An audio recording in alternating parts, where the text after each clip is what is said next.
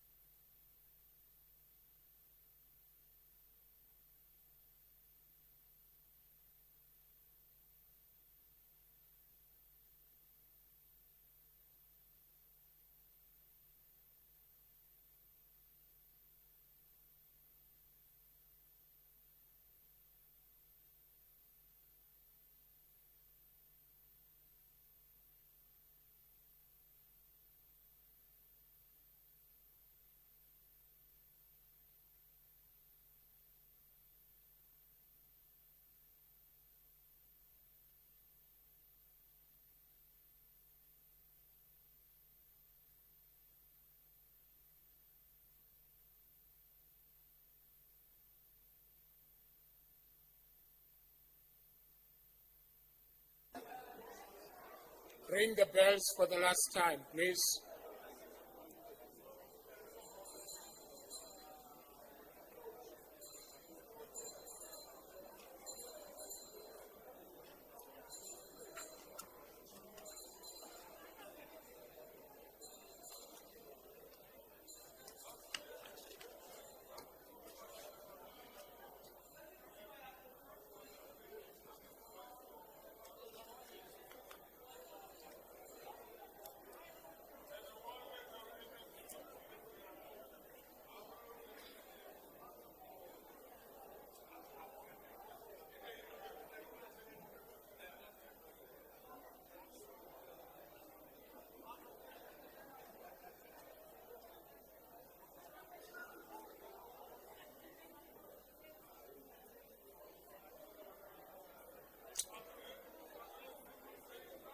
Thank you very much, councillors. May we please take our seats?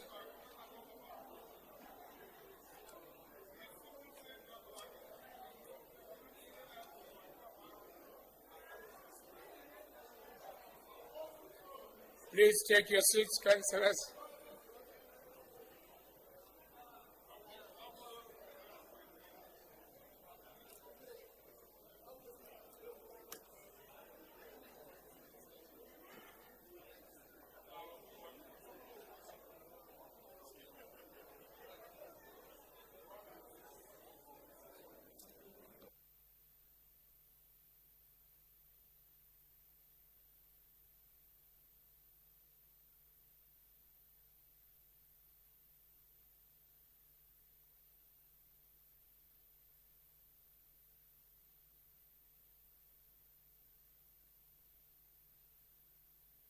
Please, councillors, take your seats.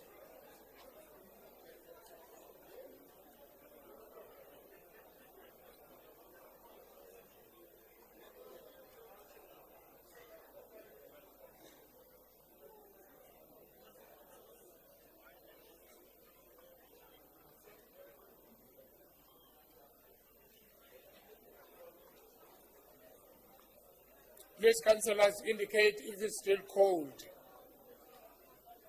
If it's still cold, please indicate.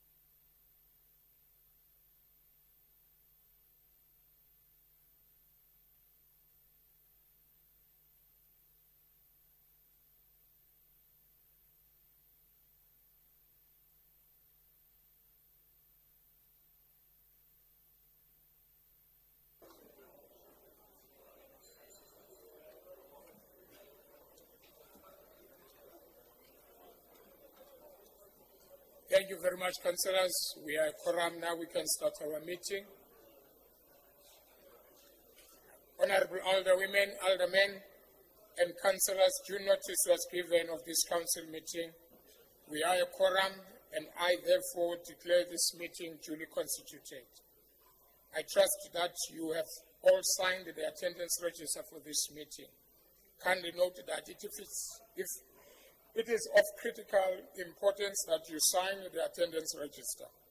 If you do not sign the attendance register, you will be marked as absent from this meeting in the minutes. May we now begin with our council meeting by observing a moment of silence in prayer or meditation, please.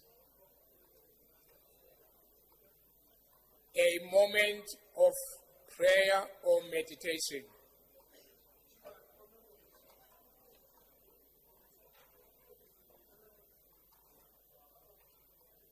A moment of prayer and meditation.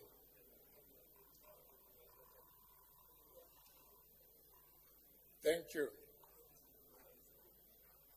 The Worship Executive Mayor, the Deputy Executive Mayor, Honorable Chief Kekan and his entourage, Honorable Chief Matlangu and his entourage, members of the Mayoral Committee, leader of the Executive Business, Chief Whip of Council, Chair of Chairs, Chairpersons of Section 79 committees, leaders of all political parties represented in Council, Honorable Councillors, officials, members of the media, esteemed City of Tshwane residents, and the public. I welcome you all to this continuation council meeting. Honorable councillors, let me also officially welcome Councillor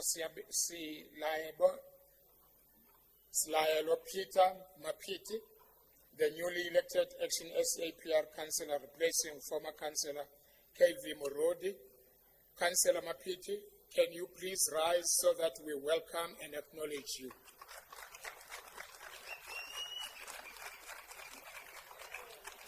Thank you.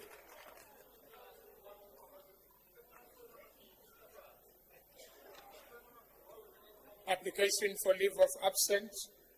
Honorable councillors, for purpose of informing council in as far as leave of absence for councillors from this council meeting is concerned.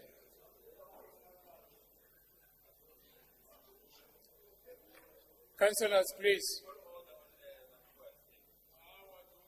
Councillors, please.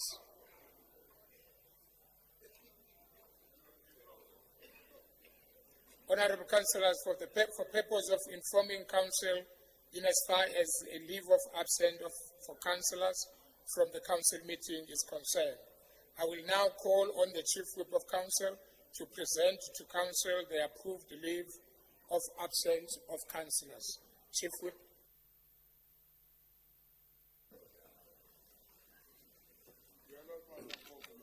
Speaker. Thank you so much, Honorable Speaker. The following councillors have been approved in line with our city processes in requiring leave of absence. Councillor Moya. Sorry, Chief Whip. Councillors, can you allow me to hear the Chief Whip? Thank you. Thank you, Speaker. Councillor Nasibu Moya, Action SA, Party Commitment. Councillor Tlanki Mahale, ANC Family Responsibility Leave. Councillor S. Lelaka, ANC Family Responsibility Leave. Councillor Joel Masilela, ANC Sick Leave. Councillor E. Mabusela, ANC Family Responsibility Leave. Councillor D.E. Moloi, ANC Family Responsibility Leave. Councillor N. Patel, ANC Sick Leave. D. Uma FF Plus Study Leave. Councillor M. Erasmus FF Plus Family Responsibility Leave. Councillor Sarah Mabota Good Sick Leave. Councillor Buitumelo Raswetse EFF Sick Leave. Councillor T.R. Mpafele DOP Sick Leave.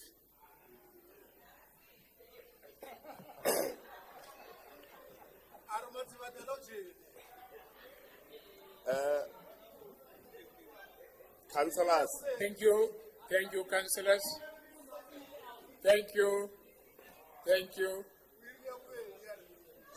Thank you, councillors. Please continue, Chief Whip. No, thank you very much, leader of business, and you are the president of UOP. So, councillors, I've got councillors requested to arrive late. Councillor Alderman as deploy, FF Plus, 12 o'clock. Councillors requested to leave early. I've got Councillor Alderman Seabrink, DA, 13 hour. Councillor T. Mutame, DA, 15 Thank hour. you, councillors. Thank you. Go ahead. Thank you. Yes, and then I've got Councillor M. Dubert, FF Plus, 15 hour. Councillor L.J. van Rensberg, FF Plus, 13 hour. Councillor R. Herbe, FF Plus, 17 hour. Councillor Franz Buchelo, ANC, 13 hour. Thank you so much, Speaker Kalebo.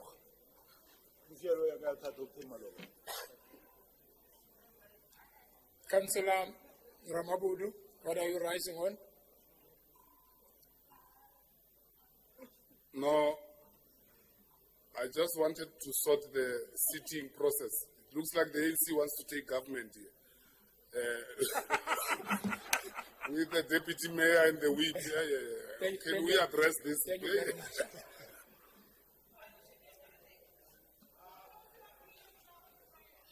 Honorable councillors, following the announcement of the casual vacancy that occurred in council as a result of the removal of Councillor K.V. Murodi as Action SA PR councillor, I have, in line with the item 18 of Schedule 1 of the Local Government Municipal Structures Act 1998, Act 117 of 1998, received communication dated 23rd April 2026 from the Independent Electoral Commission declaring Councillor SP Mapiti, whom we earlier welcomed in this council meeting, as the replacement of former Councillor Murodi.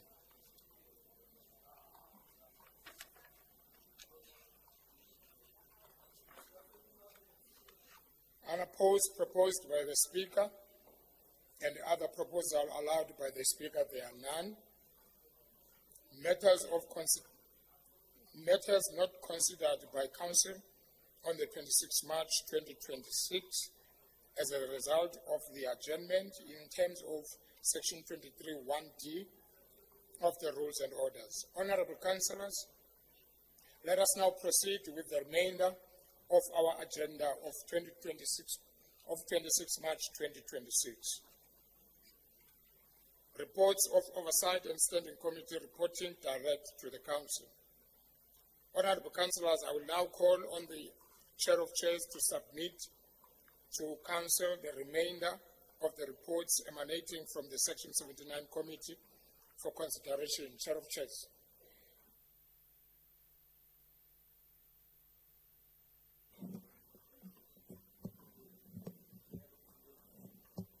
Speaker, thank you very much. Let me start by welcoming the two newly deployed whips, whip of the Action SA, Ntate Brao, and the newly deployed whip of the opposition, Honorable Prati.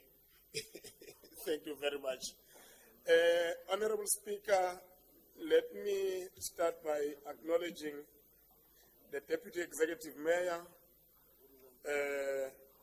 Honorable Chief Kekane and his entourage, Ubabetu Ipagama Yensibes Bomvu, Neskodlo Soke, Sagwanzunza Sokulome, members of the Mayoral Committee, Leader of Executive Business, Chief Whip of Council, chairpersons of Section 79 committees, leaders of all political parties represented in this council, honorable councillors, officials, esteemed City of Tshwane residents, and the public. Honorable Speaker, it is a pleasure for me to submit to council reports from the following Section 79 committees for consideration, as well as Annexure P for cognizance and or discussion. Public Accounts, the 20th of February 2026 and the 6th of March 2026. Utility Service, the 11th of February 2026. Tshwane Geographical Names, the 12th of March 2026. Corporate and Shared Services, the 13th of March 2026. Housing and Human Settlement from the 10th of March 2026. Environmental Management, the 19th of February 2026. Group Financial Service, the 12th of March 2026, Health from the 17th of March 2026, Community Safety from the 17th of March 2026, Rules and Ethics from the 13th of March 2026, Roads and Transport from the 10th of March 2026. Honorable Speaker, the reports are tabled. Thank you very much.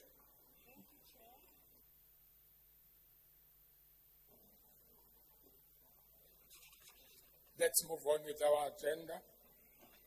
A, from the Section 79 Standing Committee Public Accounts, 20th February 2026. Item 1, Office of the City Manager, Department Status Report on the resolution of the issued material irregularity findings as at December 2025. This report is on page 6 to page 13. As recommended.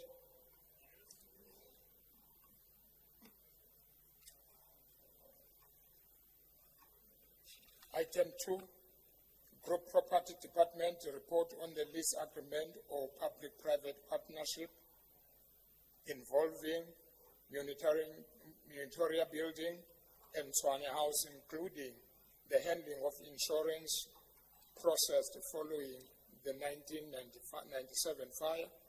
This report is on page 14 to page 23.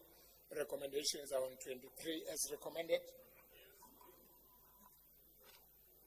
Environment and Agriculture Management Department, revenue in-year report on billing and revenue generated by each landfill site for the 2025-2026 first quarter report. This report is on page 24 to page 29 as recommended. 4, Group Financial Services, Local Government Municipal Finance Management Act 2003, Act 56 of 2003, in-year financial report, monthly budget statement for the period ending 31st October 2025. This report is on page 30 to page 77. Recommendations are on 36. As recommended. 5. Group Financial Services, Local Government Municipal Finance Management Act 2003, Act 56 of 2003, in-year financial report, monthly budget statement for the period ending 30th November 2025. This report is on page 78 to page 129. Recommendations are on 84. As recommended.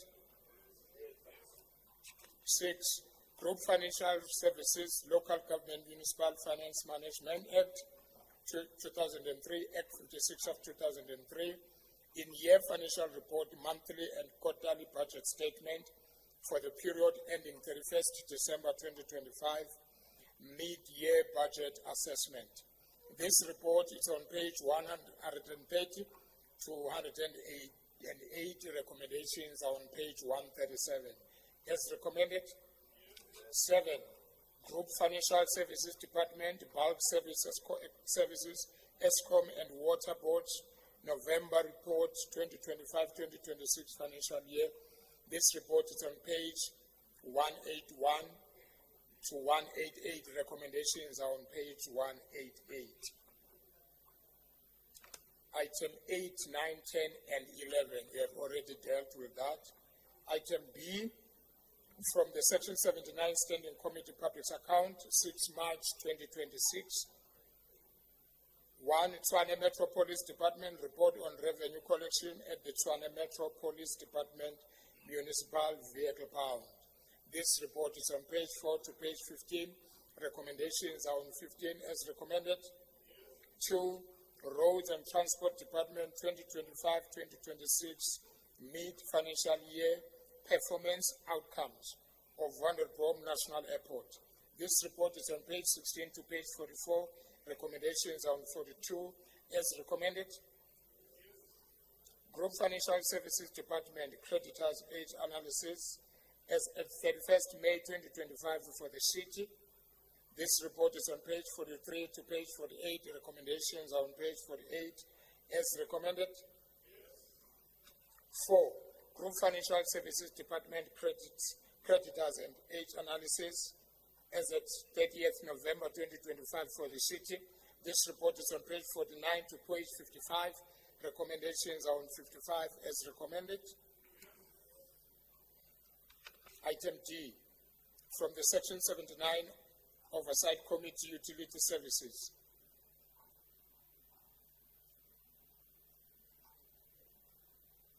Item 1, Office of the Speaker, Quarter Report for 2025-2026 financial year. This report is on page 4 to page 32. Recommendations are on 19. As recommended. E, from Section 79 Standing Committee, Tshwane Geographical Names, 12 March 2026. Economic Development and Spatial Planning Department, City Planning and Development Division. Approval of names to populate the Geographical Names Bank, animal names. This report, our phase 12, this report is on page 4 to page 16. Recommendations are on page 8 as recommended. 2, Economic Development and Special Planning Department, City Planning and Development Division. Approval of names populated to Geographical Name Bank, Names Bank, positive attributes and encouragement, phase 14. This report is on page 17 to page 27. Recommendations are on page 20 as recommended. 3, Economic Development and Spatial Planning Department, City Planning and Development Division. Approval of public participation to name 3 existing streets and rename Mutsumi Street in Mamelodi Extension to Ward 16. This report is on page 28 to page 63. Recommendations are on 37 as recommended. As recommended. 4, Economic Development and Spatial Planning Department, City Planning and Development Division. Further report on the approval of public participation process to rename Boom Street in Pretoria, Ward 58. This report is on page 62 to page 121. Recommendations are on 72 as recommended. F, from Section 79 Oversight Committee, Corporate and Shared Services, 13th March 2026. 1. Group Human Capital Management, Q1 Progress Report on the performance of the Department for the 2025-2026 financial year. This report is on page 4 to page 13. Recommendations are on 13 as recommended. 2. Group Human Capital Management Progress Report on the mid-term performance of the Department for the 2025-2026 financial year. This report is on page 14 to page 22. Recommendations are on page 22 as recommended. 3. Group Human Capital Management Department. Human Capital Management Department. Report on filling unfunded critical vacancies not contained in the PCP and positions vacant per department across the city contained in the PCP, with comments from users department why the position was not filled. This report is on page 23 to page 26. Recommendations are on 26 as recommended. Item 4, Group Legal and Secretariat Services Department report on Q1 performance review. This report is on page 27 to 37. Recommendations are on 31 as recommended. 5, Group Legal and Secretariat Services Department report on Q2 performance review. This report is on page 38 to 49. Recommendations are on 43 as recommended.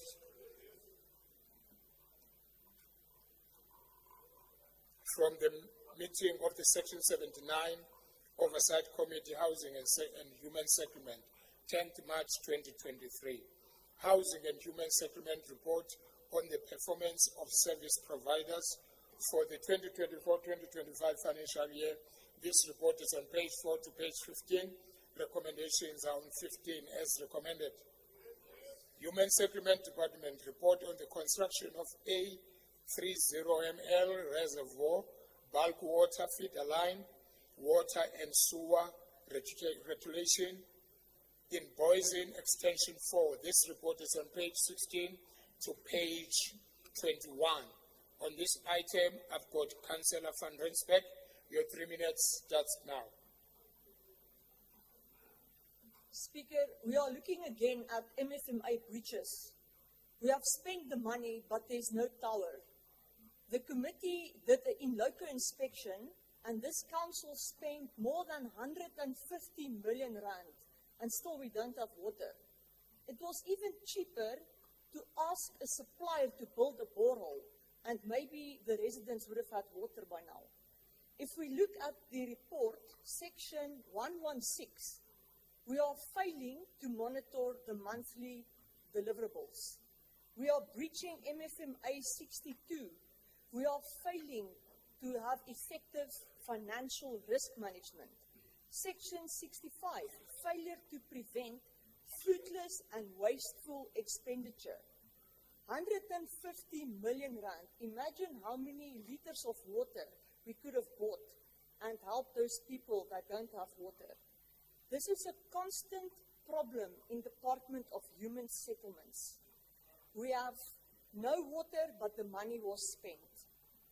Therefore, we call for a full investigation into all internal delays affecting Boysen's Extension 4, disclosure of all variation of orders and cost escalations, a review of supply chain turnaround times, an independent verification of the performance of the rating system, and quarterly progress reporting to the committee.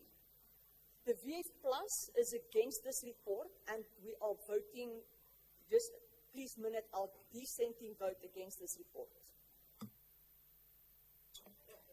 Thank you very much. As recommended. Let's move to item 3. Human Settlement Department Action Plan on Audit Findings, Repeat and New Findings. This report is on page 22 to 32. Recommendations are on 32 as recommended. Item 4, Human Settlement Department report on staffing capacity within the Human Settlement Department. This report is on page 33. I've got Councillor van Rensburg again on this item.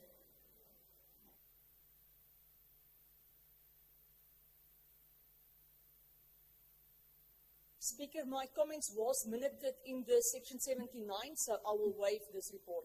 Thank you. Thank you very much. As recommended. Item H, from the meeting of Section 79 Oversight Committee Environmental Management, 19 February 2026. Office of the Speaker, mid-term report on the Section 79 Oversight Committee Agriculture and Environment Management for the 2025-2026 financial year. This report is on page 4 to page 25. Recommendations are on page 12. As recommended, item 2, Environment and Agriculture Management Department, Agriculture and Rural Development Division, outstanding insurance claims within the resort in the city of Tshwane. This report is on page 26 to 33. Recommendations are on 33 as recommended. 2, Environment and Agriculture Department, Management Department, Resorts Operations Section, progress report on the issue raised by Section 79 Oversight Committee on Environment and Agriculture following the inspection in loco conducted at the resort. This report is on page 34 to 38. Recommendations are on 38 as recommended. 4, Environment and Agriculture Department, Management Department, Management and Administration Support Section, mid-term report for 2025-2026 on the implementation of the service delivery and the budget implementation plan for Environment and Agriculture Management Department. This report is on page 9 to page 43. Recommendations are on page 43. As recommended, item I, from the meeting of Section 79 Oversight Committee, Group Financial Services, 12th March 2026.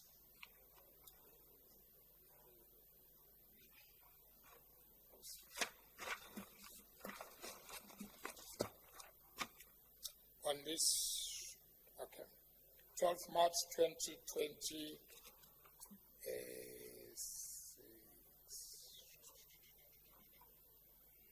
One, progress on the implementation of the City of Tshwane on the alignment of the revitalized financial recovery plan with the mayoral charter as of 31st December 2025. This report is on page 5 to page 33 as recommended.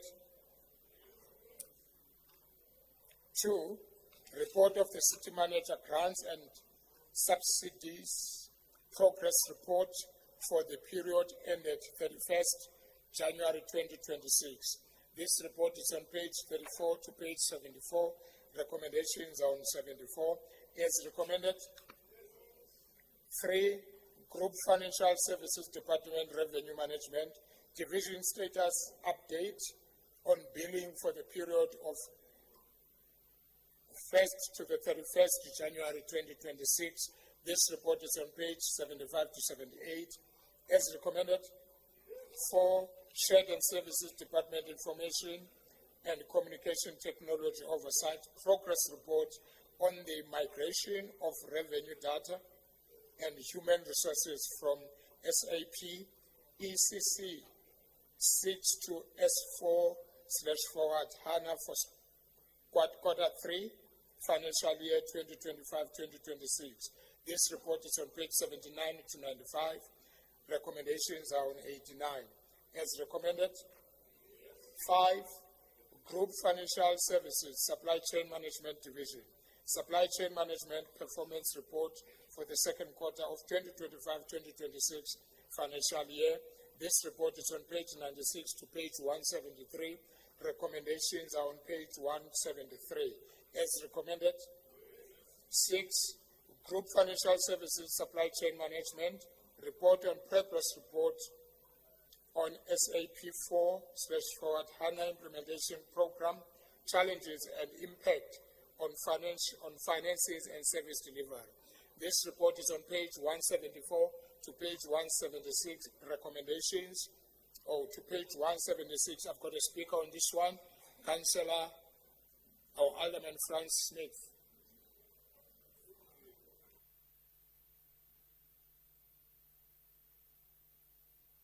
Mr. Speaker, we cannot speak about economic growth or opportunities remain out of the reach of the majority of our people. Local government is not only a service delivery institution, it's a powerful driver of economic inclusion. Yet, for many of our youth, women, small businesses and persons living with disabilities, access to the procurement opportunities remains complex, unclear, and often out of reach. Today we are presented with a practical and a forward-thinking intervention. The City of Tshwane is developing a short, targeted informational videos aimed at simplifying and demystifying the procurement process. These videos will provide clear, step-by-step guidance on vendor registration, tender application process, and the use of the system such as SAP Arabic. They will ensure that suppliers understand procurement threshold. Just hold on, Councillor. Just hold on, Councillor Khafan. What are you standing on?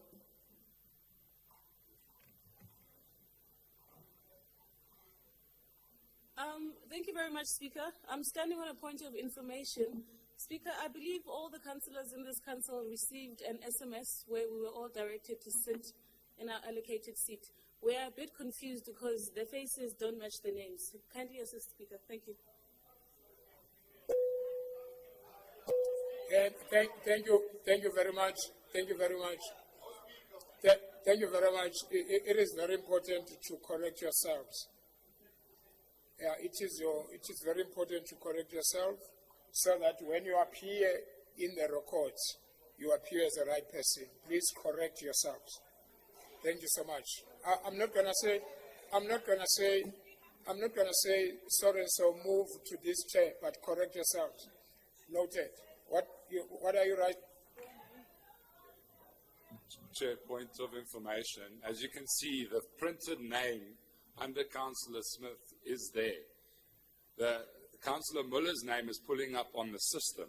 So it's a system configuration that's the issue. It's not him sitting in the wrong seat. Thank you.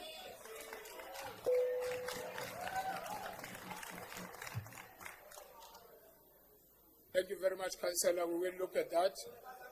Councillor, Alderman Women's Law, what are you standing on? A point of relevance, that is not relevant. The point of order is not relevant to the speech that's being made, the point of information. On top of that, Speaker, we have an issue. It is your office that needs to resolve the issue when it comes to names. In terms of the seating plan, it's a seating plan that we have approved as the DA, first and foremost. Second of all, Speaker, is that there are many spelling errors in terms of our councillors' names that still has not been resolved. And so that is not on us, but it's for your office and the officials in your office to get their house in order and resolve these issues. Thank you very much. Let me correct something. There was no point of order that was raised. It's the point of information. Okay, you spoke. Secondly, can I speak now, Alderwoman? Can I speak? Secondly, don't always point fingers to the office of the Speaker. The office of the Speaker doesn't deal with the names. It is the office of the Chief Whip, not the office of the Speaker. Don't be excited by the office of the Speaker. And please, Councillor Smith, can we allow Councillor Smith to go ahead? Alderwoman, I'm not taking your hand. I'm not. And forgive me. Councillor Ace, I'm not taking your hand. I'm not. Because you are raising a point of information that is wrong, pointing to the office of the Speaker. I'm here to defend my office. Councillor Ace, I'm not going to take your hand. I'm not. Councillor Ace.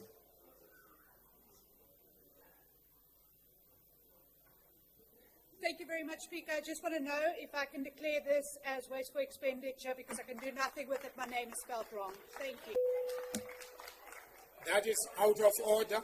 We are not on that. That is out of order. Councillor Smith, Can we allow Councillor Smith to go ahead? Councillor Smith?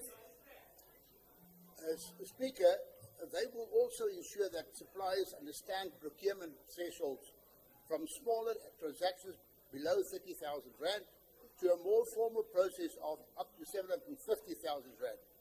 Importantly, this initiative will make support accessible, connecting prospective suppliers with the relevant officials in demand management and the vendor desk, and ensuring that even technical barriers such as local challenges, lock-in challenges, do not exclude willing participation. Speaker, what the initiative does is simply yet powerful. It removes those barriers. It opens the doors for a young entrepreneur who has the ideas but not the guidance. Order, please. Thank you. It empowers a woman-owned business to compete on equal footing. It gives small enterprises the tools they need to participate meaningfully in their local economy. If we are serious about the transformation, then we must ensure that opportunity, one of our values in the DA, is not reserved for the few who understand the system, but extended to the many who are ready to contribute. And opportunity should not be complicated, it should be accessible. Thank you. Thank you very much. As recommended. As recommended. Chief Whip of the Action SA, please take your seat. Thank you. Item 7, Group Financial Services Supply Chain Management Division. SCM reports on appointments of committees and units challenges and steps taken to overcome them. This report is on page 177 to page 181. Recommendations on 181 as recommended. Group Financial Services Supply Chain Management Division, SCM report on procurement and contract management, non-compliant to tax matters, lack of performance monitoring, and conflict of interest. This report is on page 182 to 186. Recommendations on 186 as recommended. 9, Group Financial Services Department Supply Chain Management Subject Status Report on city stores under SCM Logistics Management. This report is on page 187 to page 198. Recommendations are on 198 as recommended. Item 10, response to Auditor General and internal audit findings on property, plant and equipment and assets management processes. This report is on page 199 to 204. Recommendations are on 204 as recommended. As recommended. 11, progress on the implementation of the City of Tshwane on the alignment of the revitalized financial recovery plan with the mayoral charter as of 31st January 2026. This report is on page 205 to page 232. Recommendations on 232 as recommended. J, from the Section 79 Oversight Committee held 17th March 2026.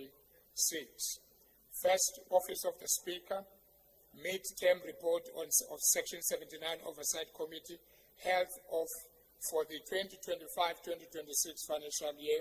This report is on page 4 to page 46.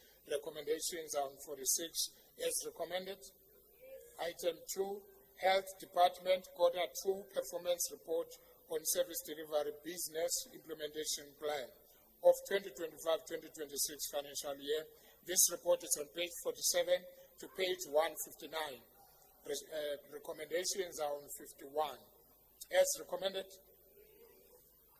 3, Health Department, Health Service Division, Progress Report on the Service Level Agreement between the City of Tshwane and Gauteng Department of Health. This report is on page 160 to page 244. Recommendations are on 168. As recommended. 4, Health Department Operation Support, Multi-Sectoral AIDS Response Management Unit, report on the implementation of the City of Tshwane Multi-Sectoral HIV, TB, and STIs programs, including ward-based door-to-door HIV, TB, and STI, education and awareness program for the period 1st July 2024 to the 30th June 2025, and 1 July to 31st December 2025. This report is on page 245 to page 362. Recommendations are on page 264. As recommended, K, from the Section 79 Oversight Committee, Community Safety, 17 March 2026. 1. Community Safety Department, Emergency Services Department. Division Business Operation Activities conducted in the City of Tshwane during Q2 of 2025-2026 financial year. This report is on page 6 to page 25. Recommendations are on 25. As recommended, Item 2, Community Safety Department, Emergency Safety Services Department.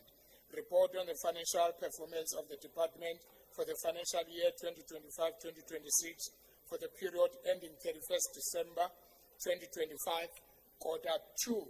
This report is on page 26 to 29. Recommendations are on 29. As recommended. Item 3, Community Safety Department, Emergency Services Department, Fire and Rescue Operations, Cognizance Report on Department Fire and Rescue Operation Division Assessment for November and December 2025. This report is on page 30 to 37. Recommendations are on 37. As recommended.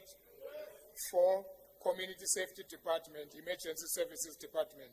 Emergency Services Department monthly media activities for Q2, October to December 2025 to 2026 financial year. This report is on page 38 to 44. Recommendations are on 44.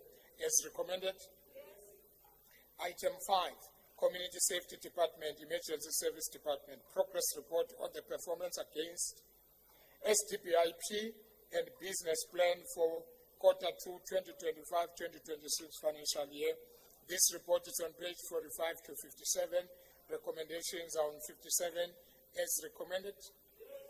6, Community Safety Department, Emergency Services Department, a report on the accident damaged vehicles for the Section 79 Oversight Committee, Community Safety. This report is on page 58 to page 144. Recommendations are on 69. As recommended. 7, Community Safety, Emergency Services Department, progress of satellite fire station at Rankua, Soshanguve, and Kalinin. This report is on page 145 to page 150. Recommendations are on 150. As recommended. 8, Community Safety Department, Tshwane Metro Police Department, comprehensive report on traffic management and road safety report. This report is on page 151 to 153. Recommendations are on 153. As recommended. 9, Community Safety Department, Tshwane Metro Police Department, awareness campaign to educate members of the public on measures and regulations aimed at securing a safe environment, December of 2025. This report is on page 154 to page 159. Recommendations are on 159. As recommended. Item 10, Community Safety Department, Tshwane Metro Department, Police Department, a report on quarterly department media activities. This report is on page 160 to 201. Recommendations are on 201. As recommended. 11, Community Safety Department, Tshwane Metro Police Department, departmental performance against the approved 2025-2026 SDPIP. This report is on 202 to 209. Recommendations are on 209. As recommended.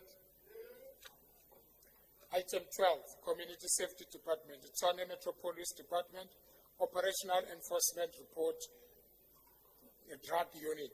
This report is on page 210 to page 215. Recommendations are on 215 as recommended. Community Safety Department, Tshwane Metro Police Department report on the Easter operation, 13th March 2026 to 4th May 2026. This report is on page 216 to page 220. Recommendations are on 220 as recommended. L, from the Section 79 Standing Committee Rules and Ethics, 13th March 2026. 1. Office of the Speaker, medium performance report on the Section 79 Standing Committee Rules and Ethics for the 2024-2025 financial year. This report is on page 4 to page 7. Recommendations are on 7 as recommended. M. From the Section 79 Committee Road and Transport meeting, 10th March 2026, Road and Transport Department, Bele Omri, IRPTN project and offices for IRPTN REAing operation. This report is on page 4 to page 9. Recommendations are on 9 as recommended. 2. Report Road and Transport Department progress of Integrated Rapid Public Transport Network, Line 2C, Linwood Road between January, Masilela and Simon Femulen Road for a period of 18 months, RTD 12-2022-2023. This report is on page 10 to page 14. Recommendations on 14 as recommended. Item 3, Road and Transport Department Progress Report on Road and Stormwater Project for the 2025-2026 financial year. This report is on page 15 to page 65. Recommendations are on 21. As recommended, Road and Transport Department report on access to Tshwane bus services in township and institution of higher learning. This report is on page 66 to 74. Recommendations are on 71 as recommended. 5, Road and Transport Department progress on the construction of Vonderboom intermodal facility. This report is on page 66 to page, this report is on page 75 to page 82. Recommendations are on 82 as recommended. 6, Regional Operation and Coordination Department, Sinkhole, accuracy status, core across Tshwane, as well as progress on repair and or rehabilitation of sinkholes as the end of December 2025. This report is on page 83 to page 90. Recommendations are on 90 as recommended. Yes, Councillor Jacobs. Thank you, Speaker. Speaker, my name is on the list as a speaker for the previous item and this current item, but I will waive my previous one.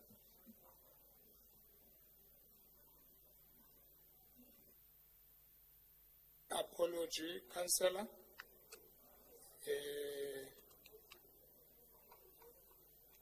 You are only on item 5, not item 6. It's the previous item that you are in. You are listed on item 5. My apologies for not calling you. Let me give you the opportunity.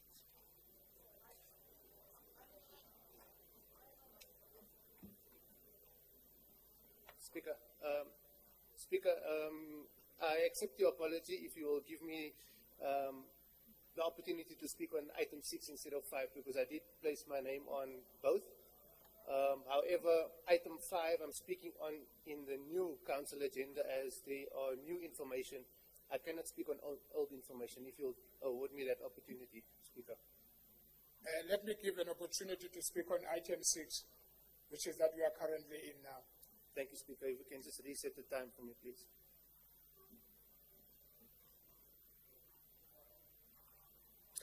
Thank you, Speaker. Greetings, colleagues. Speaker, the Freedom Front Plus welcomes the report as it addresses and includes a department that, in fact, is the primary department that is responsible for the technical issues and the cause of sinkholes. And they are included in the report's solutions and potential financial implications. In Region 4 alone, there are 63 sinkhole incidents. They are not random, isolated incidents. They are, in fact, direct consequences of the city's neglect of extremely outdated critical water infrastructure. Alarmingly, 94% of all sinkholes are due to failing municipal infrastructure, due to the neglect and disregard of upgrading of the dilapidated infrastructure.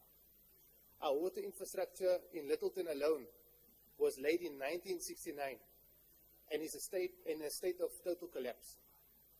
In January, Littleton experienced 10 asbestos pipe bursts in just 6 days.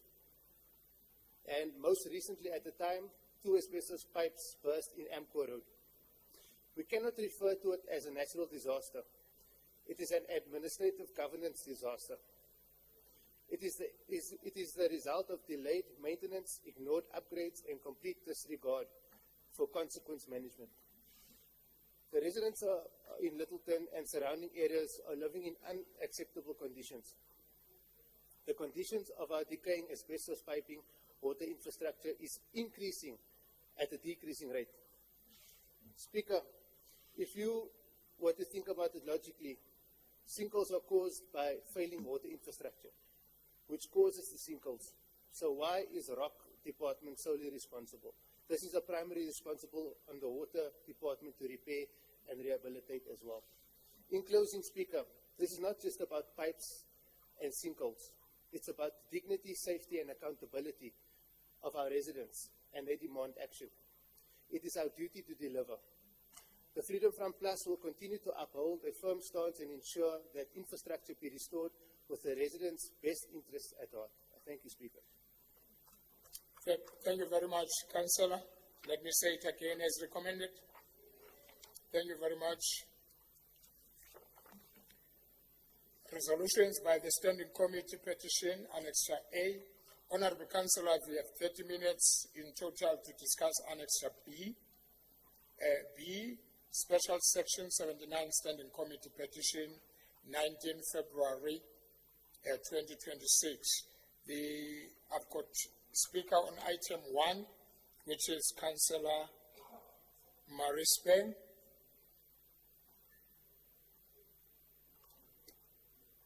Are you there?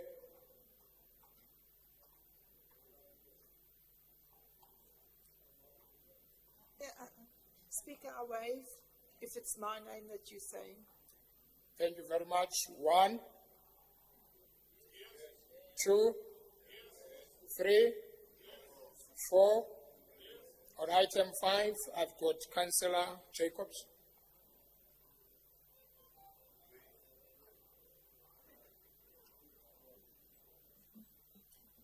Thank you, Speaker. Speaker, I'll be speaking on the petition that was handed in of the unsuitable living conditions for contributing rates and taxpayers in Littleton, Ward 57. So I have 3 points, Speaker. One being that this is my petition and no one will take credit for it to be used as a political bargaining chip. For 2 terms now, nothing was done when it could have been prevented and addressed in 2019 already. This is not for political campaigning. This is for the residents' lives that are severely affected and at risk. 2, Speaker, this issue involves an illegal squatter camp, not an illegal settlement. That needs to be corrected in the report. 3, on the record, through you, Speaker, I am reaching out to the MMC of Human Settlements Department to help me and my residents to address this petition, as well as the MMC for Community and Safety, Hannes Kutsia. PRASA is ready to team up with the city through me and my team, so let us synergize. Thank you, Speaker. Thank you. 5, 6, 7, 8.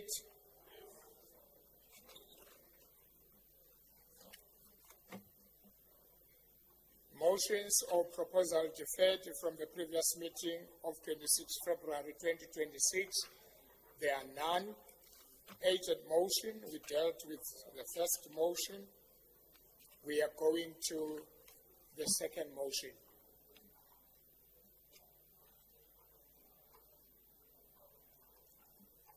Cities procurement processes, the saved guardian of public funds and the credibility of the administration, Tswane residents deserve a government that protects resources rather than one embroiled in factional battle over tenders.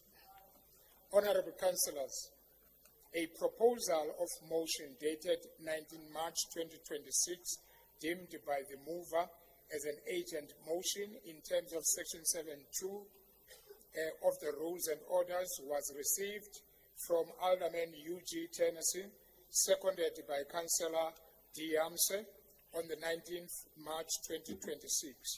The proposal and motion have been loaded on SharePoint's calendar on 19th March 2026. Honorable Councillors, in terms of Section 7.5 of Rules and Orders, I've considered the proposal and motion and have decided that they can be allowed for discussion and consideration at this council meeting. In terms of Section 7.6 of the Rules and Orders, I will now call on Alderman Tennessee to read out his motion, and after he has spoken for not more than 5 minutes on only the reasons for the agents of the motion, which 5 minutes include the reading of the motion, Alderman Tennessee shall propose that the provisions of Section 7.1 of the Rules and Orders be suspended. Alderman Tennessee, you have 5 minutes. Good morning, Speaker, and all our guests, fellow councillors. Taking into consideration the past special council meeting, I don't feel that this motion will serve any point now because of the fact that individuals mentioned in this motion have already been suspended, and to my best knowledge there's also already investigations into the matter. So in light of that, Speaker, I would like to withdraw. I've only got one comment to make in this regard. I think somebody read my motion and started acting. Thank you. Thank you very much. The motion is withdrawn.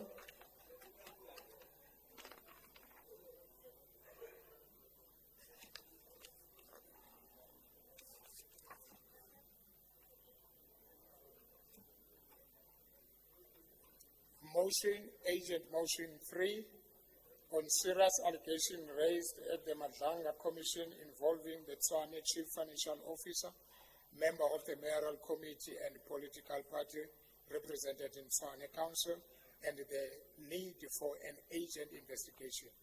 Honorable Councillors, a proposal in the motion dated 19 March 2026, deemed by the mover as an agent motion in terms of Section 7.2 of the Rules and Orders, was received from Alderman C. Brink, seconded by Councillor J. Ace on the 19th March 2026. The proposal and motion has been loaded on a SharePoint on the 19th of March 2026. Honorable Councillors, in terms of Section 7.5 of Rules and Orders, I've considered the proposal and motion, and I've decided that they can be allowed for discussion and consideration at this council. In terms of Section 7.6 of Rules and Orders, I will now call on Alderman C. Brink to read out motion, and after he has spoken for not more than 5 minutes, only the reason for the agency of the motion, which 5 minutes includes the reading of the motion. Alderman C. Brink shall propose that the provision of Section 7.1 of Rules and Orders be suspended.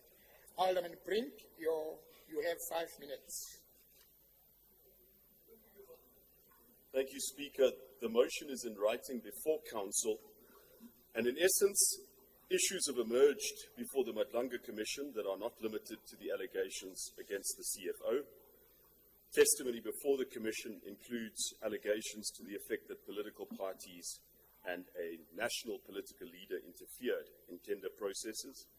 And just like this Council acted on the contents of WhatsApp messages between Sergeant Fanny Nkosi and Gareth Nisi, so we have an obligation to act on allegations about the breakdown of systems and controls in the Mako portfolio of Alderman Hannes Kutsia, unauthorized expenditure on ad hoc watchman services, and an indication of meetings between political parties in the governing coalition and Mr. Mnisi over the determination of tender beneficiaries. Speaker, this motion, as it is written, remains urgent because many of the matters that pertain to Tshwane have not yet been dealt with, and the Madlanga Commission is still in session, and we should act on these as we did on the allegations against Gareth Mnisi. Speaker, failure to do so would be a failure of our obligations as a council, and I put this to the council. Thank you very much. Thank you very much, Alderman. Honourable Councillors, is the proposal by Alderman Brink to suspend Section 7.1 of the Rules and Orders approved? Okay, Leader. Okay, thank you. Thank you. Leader of the Executive.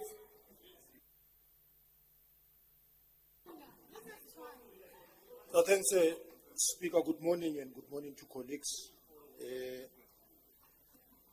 Speaker, I'm trying to look at what is contained in our rule book.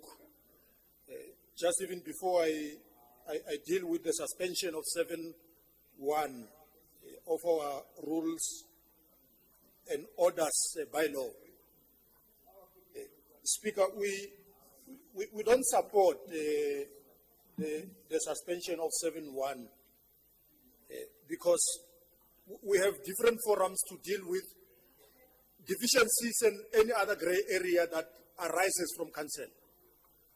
Therefore, we believe that the city manager is seized with the responsibility of ensuring that there's accountability, our systems are tight, there are controls in government. Then we have, no, that's why they removed you, Jake. You are too chachara. You are too lastar. That's why you are removed. You are incompetent. You've got. Okay, Alderman.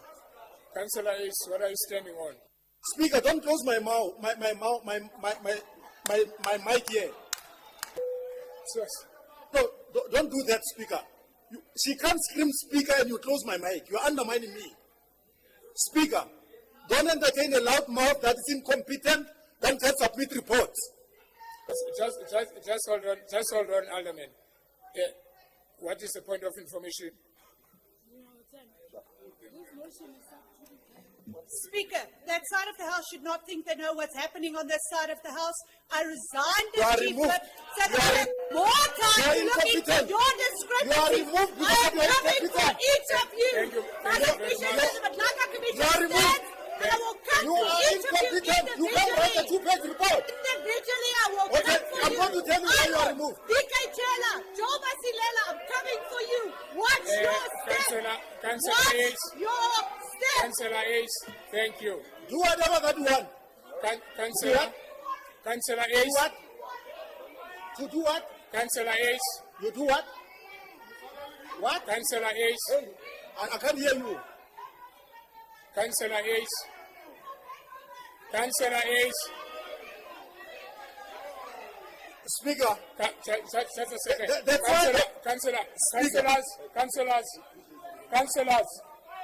Councillors. Speaker. No, noted. Can I come back to you now, Leader of the Executive?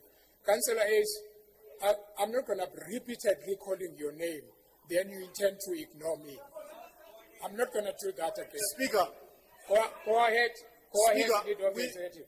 we are, every time we speak about the incompetence of the DA, we are threatened about tankers. You can bring the tankers, ne?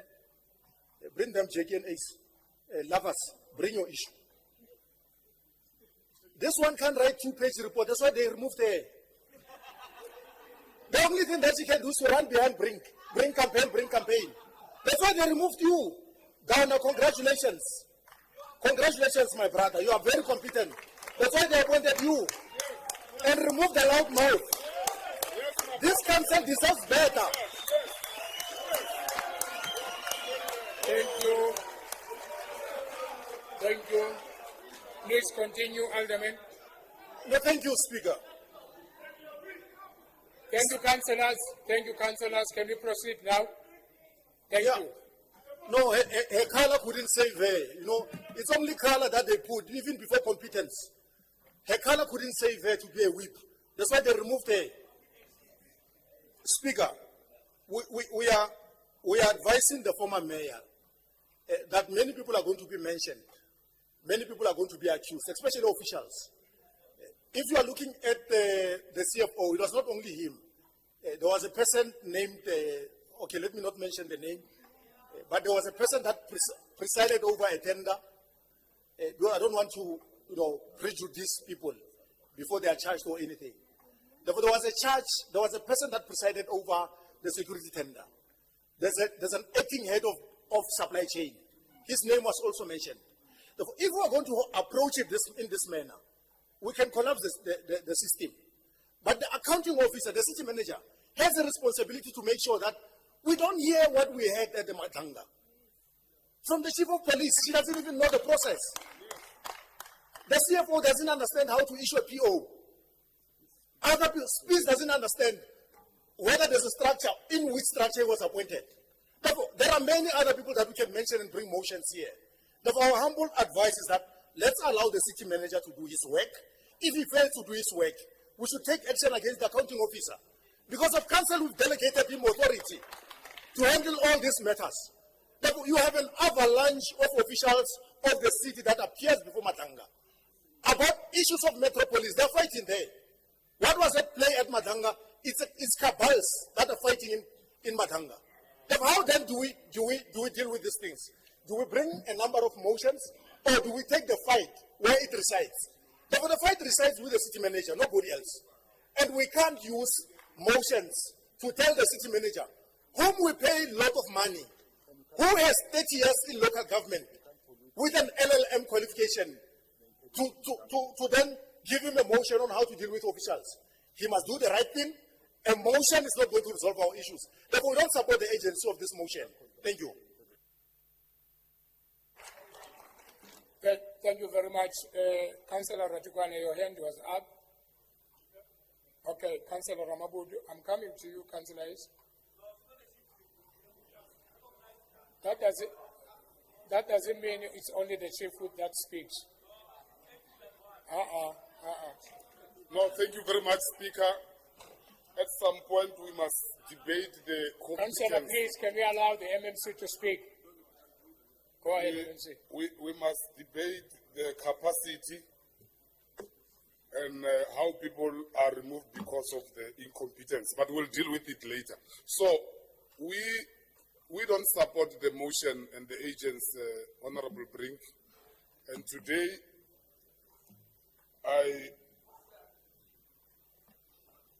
what are you saying? We are talking about who attend or about anything because you are black. You want me to do that? I can do it, and it's a reality. But ignore it.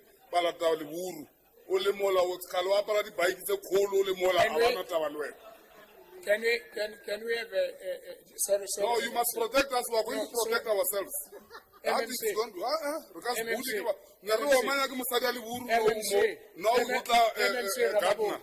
MMC Ramabud, I'm not going to call your name again. Okay. And please, I'm all yours. Councillor, thank you. Councillor Makhalel. Councillor Makhalel. When someone speaking, can you stop interjecting for anything that is provoking? Can you stop that? Councillor Slower, are you rising because you're excited on Makhalel or what? Okay, go ahead. Go ahead, Alderwoman. Just a second. What are you standing on? Speaker, can I please ask that MMC Ramabudi please withdraw the reference to Councillor Makhaleng as a gardener? Thank you.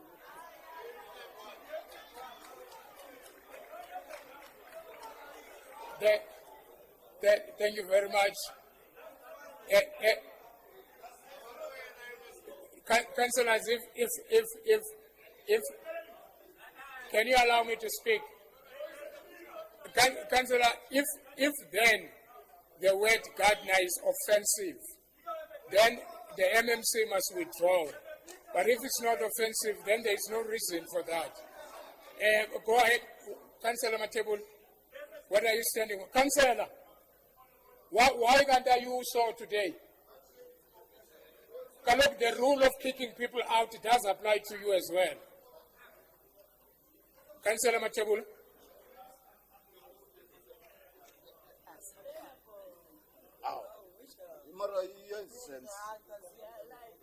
It doesn't make sense.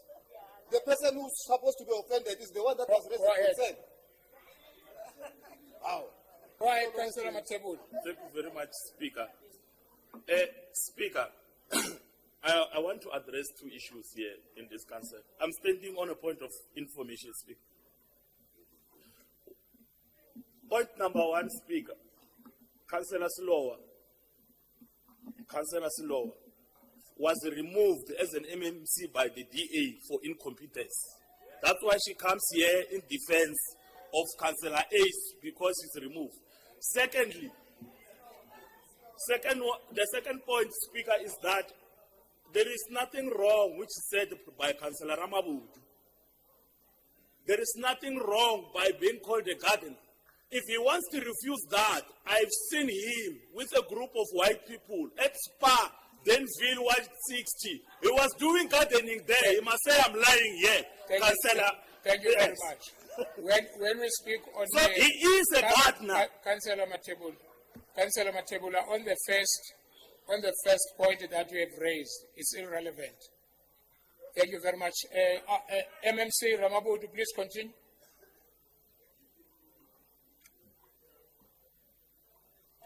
No, as I was saying, we are rejecting the motion, and we think that the obsession of trying to use the Madlanga Commission on issues of Tswane, whereas on officials that were appointed by you, if those officials were incompetent, the way you are saying, where were you when you were in government? Because all these people, including the city manager, were appointed by your government.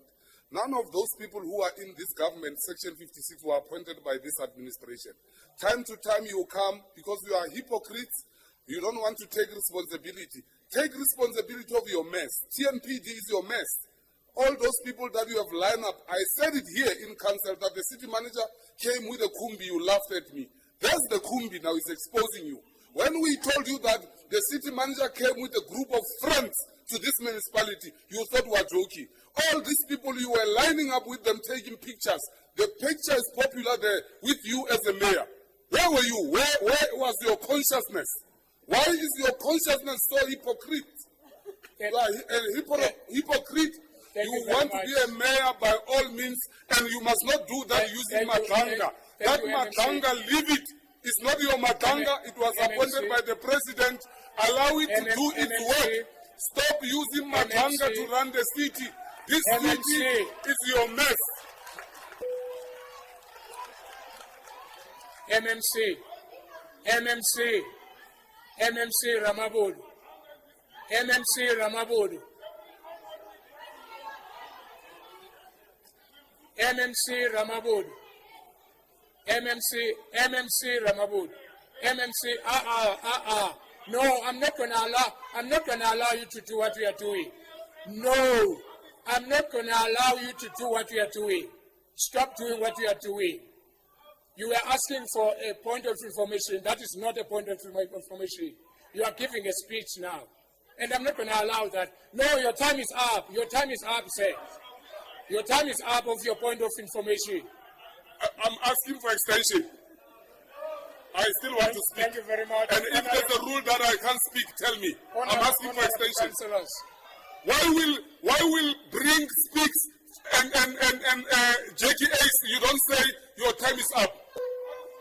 MMC, you give your point of information, you don't give a speech. That's what I'm asking you to stop. Stop giving a speech. Give a point of information.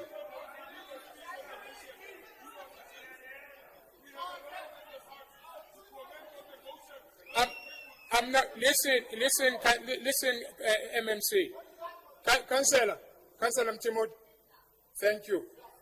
What I'm saying, and an MMC, you say you are speaking on a point of information, not debating. No, we are not getting there. We are not yet.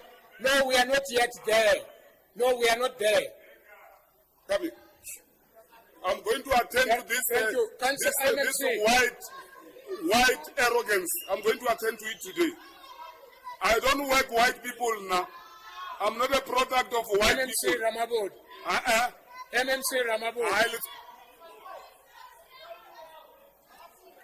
Honorable councillors.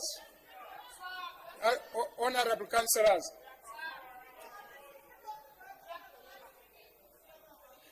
Yes, Councillor, yes, what is your point of, what are you standing on?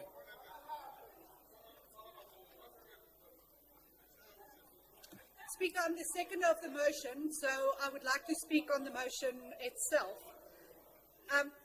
When the executive... Say it again, Councillor Ace. I'm the seconder of this motion, so I would like to speak on the motion as I am the seconder. You don't speak as a second. Well, I'm asking to speak in the debate now. No, you don't speak on as a second. Well, then I'm asking because the to speak in the proposer is debate. here, Yes. and the proposer has read I the want to motion. speak in the debate. So, no, I'm not going to allow that. Let's move, honorable councillors. I now put Speaker, I Councillor would like to Mashabela. contribute to the debate. Councillor Mashabela. Speaker, I would like to contribute to the debate. You can't disallow me from contributing to this debate. You allowed other members to contribute to this debate. Councillors, we are not debating this. We are not there, Councillor Ace. We are still in the position of approving whether we are suspending or not. That's where we are. We are not discussing the motion. It's only the approval of the suspension. Thank you very much. Go ahead, Councillor Mashabela. Thank you. Councillors, please. Can we allow Councillor Mashabela to speak? Thank you, Speaker. I think I want to raise three facts. That if Alderman Brink was serious about the service and the integrity of the seat, he was supposed to stand up and I not disturb me because when they speak, I do not disturb. Councillors, can we understand one thing? We are not debating the motion here. We are talking about the approval of the suspension of the law, which is section 7.1. That's what we are on it. Now we need to go to a vote because there are those who are supporting it and those who are not. Allow me to get to that stage, Councillor Khafan. Allow me to get there. Then after that, we can debate if we don't win it. Allow me to, let's allow the process of approving the suspension of the law. Thank you very much. Honorable councillors, I will now put Alderman Brink's proposal to suspend section 7.1 of the rules and orders to vote. Please note that section 7.8 of the rules and orders prescribe that the proposal to suspend section 7.1 shall be carried in the members voting in favor thereof constitute a majority of the whole council, i.e. 108, in the case of the city of Tshwane. Honorable councillors, those in favor of Alderman Brink's proposal to suspend section 7.1 of the rules and orders, please raise your hands.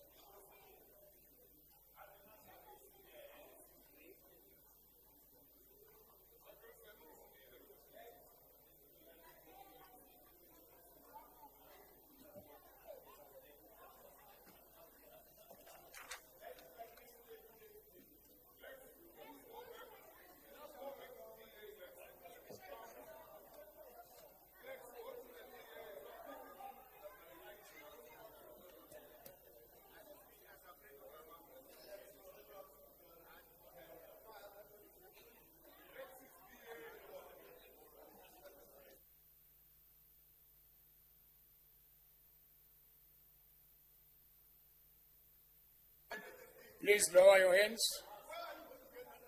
Those who are against the proposal.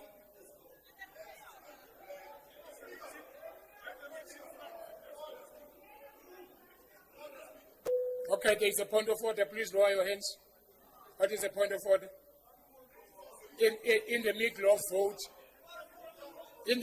vote, leader of the executive.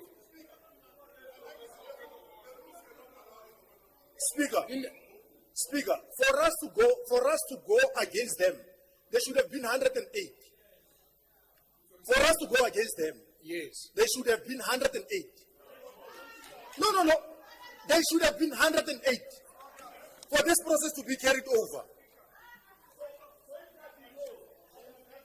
We are dealing with the bylaw. We are suspending part of the bylaw. What is it?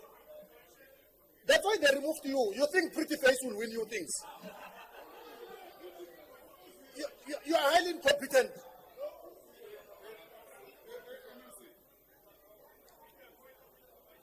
Okay, point of order. Noted. Let me come back to you. Point of information.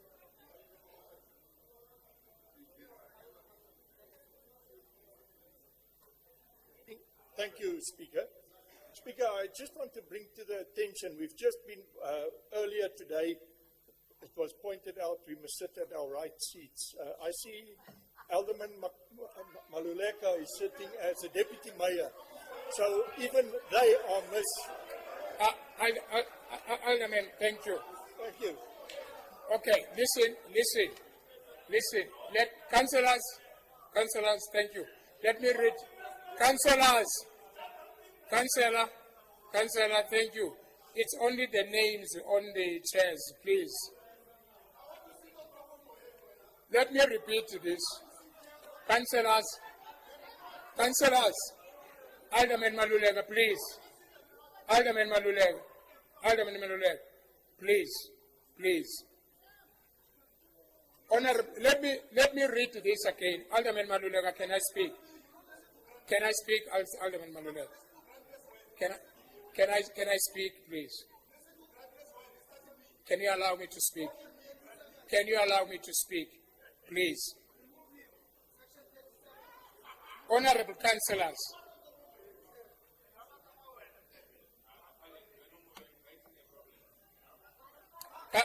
Councillors. Honorable councillors, let me read this to you again. Honorable councillors, I will now put Alderman Brink proposal to suspend Section 7.1 of the Rules and Orders to the vote. Please note that Section 7.8 of the Rules and Orders prescribed that proposal to be suspended, Section 7.1, shall be carried if the members voting in favor thereof constitute a majority of the whole council, i.e. 108 in the case of the city of Tshwane. If those in favor of the proposal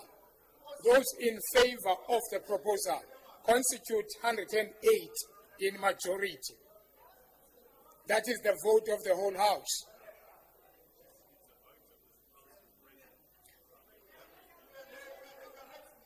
So let's continue with the vote. Those who are in favor, as I read, they must constitute the 108. That means if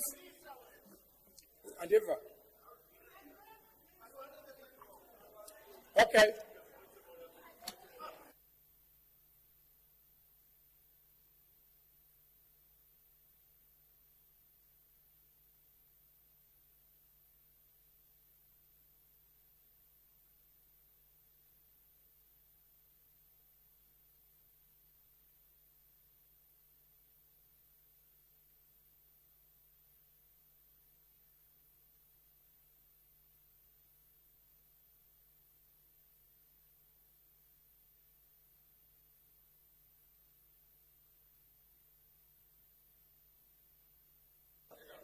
Thank you very much.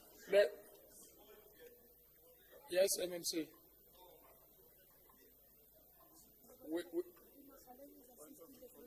we can't allow the speaker to be attacked, and we just keep quiet. But udlile lo mfana lo uthi udlile mhlakazi. Asimbuze ukuthi uthi udlile kahle kahle, because people can come say people badlile, we don't even ask. No, why would you speak out udlile?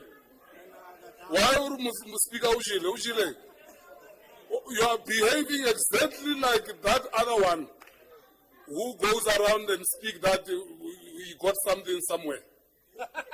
Exactly that behavior. Thank you so much. Thank you for the protection. Councillor Makhaleni, what are you standing on?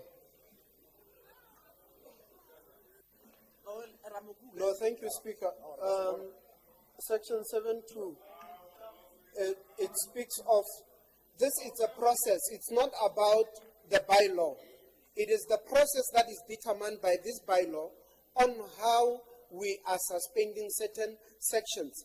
And is in terms of majority, it's not the majority of council or the municipality. It's the majority of councillors present in this, because we are not amending this, but we are dealing in terms of the process determined in this yellow book. So that interpretation is wrong, and it has never been applied in this particular council. In matter of precedence, we have already done this in this particular way. We can't be stopped while you are determining the process of voting.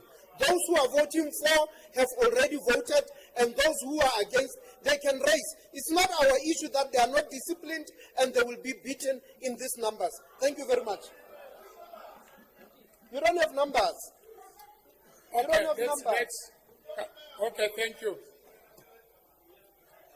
On the same section, Councillor Makhaleni, thank you. On the same section, subsection 8. On the same section, subsection 8. The proposal to suspend shall be deemed to be carried if the members voting in favor thereof constitute a majority of the whole council. Subsection 8. Section 7, subsection 8. Subsection 8, read it. I'll read it again. The proposal to suspend shall be deemed to be carried if members voting in favor thereof constitute a majority of the whole council. That is subsection 8 on the same book. On the same book. So it means those who vote in favor of the suspension, if they are less than a majority, then the agency of this motion is not carried. If they are not making the 108.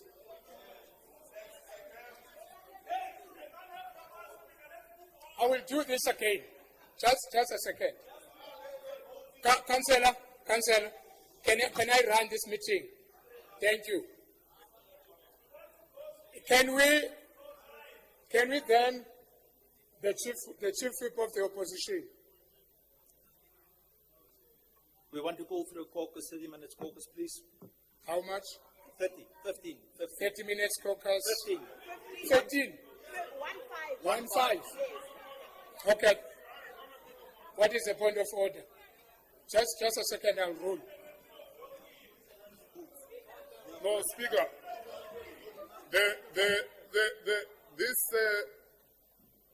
This voting process is being compromised, and it has never happened before. The voting process was interrupted, and we interrupted. You were supposed to run the process, and even if it was on our favor, you were wrong. You were supposed to run this process and end the process of voting, and therefore, if there are objections, you allow objections. Now we are here in the middle of voting, then you have allowed hands on the same process. There are caucuses. What is this? We've never had something like. Just a second. We've never had something like that. Thank you very much. Can we be shown a section where voting process is allowed to be disrupted? Thank you very much, MMC. I'm very happy you said this, because the person that interrupted the process was from your side, and you didn't stop it. You didn't stop the leader of the executive when he raised his hand during the vote. You didn't stop. So don't say you never see it. Don't do something that has never been done before. Thank you very much. Let's do this. Let's do this. We are in a process of don't tell me about time, whereas you are delaying the process. Don't tell me about time, whereas you are delaying the process. We are in a process of voting. We are in a process of voting. We are voting before anything else. We are in a process. We are not going to stop it. But what I'm saying, and I'm going to repeat it again, section 7, subsection 8, the proposal to suspend shall be deemed to be carried if members voting in favor thereof constitute a majority of whole council, which is the whole council is 108. That is the majority. So now, I'm calling it again. Those who are in favor of this proposal, please raise your hands.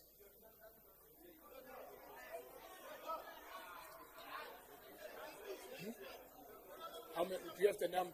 Okay, thank you very much. Thank you. You can lower your hands. Thank you very much. You can put your hands. The total is 79. Then the agents of this motion is collapsing. Yes. The agents of the motion is no longer. Thank you so much, Councillor Erasmus. Noted, Alderman Brink.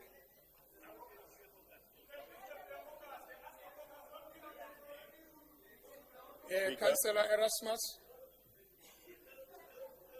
Thank you, Speaker.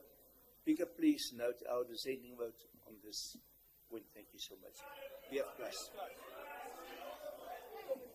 Thank you very much. It is recorded. Alderman Brink. Speaker, I want to place on record that you have manipulated the interpretation of this rules to protect people implicated at the Madlanga Commission. It's for the record, and we refer your ruling to the Rules and Ethics Committee. Thank you. And when you, okay, councillors, when you don't quote the rule that is right, that is favoring a certain person, you've been accused. When you quote the right rule and it still favors a certain person, you've been accused. There is no rule that is not going to favor anyone. It will favor you as an opposition. It will favor the government. There's someone that will be favored by the ruling. It can't be neutral, but the ruling has to be done. And the ruling is that this motion is no longer agent.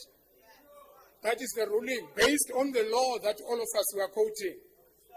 Thank you so much. Okay, MMC, what are you standing on? Thank you, Speaker. Just on a point of information,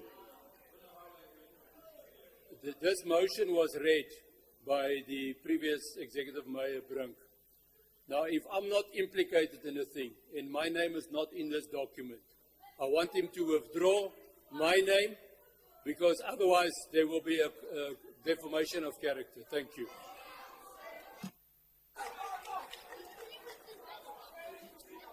Thank you very much. Thank you. Yes, Alderman Brink, you have mentioned the name of the MMC, and which is disputing that his name is not there. Can you withdraw mentioning his name on the report? Are you Councillor Brink? Are you Councillor Brink? Alderman Brink, please. Noted, Councillor Makhalane, I'm coming to you. Speaker, I'm going to read you my remarks because I wrote them down. I said, we have to act on allegations about the breakdown of systems and controls in the Mako portfolio of Alderman Hannes Kutsia. I didn't mention that he was implicated at the commission. He may be. I mentioned that it's his portfolio. He didn't do his job as MMC, and that is the point. Thank you. Thank you very much. Can we then... Thank you. Thank you. Councillors, can we then move on? Can we move on? The motion has fallen off. Can we then move on? Councillor Khafane, your hand has been up. Councillor Khafane, your hand has been up. What are you standing on? Speaker, I'm standing on a point of order on Alderman Brink, Speaker. He cannot say that to Alderman Kutsia.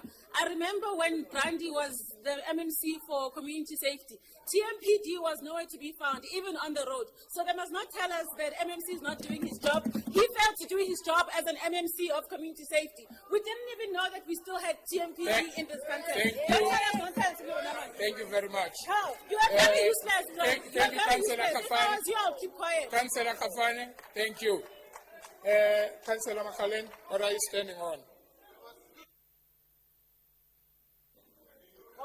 No, I'm raising on a point of information, Speaker, that there is a legislation that is coming of 2% threshold. One seat party must be careful. Thank you very much. And we are not speaking of legislatures that are still outside the building. It doesn't matter. We don't speak of something that is not here. We speak of things that are here. Fosi. Thank you very much. Why don't you reprimand him if I call him Fosi? He responded when I say Fosi. When I say councillor is behaving like something else. It's better to call your name for you to understand yourself. Thank you very much. Let's move to the next motion.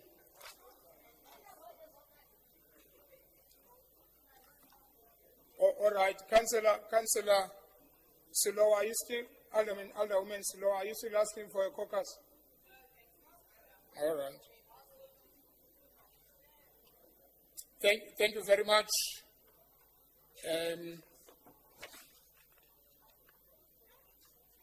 The next motion, motion 13, review of the City of Tshwane indigent policy to include non-profit organization and community-based organization providing care to vulnerable persons.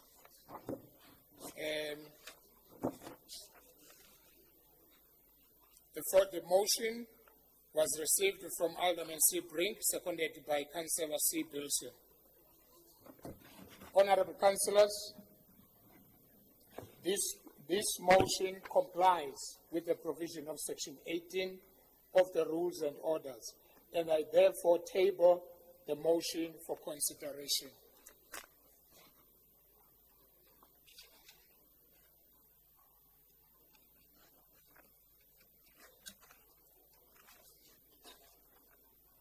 Anyone want to speak on this motion? Alderman Brink. Thank you, Speaker. The problem that this motion seeks to address, as you have read it, is the issue that our indigent policy protects individuals who might be property owners or at properties, giving them a basket of free basic services, but then there are old age homes, care homes, and other NGOs where the majority of the residents are individually indigent, but the property itself is not regarded as indigent. And so, the suffering and the shortage of resources is not taken into account. And so we end up punishing institutions. Now, this could be a matter of interpretation, But as it stands, there are many care homes, many old age homes where the individual beneficiaries, the individual residents are indigent, but the property itself, because it's registered in the name of an NGO, cannot benefit from a rebate or a basket of free basic services. This motion seeks to address that issue. Thank you, Speaker. Thank you very much, Alderman Brink. Can I then call Councillor Malifane from the ANC? Your 3 minutes starts now. You're the only speaker on this motion. Councillor Malifane.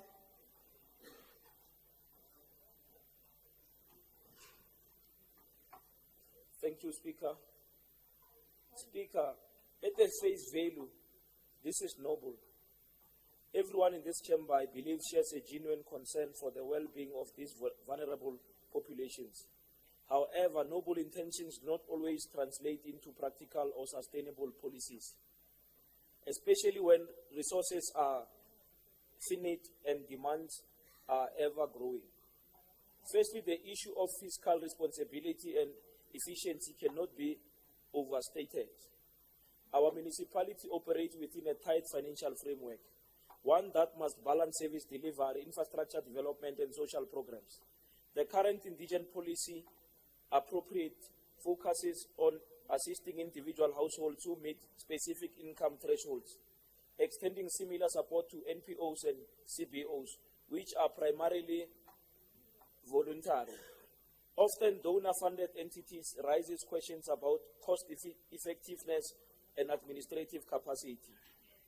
The proposed rebate system for municipal services such as property rates, water, electricity, sanitation, refuse removal, while generous in intent, could impose significant cost on our fiscals.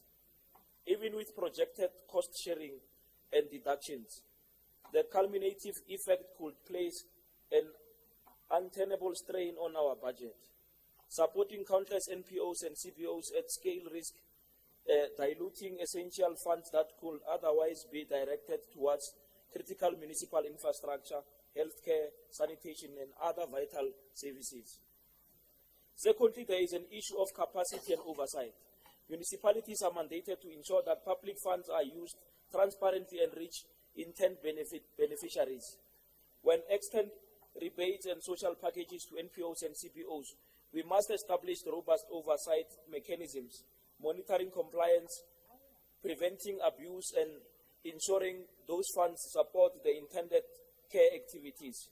This is no small feat. Many of these organizations operate within limited administrative capacity, and without proper oversight, there exists a risk of misallocation, efficiency, or even exploitation. Furthermore, Speaker, not all NPOs are equal in terms of their operational standards and accountability. To include them under municipal support would require setting clear criteria and implementing rigorous monitoring system. Resources that are already constrained without these safeguards will risk funding entities that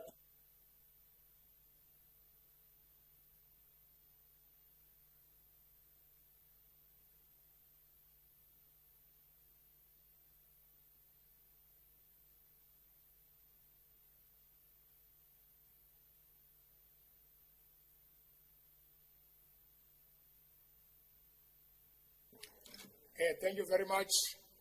Yes, MMC, what are you standing on?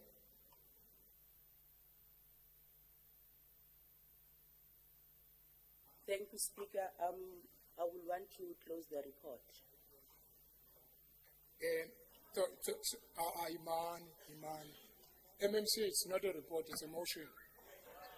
So we don't, sorry. Thank you very much. It's not a, councillors, we don't need to close the motion.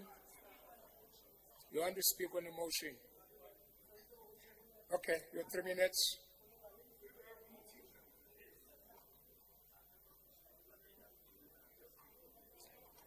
Okay, yes. Who's speaking? Are you the one that is going to please speak? Are you no longer speaking, MMC Modis? The only part that I'm not allowing you is to close because it's not a report. So you want to speak after Alderman Malulek. Alderman Malulek. No, thanks, Speaker. And I think Councillor Malifani covered the significant part of our discomfort with the motion. Because Section 21 of our rules and orders speaks about the motion or proposal affecting the budget. Therefore, we just want to advise the failed former mayor that you can't deal with the impact of a budget at this point.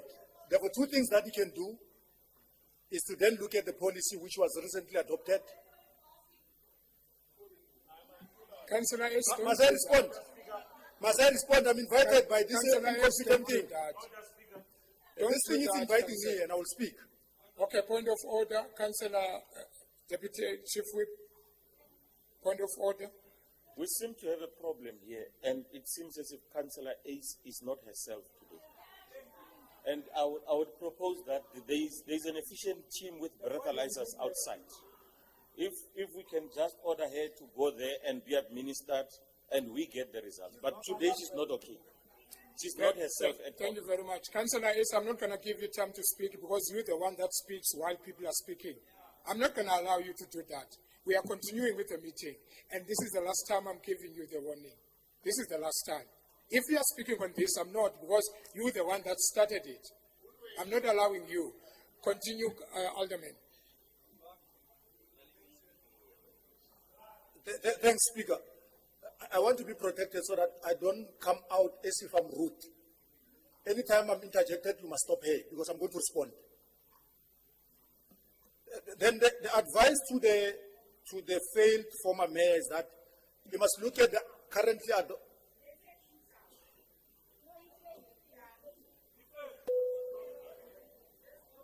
Okay, just a second, Alderman. Alderman Tennessee.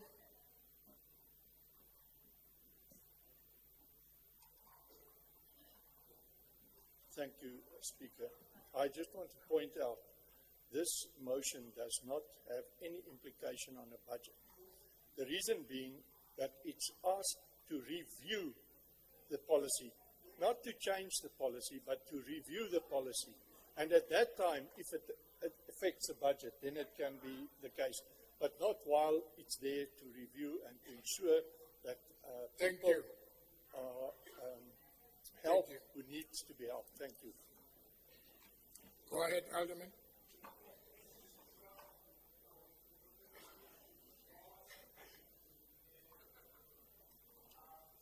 Press it once, please.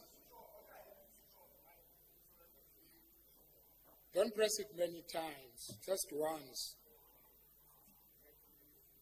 Technology. Yeah, I didn't hear you, Speaker. I'll pretend like I didn't hear you. Therefore, Speaker, I'm just advising that let's look at the cycle of the police and look at the budget, period. Then you can be able to deal with these issues. But the biggest thing that is happening with this motion, which is not said, these two parties are lobbying old age homes. That's where they get most of their votes. Today, why we're not having a success in collecting revenue in our SSEs is because of people enter into housing companies and say, we want houses. 2 days later, they complain that they're indigent. You can't collect every cent from these SSEs. They want to go and get votes. It's more about votes than any other thing. This is a cash-strapped municipality that we're resuscitating, and Councillor Malifan was correct. But it's a noble gesture at face value. But the underlying part of it is that they want to lobby votes through collapse of the municipality. We should not allow it. Thank you. Thank you very much. MMC Motisa. Thank you, Speaker. We acknowledge the motion 13 and appreciate the intent to support NPOs and CBO that provide care to vulnerable persons. These organizations are valued partners in the city's poverty alleviation and social development efforts. However, the Council must ensure that all policy decisions remain lawful, nationally compliant, and fiscally responsible. Speaker, it is important to state clearly the national framework for municipal indigent policies does not cater for NPOs or CBOs as beneficiaries of the indigent support. The national framework is a household-based, not institution-based, focus on indigent persons and households, not juristic entities, but built on household-level targeting option. Any attempt to include NPOs or CBOs as indigent beneficiary will therefore contradict the national policy and expose the city to legal and audit risk.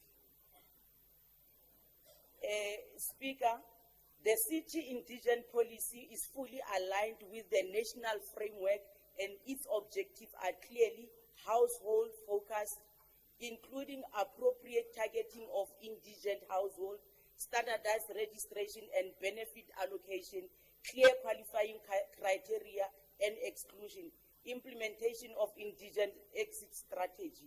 The policy does not extend indigent status to institutions or organizations.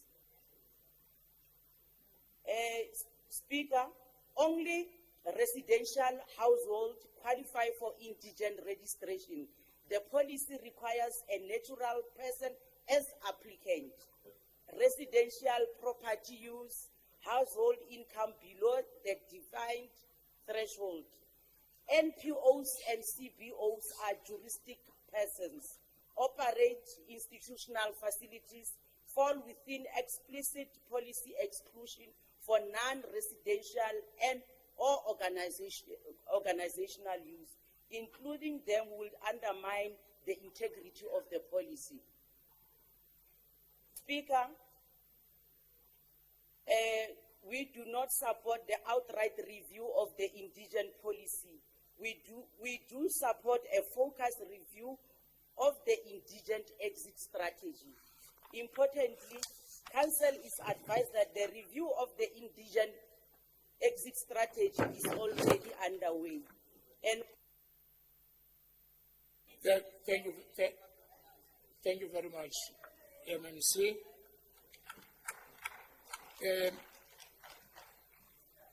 Thank you very much. Councillor Bilson, you are a seconder on this motion, and the proposer has spoken. We have debated the motion. Now we are on a vote of it. That's where we are. If I refused Councillor Ace to speak as a seconder, then why must I allow you? Okay, go ahead, Councillor Bilson.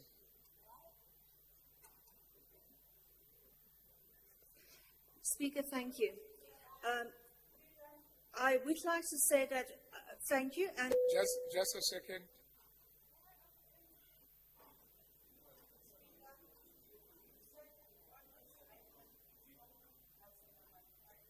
Okay, let me do this. The speaker on this item was Councillor Marufan. I allowed the alderman to speak, whereas he is not on the list. I allow you to speak, whereas you are not on the list. So, wait. I allowed the MMC. I said, this is not a report. He can close the report. And Aibo. She can close. It's not a report, it's a motion. So she can only speak, and she did that. She was not closing. It's not a report. You must understand the difference between the report and the motion. You must, Chairperson, I'm not going to have a dialogue with you. I gave the MMC an opportunity to speak, whereas she's not on the list. I gave the Alderman Malulaga a chance to speak, whereas he's not on the list. Councillor Bilson is not on the list, then I'm allowing her to speak. Go ahead, Councillor. Thank you, Speaker. Let me outline the policy gaps and emphasize the responsibility that rests with us as Council. The White Paper for Social Welfare of 1997, supported by the subsequent framework, is clear. Care for vulnerable persons is delivered through partnerships between government and non-profit organizations. This is a further support by legislation included in the Non-Profit Organisation Act, Children's Act, Older Persons Act, Mental Health Act, Care and Social Assistance Act. The local What is government... the point of order? Just hold on, Councillor Bilson. What is the point of order, MMC? No, you need to educate us with the rules so that if we are wrong, we can be held accountable. You said the motion, if it's tabled, is not supposed to be debated until it's voted, right? Now, they are debating the motion, and you are allowing them, even when you have reflected previously in the first motion. So I want to be advised, how is this going on? Maybe you can give a different approach. On the previous motion, we were debating the suspension of Section 7.1, which was the agent motion. Okay. So we debated it, and it didn't carry because of the numbers. So the agents of it collapsed. Okay. Now we are debating on a motion which is not agent, it's a motion. It's not an agent motion. So there is no suspension of any rule. You are going to give us a chance, all of us, to debate. We are in a debate now. We are on a debate. Okay. But what I'm saying, I gave an opportunity to debate on this on people who are not on the list. So that is the mistake that I did. Because now I can't stop you, all of you want to speak. But the person that was supposed to speak is only the member of the councillor from the ANC. That was the only person on the list, but I allowed Alderman Malulega to speak. I allowed the MMC to speak. Then it would be unfair if I don't allow Councillor Bilson and also not allow you. Then we close it. Okay, we're coming. Thank you. Thank you. Councillor Bilson? Yes. Chief Whip, Deputy Chief Whip. Speaker, you are setting a very wrong, dangerous precedent. Really? All these people that we are going to allow to speak, I can tell you from where I'm seated, I've already received 2 requests. The chairperson of social development from EFF feels very strongly that she wants to speak. The whip of ANC, who's also a member of the Committee of Social Development, feels very strongly that she wants to speak. Everybody is going to want to speak. What are you going to do? Thank you very much. Let's maintain the decorum of this meeting. You are throwing this meeting off the rails. Okay, thank you very much. Let's do it this way. If you have such a list of people who wants to speak, then I'm stopping that. I'm stopping that. No one is going to speak anymore. No one is going to speak anymore. Let's move on. No one is speaking. Let's go to the recommendations or whether the motion is carried or not. Let's not allow any speaker. It was my doing to call a person who's not on the list to speak, and I am stopping that now. I am stopping that. I'm not allowing anyone to speak. What are you standing on, MMC? No. We don't run council with pride or something. This is council. You have to accept that you have ruled on our objection. We have objected what was happening, myself and Marishan. And as a speaker, you must say, we agree that these 2 gentlemen have raised the point of order, therefore I'm stopping. It's not you, it's us. We are the ones who have raised a concern to lobby you to stop. There's nothing that we have said. You are the one who already had an idea to stop. Your idea was to give that woman to speak about the NPOs the whole day. Thank you very much. Because they want to lobby the inverter club. Thank you very much, MMC. These 2 gentlemen, you said the gentleman in here, These two gentlemen, they lobby me to stop. So we are stopping, moving on. We are carrying on with the motion. Is the motion carried? Councillor, if we are on this, I'm not banned anymore. We are on a vote now, if that's how you call it. Is the motion carried or not carried? Thank you. Those who are saying yes, please raise your hands.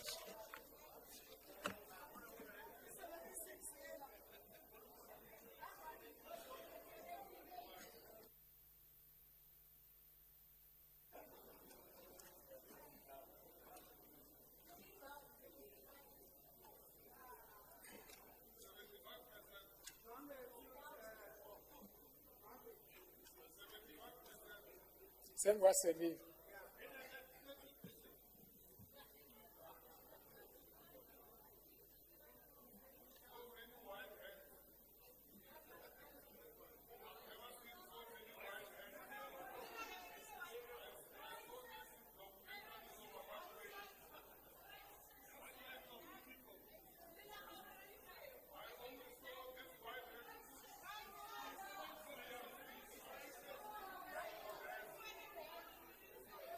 Please lower your hands. Those who say no.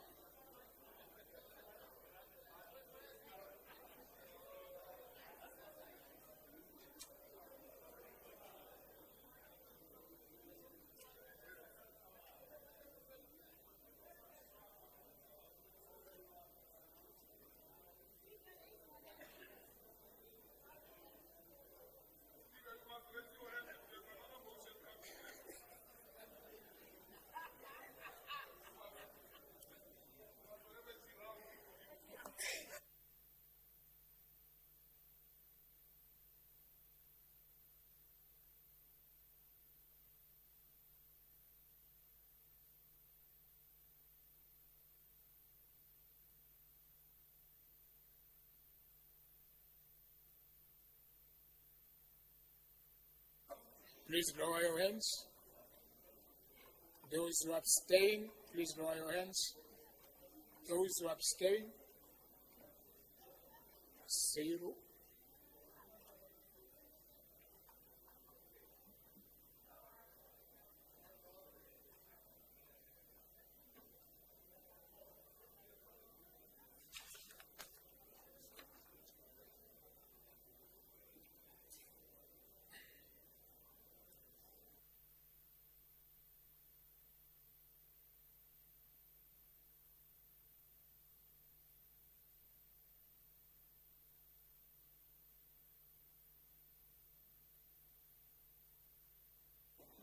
Those who are for, it's 82, against 103.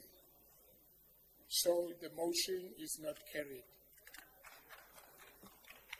Let's move to the next motion. Honorable Councillors, motion 14 relates to my office as for purpose of consideration thereof. I will recuse myself from this meeting and allow the acting city manager to facilitate the election of the acting speaker to preside over this motion. Acting city manager.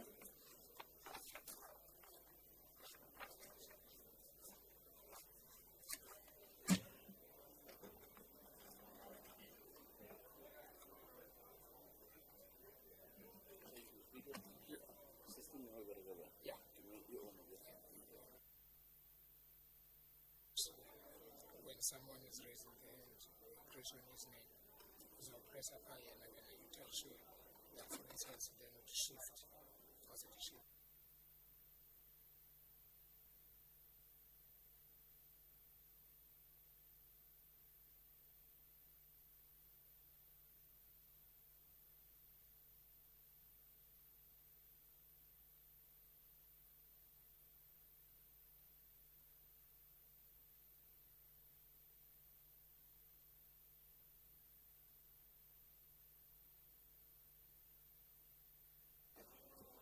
Good day, honorable councillors.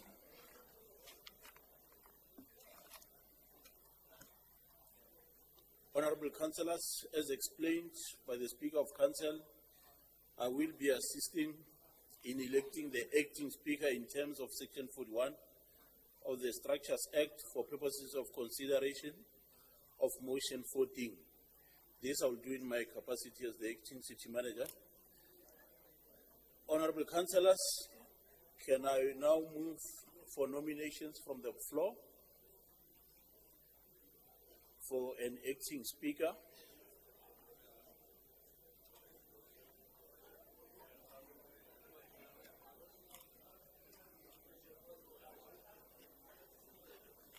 MMC?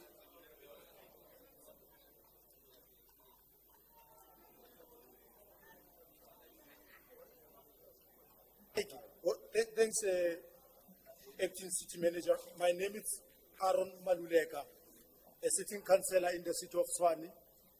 I hereby nominate the name of Councillor Sabelo Colin Marishan to be the acting Speaker. Thank you.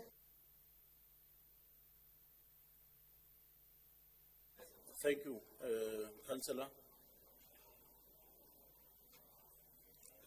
Councillor, do you accept the nomination? Or do we have a seconder? Let's start with the seconder.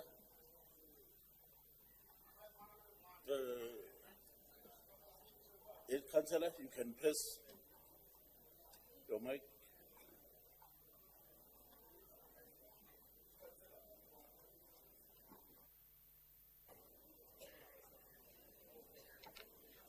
I, Councillor Derek Matlangu, second the nomination, acting Speaker. Thank you. Thank you, Councillor. Councillor Marishani, do you accept the nomination? Thank you very much, Acting City Manager. Yes, I do accept the nomination.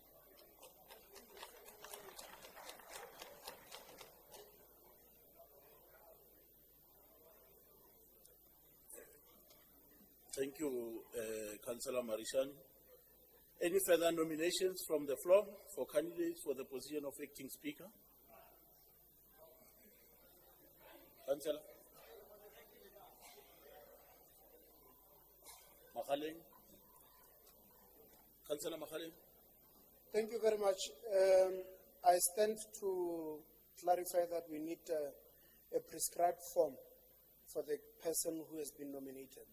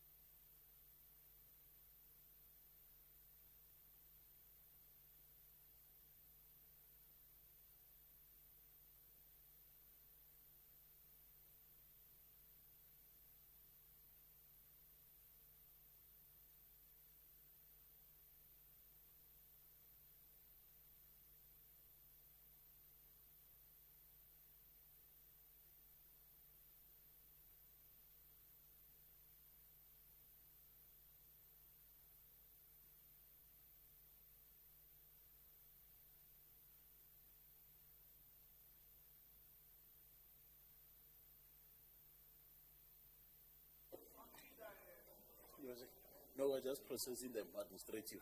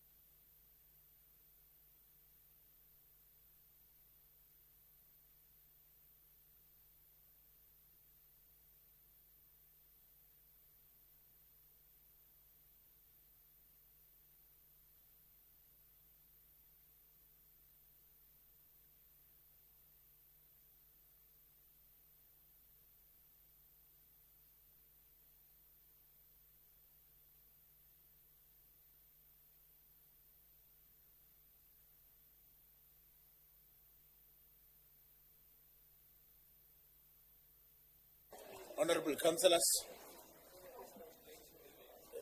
just for the record, the nomination for the acting speaker,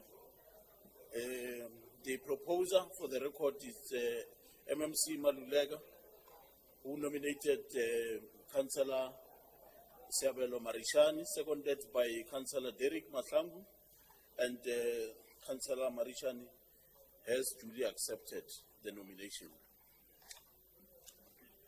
We were at a point where I had requested that we give an indication if there are further nominations from the floor for candidates for the position of acting speaker. Any further nominations?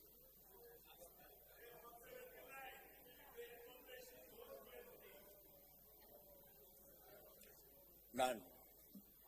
Honorable Councillors, I will now call on Councillor Marishani, the elected acting speaker, to the podium to preside over this motion. Thank you very much.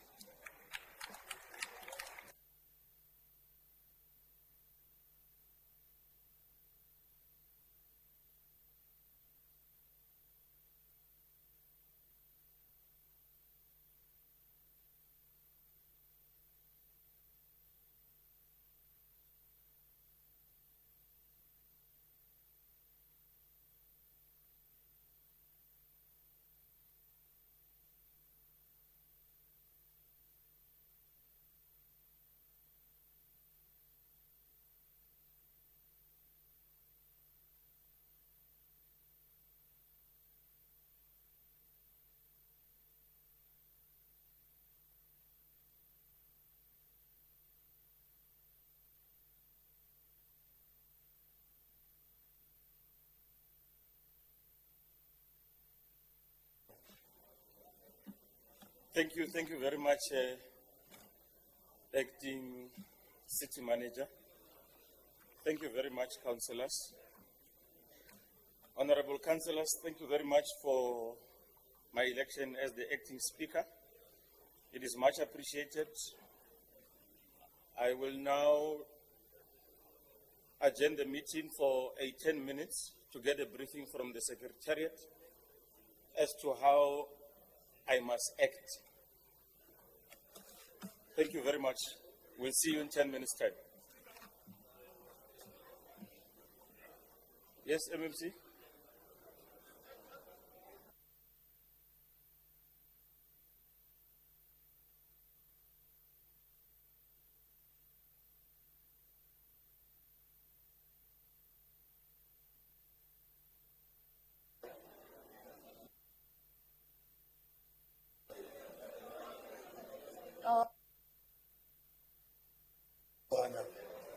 Yeah, Speaker, it's almost 12:35. Don't you think we can take lunch and come back after lunch? No, DA, they're slaughtering cows and buying them around townships. Maybe they've got extra meat.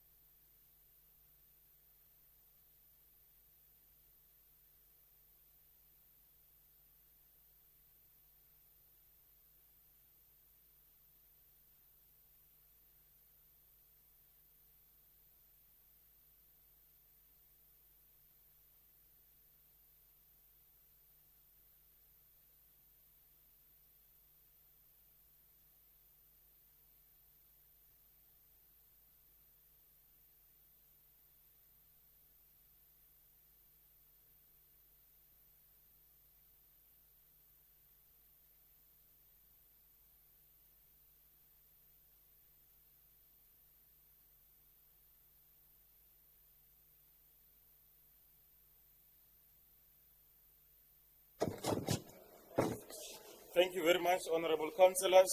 Let's settle down so that we can continue with our meeting. Please ring the bells.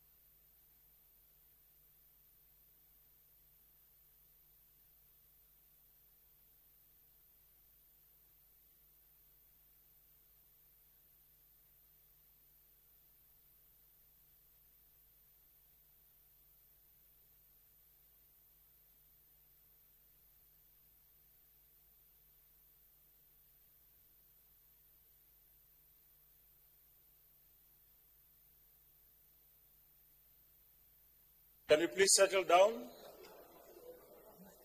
Let's take our seats, councillors.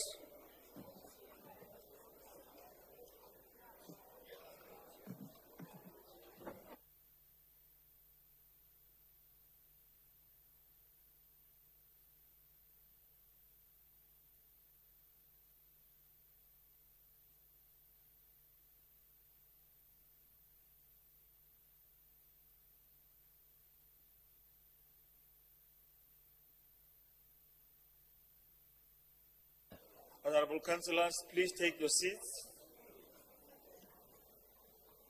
Councillor Maziugo and Councillor Khate, please move to your seats. Councillor Khupocho, please make way to your seat.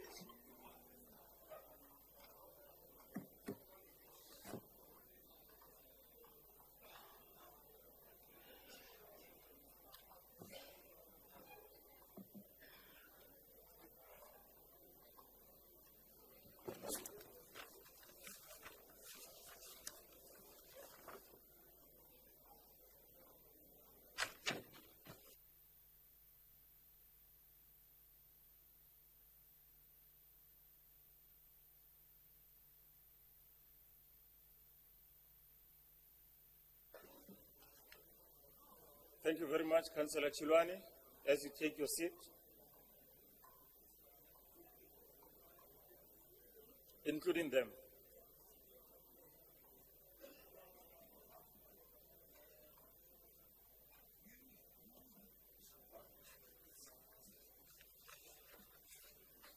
Thank you very much, councillors. Let's proceed with our meeting.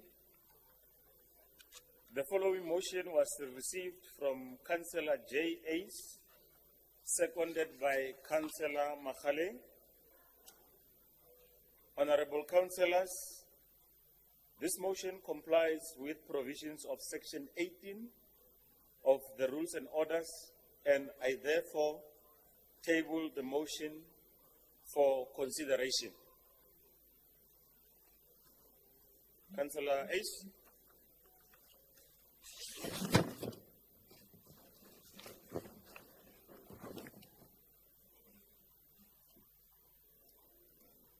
Thank you very much, Speaker. This report of motion was tabled by the Democratic Alliance after very concerning media reports came out that implicated the Speaker as well as his office and senior staff members. We saw matters as sex for jobs, where employees need to pay part of their salaries over to the Speaker. And once matters like these reaches the public eye, it is very important for political heads and for this council to act. Now, the legislation is very clear on how matters such as these needs to be handled.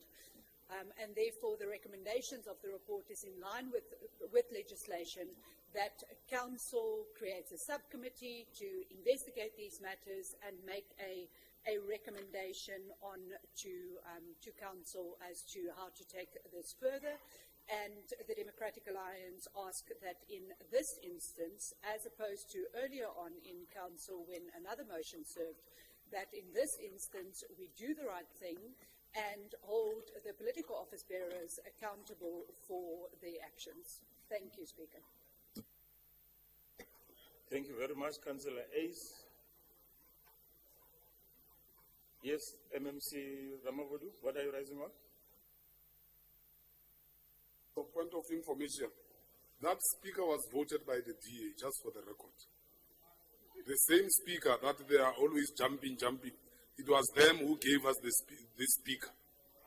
You gave us the speaker with your tricks when you were robbing the Action SA. You remember when you were trying to dribble them, you gave us the speaker. When you started those cocky pens and all that, we just want to remind you. Rather, you like to complain about people that you gave us. Every time. Now you are wasting our time here with your 75%.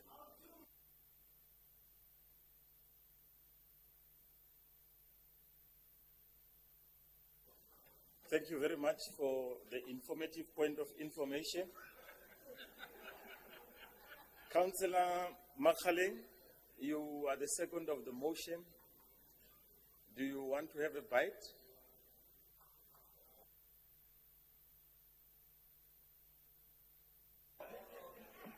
No, thank you very much. Ntate Ramabodu, tšeo di bolelago tšeo rena re di tsebe. Jwale ke tla mo temaneng ya tše re tlišitšego ye.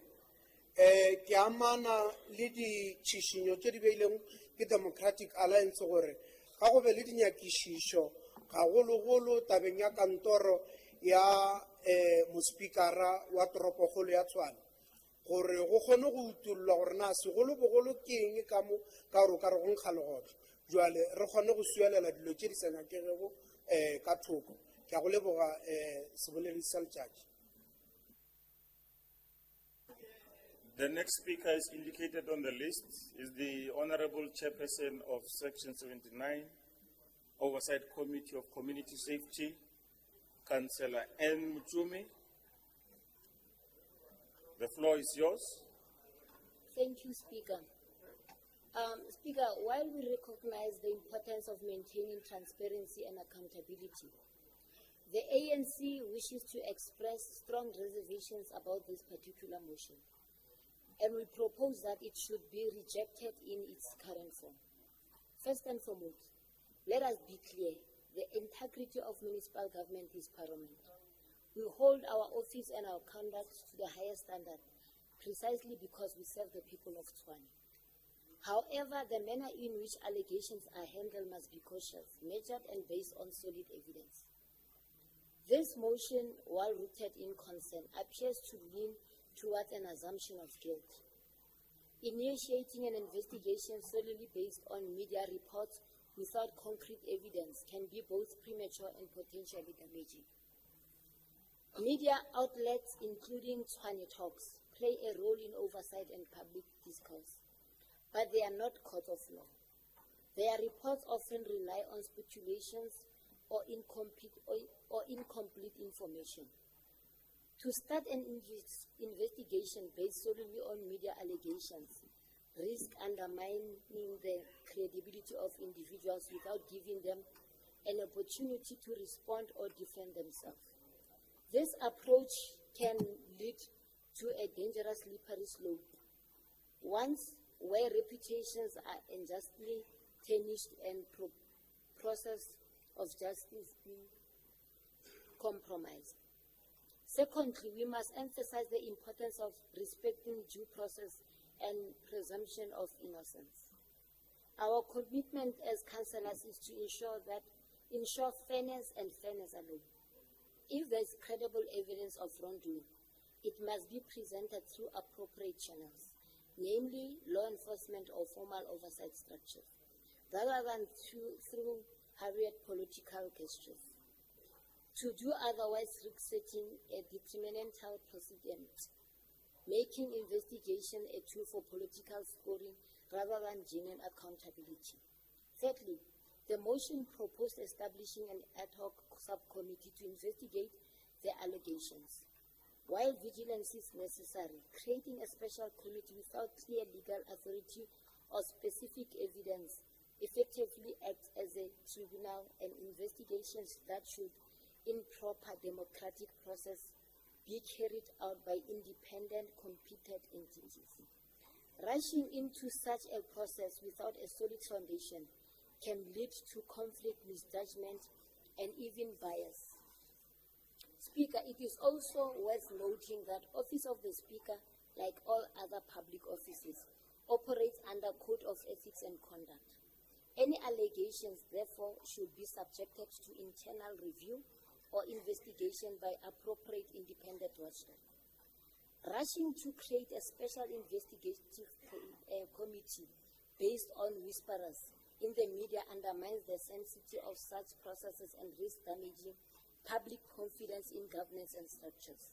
In conclusion, Speaker, we urge this Council to consider implications of adopting this motion.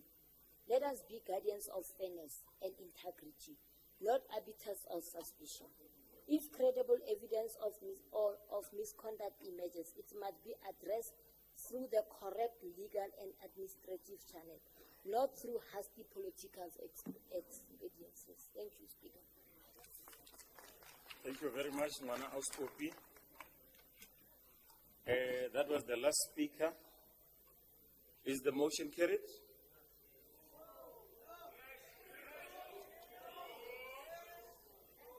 We will now divide the House. Those who are for the motion, yes. Former Whip of Opposition, what are you raising on?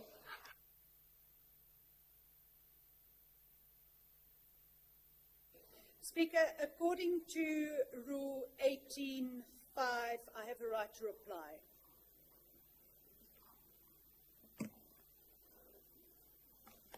Thank you. Earlier today, we discussed, and it was mentioned by the wannabe whip of the ruling coalition, Aaron Maluleka.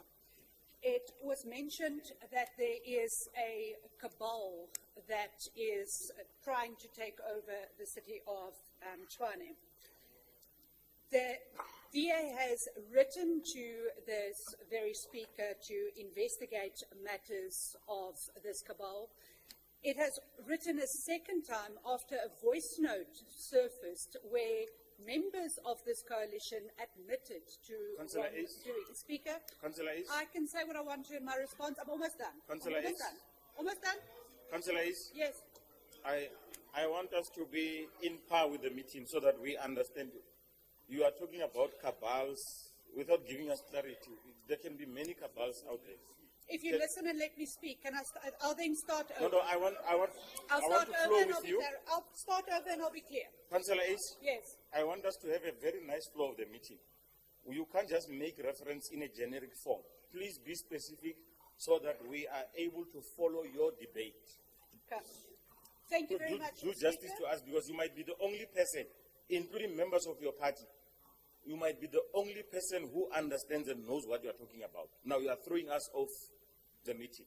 Thank you, Please Speaker. make it a point that we follow in terms of the debate that we are making. I then follow your guidance in this. I refrain from specifics because I didn't want to cause chaos. But I follow your guidance on this, and I will be specific. In recent months, very much of clarity on how political power in this council is being abused has surfaced. In front of us, we have a motion that speaks specifically to how the Speaker of this council is abusing his political powers. And there's serious allegations on the floor. I find it very interesting that the chairperson of social development spoke against an investigation of this matter or of this nature, where there is allegations of sexual misconduct that needs to be investigated, where there is allegations of male supremacy that needs to be investigated. But further to this, this council and this coalition government is showing how it is attempting to protect political leaders. In recent weeks, we have known and heard about how political figures in this council is using their authority. We had a previous motion that spoke to asking for investigations into the names of Action SA, of the EFF, of the Deputy Executive Mayor that served in the Madlanga Commission, and that motion was voted down. Yes, Councillor. He asked me to be clear. Hold on, Councillor. Is Councillor MMC Ramabodu? What order are you rising on?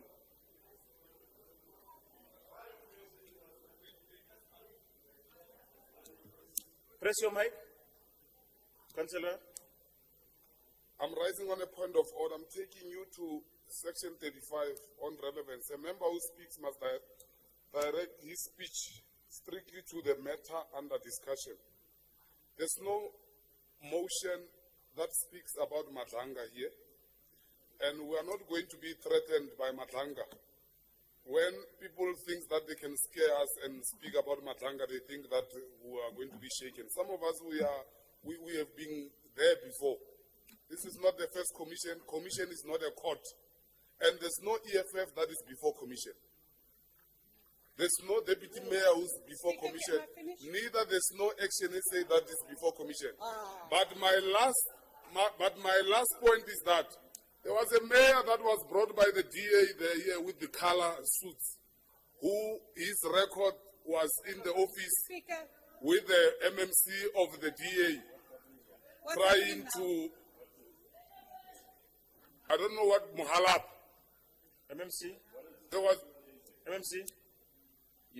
I want to sustain your point of order. No, I'm disrupted by another man. No, let me give you... He keeps on using a base when I'm busy talking. As if what is he saying? As if he's threatening me. I guess that's how they speak to their workers. Let me give you counsel. They're in the caucus of the DA. I want to sustain your point of order. But you are disappointing me when you get now to the Mahalapa sentence. Just leave it there. In terms of relevance, Councillor Ace, the MMC is raising the issue of relevance, and he's correct. I afforded you an opportunity as the one who submitted the motion to respond. Please remain relevant to your motion. Remain relevant to your motion. Let's not throw the debate out. That's what I tried to do, and you asked me to be explicit. So let me come back to remain relevant to the motion. Speaker, there seems to be a disinterest of this council and the governing coalition to investigate allegations and to protect their political leadership. Allegations needs to be investigated.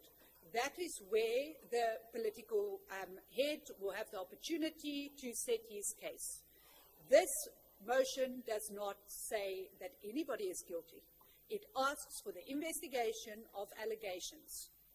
Allegations needs to be investigated, and it sets a very, very bad precedent if we say that allegations should not be investigated. Thank you, Speaker.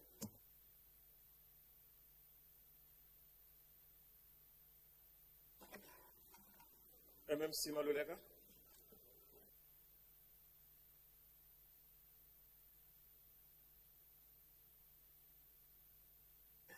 Yeah, then MMC Ramabudi says there was a media article that said Matala gave a former failed mayor 2 million. Therefore, this council was supposed to debate gossip. Speaker, let me just also have a view in terms of the motion. That at one point we removed the chief audit executive in Tswan, who was alleged to have sexually harassed officials. Therefore, the fact of the matter is that those officials came forth. It was not a gossip only. Those officials came forth. If we look at the publication that wrote about the speaker, not known in the country, that publication that wrote about the speaker, if somebody can see it and say, Harankua Mail or Mabopani San, you can account for that media. Then somebody writes, and all of us here, we must entertain those corridor issues. Therefore, we can't entertain those things. If there are officials that are alleging that there's fault about the speaker, they must come forward and we assist them, and we resolve this issue. Therefore, we're not going to entertain gossip about many other things. The DA has 1.6 billion scandal about the books. Must we remove every DA member here? Then the very same chairperson of DOP says, no, Mazibadela, don't threaten me, young man. Brink, don't threaten me. Mazibadela gave me something. Must we go to legislation and remove Mazibadela?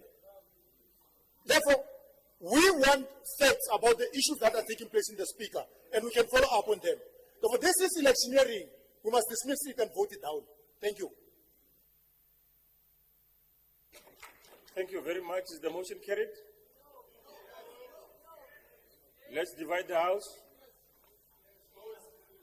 Those who are for the motion, please.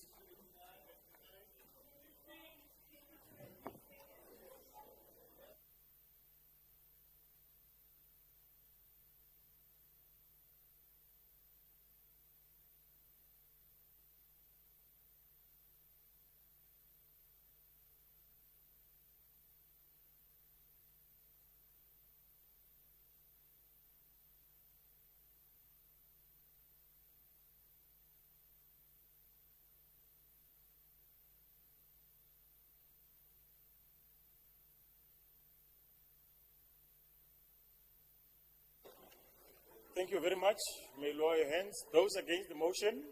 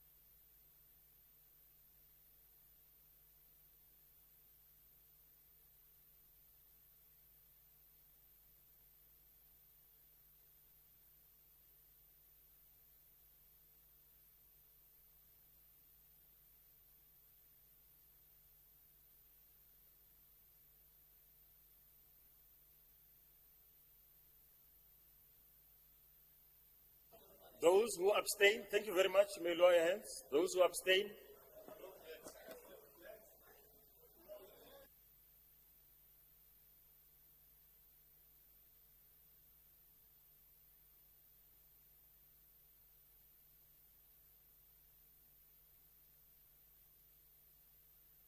Thank you very much, honorable councillors. Those for the motion are 83. Against, it's 105. Abstain, it's 0. Therefore, the motion is not carried.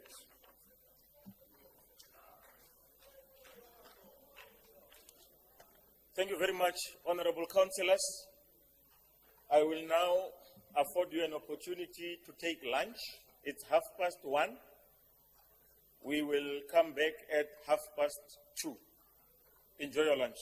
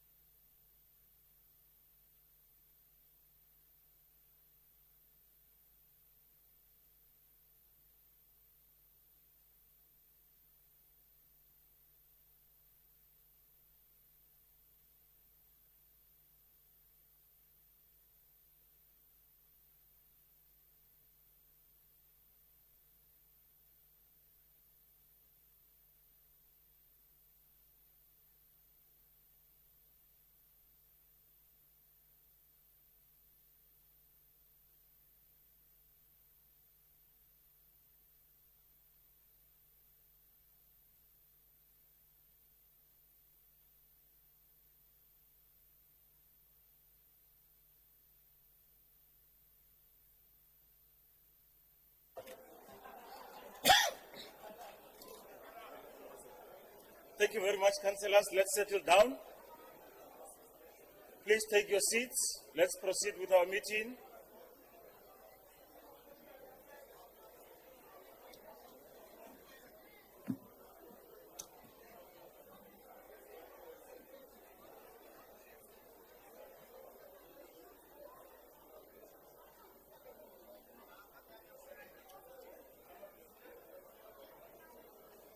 Let's settle down.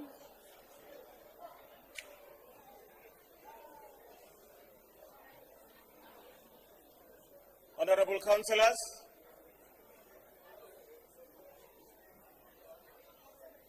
Councillor Satin, MMC Malulega, please take your seats.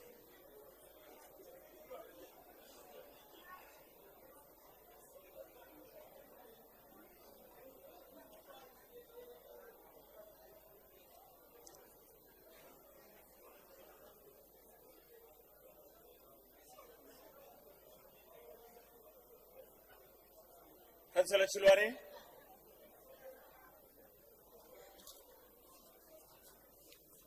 We are a quorum, we can continue with our meeting. Honorable councillors, I thank you very much, and I will now call upon the Speaker to approach the podium and preside over the remainder of the agenda. Thank you very much.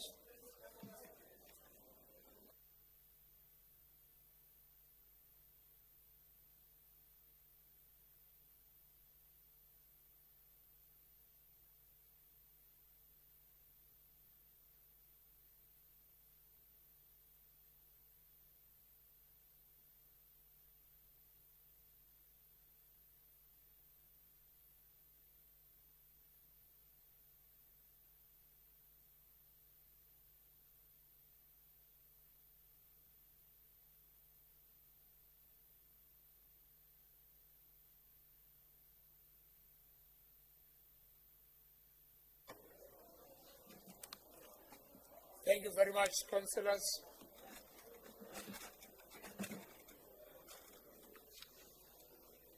Let's then proceed with the last motion.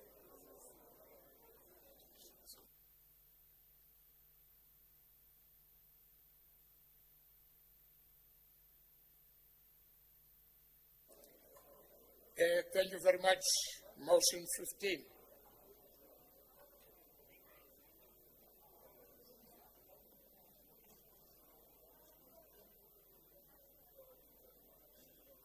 Motion of Minet City to initiate the process of the supplementary valuation role in terms of Section 78 of the Municipal Property Rate Act, properties directly and materially affected by the sinkholes in Centurion. This motion received by from Councillor J.L. Page, seconded by Councillor E.C.E. Stradom. Honorable councillors, this motion complies with the provisions of Section 18 of the Rules and Orders, and I therefore table the motion for consideration. I'd like to call Councillor Page.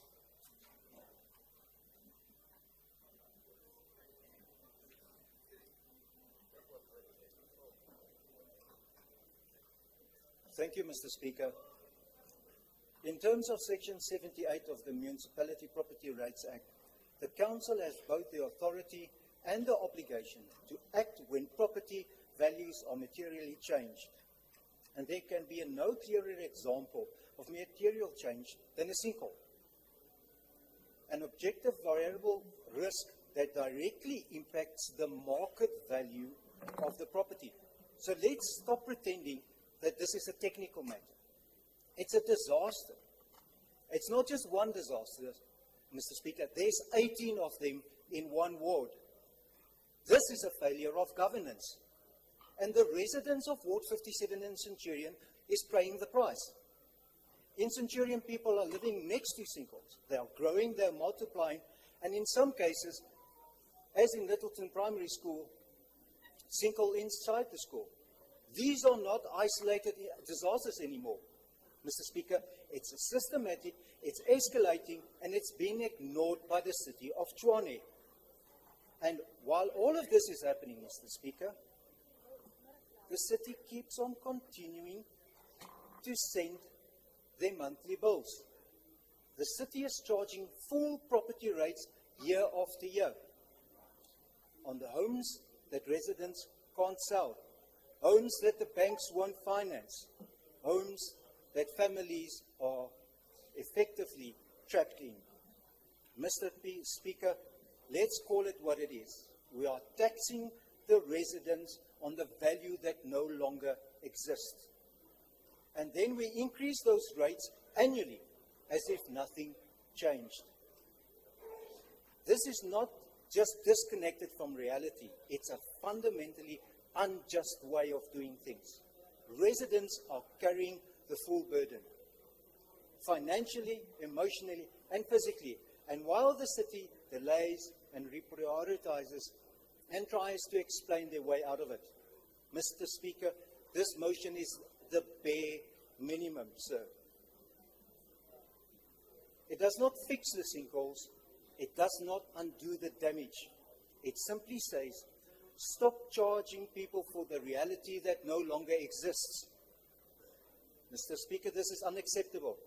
Let's stand with the residents, or let's stand behind outdated valuations and the bureaucratic politics. Sorry, councillors. Councillors, can I have order, please? Thank you. Please continue. Thank you, sir.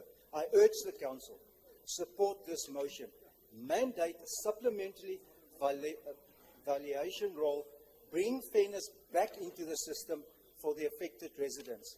Because right now, the system is failing the real people that was elected to serve. Thank you. Thank you very much, Councillor Strado. Councillor Strado.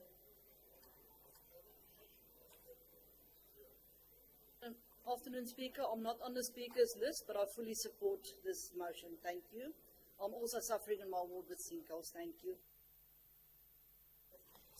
Thank you very much, Councillor M.V. Pasha. Councillor Pasha.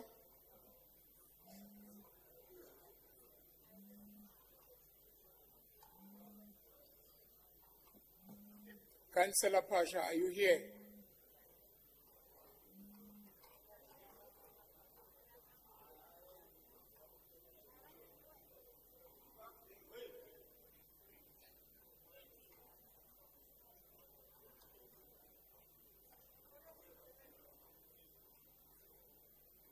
So Councillor Pasha is not here.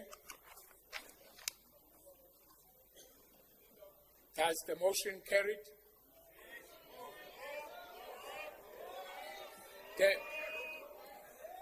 Thank you very much. Leader of the Executive.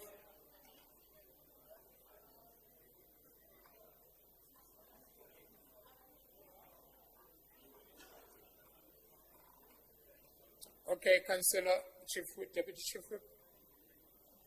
Thank you, Speaker. We request a 10 minutes caucus. Say it again. 10 minutes caucus, please. 10 minutes caucus is granted.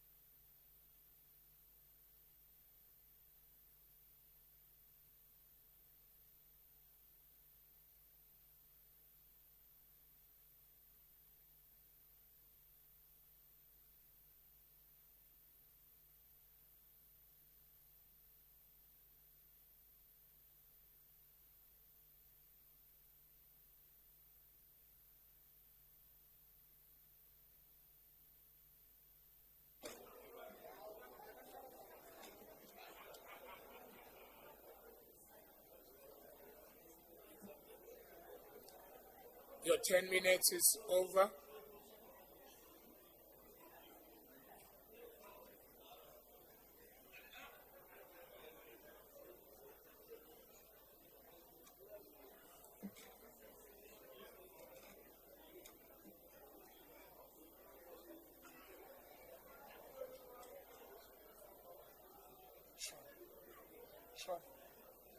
Sean.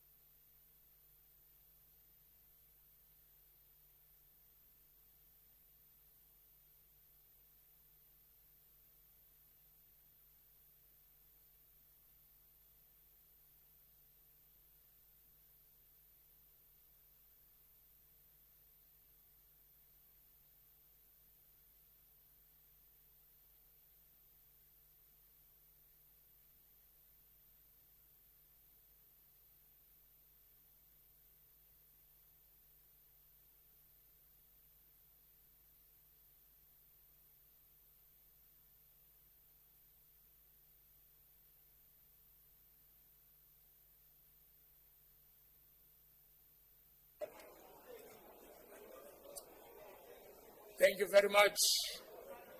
Please be seated.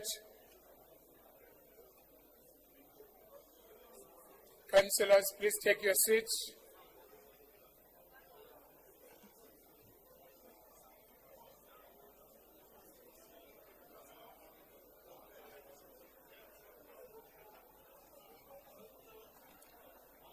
Honorable Chief Whip, Honorable Councillor Jacobs, please take your seats.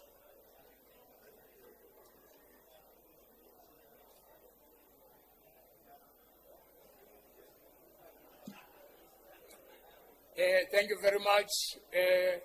Deputy Chief Whip.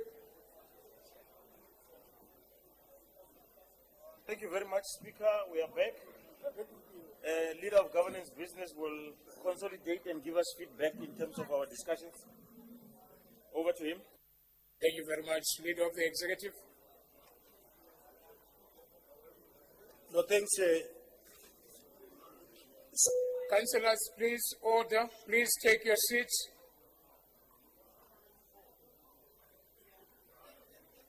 Thank you. Leader of the Executive. Thank you, Speaker. We have had a discussion, and we believe that in terms of Rule 21 of our rules and bylaw, that reads, thus, as a motion or proposal that is designed to increase or decrease the approved budget of the City of Tshwane may only be considered by Council during the consideration of the annual and midterm budget. We are therefore requesting that this motion or proposal be referred back to the Executive Mayor to then consider a policy that would deal with sinkholes for both residential and businesses. And the Executive Mayor should report progress or update within 60 days. Okay, thank you very much.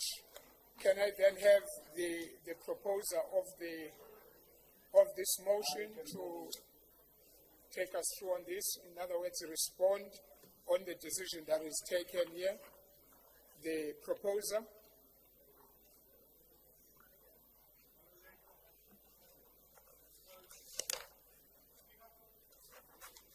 No, I was saying Councillor Page must say something on the motion because it's his motion. Councillor Page.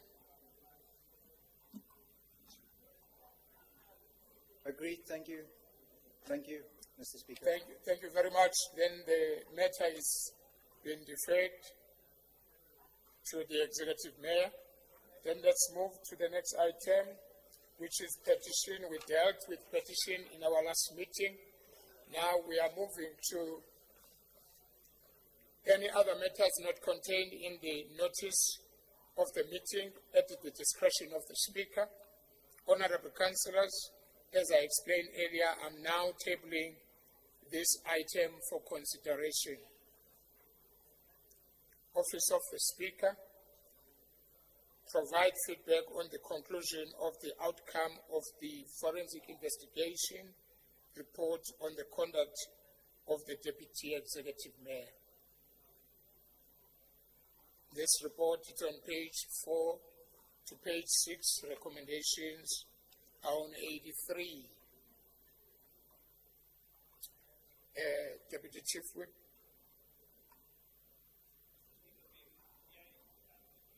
The caucus. Dare I request a 30-minute caucus, please? 20 minutes. Is it 20 or 15? Did I hear you correctly? 30 minutes. Okay, the 30 minutes caucus is granted, and 30 minutes is granted. Thank you.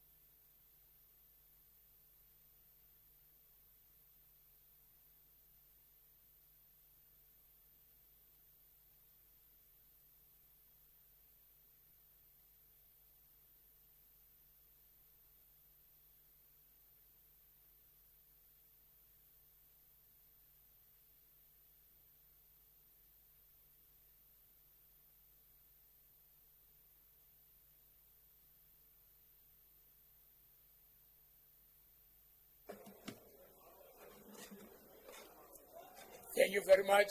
Please take your seats.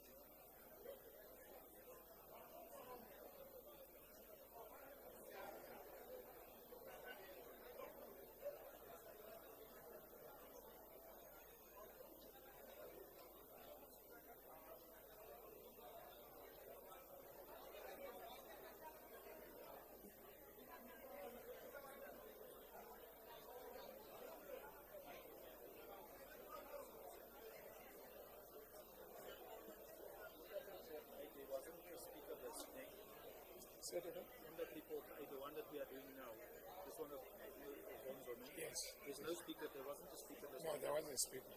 So we're just going to do Jackie Alice on that. Okay. Yeah. So she will speak on that.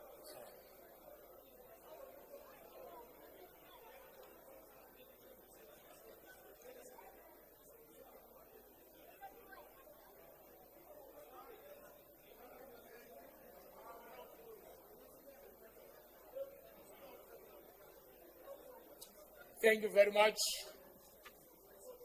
Can we take our seats, please, councillors?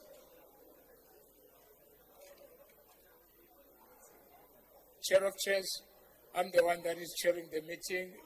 Can you stop chairing that one? Councillor Matabate.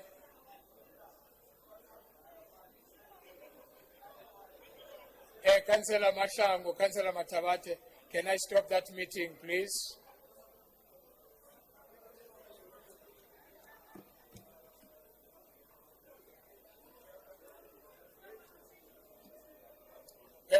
Thank you very much. Can I then ask Alderman Dana to give us a feedback?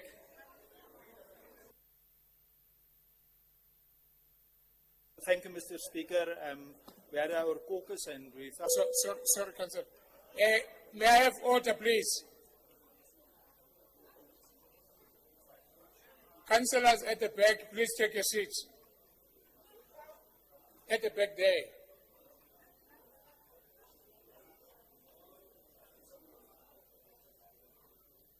And please, can I have order? Thank you so much. Okay, thank you, Mr. Speaker. We had our caucus. We concluded with that, so we can proceed. Thank you. Okay, thank you very much.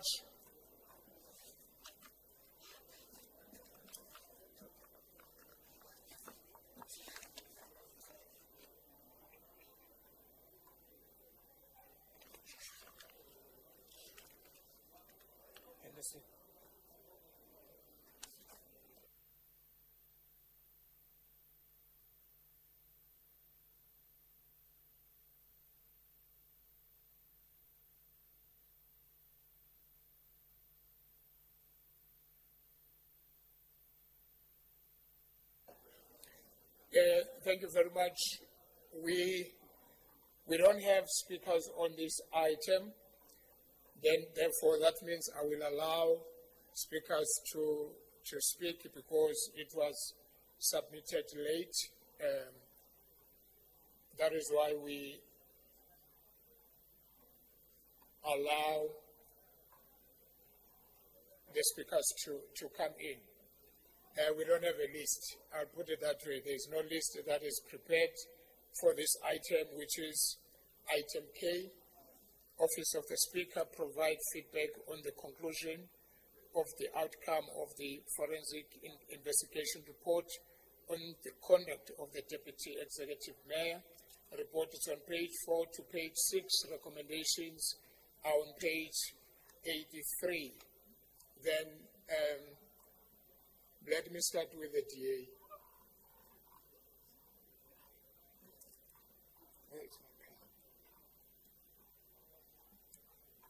Do I have a speaker from the ANC on this item? Chief Whip of Deputy Chief Whip. Do I have Deputy Chief Whip? Deputy Chief Whip. Do I have a speaker from the ANC on this item?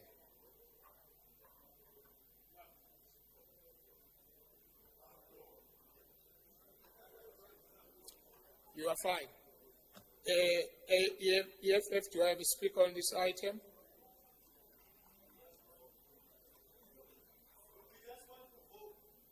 Okay. Action SA, do you have a speaker on this item? Okay, there is a speaker. I'm just checking the speakers first because I don't have a list here.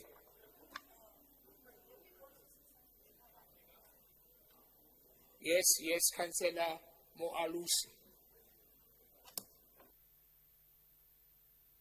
Let's say we are requesting a multi-party caucus to finalize this matter, and we request at least 30 minutes.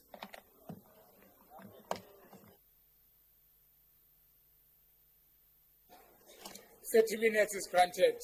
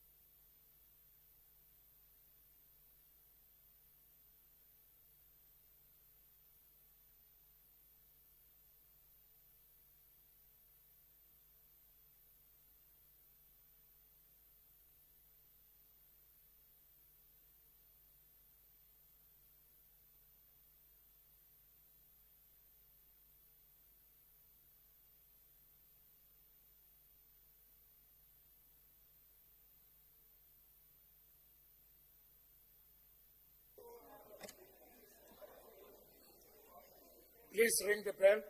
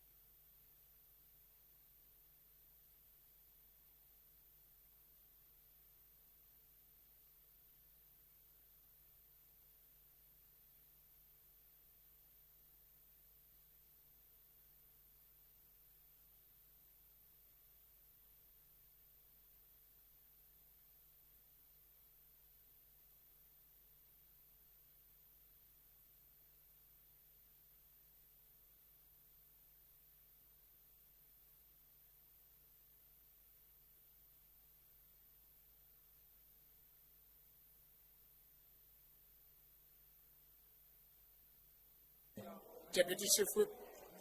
Deputy Chief Whip.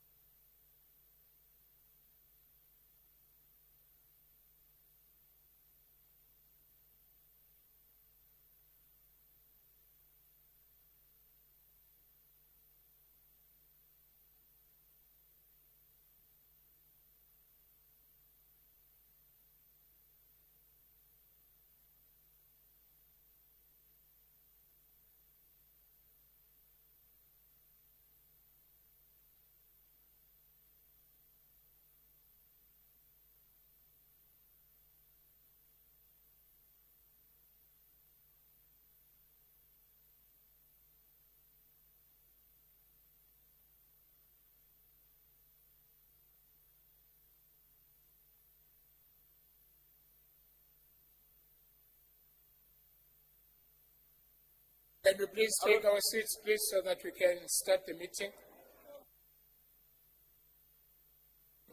Leader of the business, Councillor Aaron Malulega.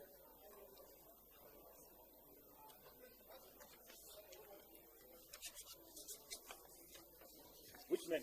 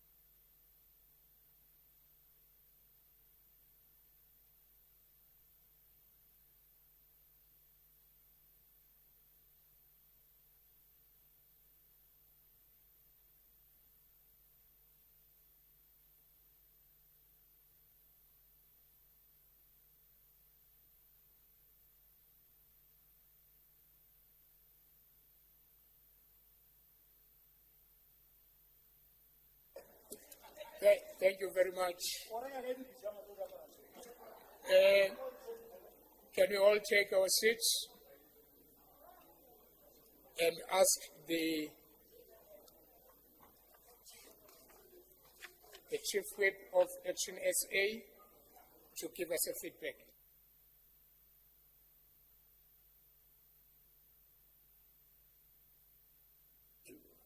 Thank you, Speaker. As Action SA and part of the multi-party, we have found each other on this matter. Thank you.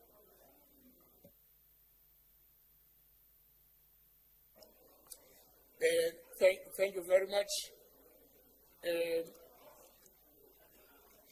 As we indicated, I want to clarify something.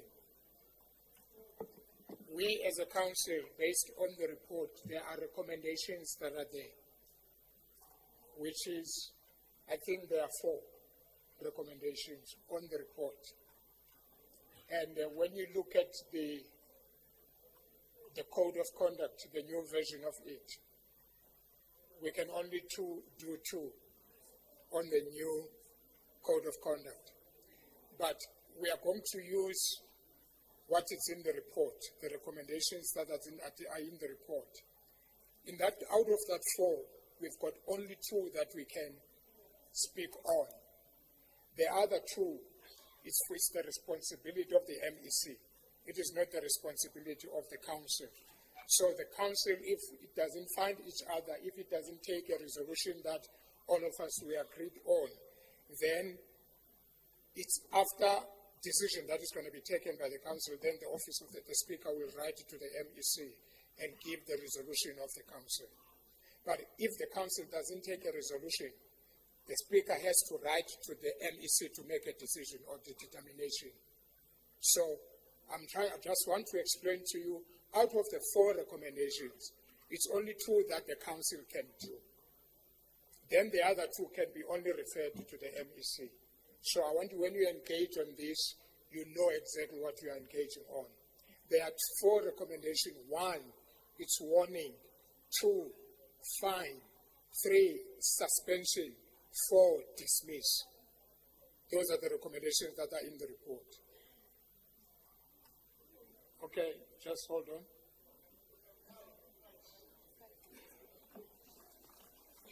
It's issue from a warning, reprimand, MEC, fine, MEC. So it's 3 that the council can do.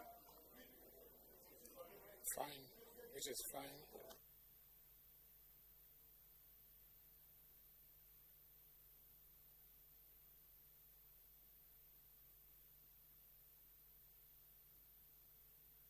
Okay, councillors, let me come back.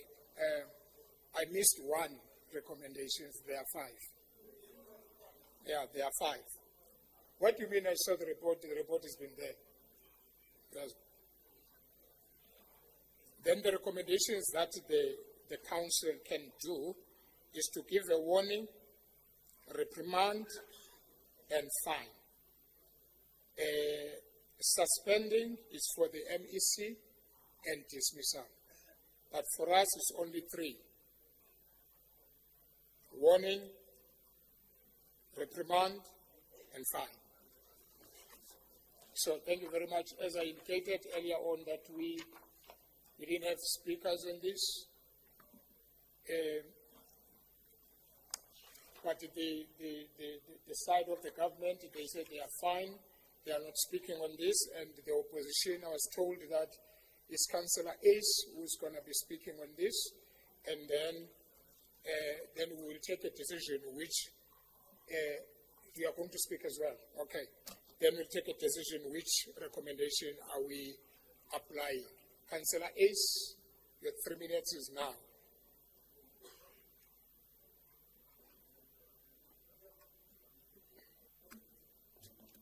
Thank you very much, Speaker. After a very long period of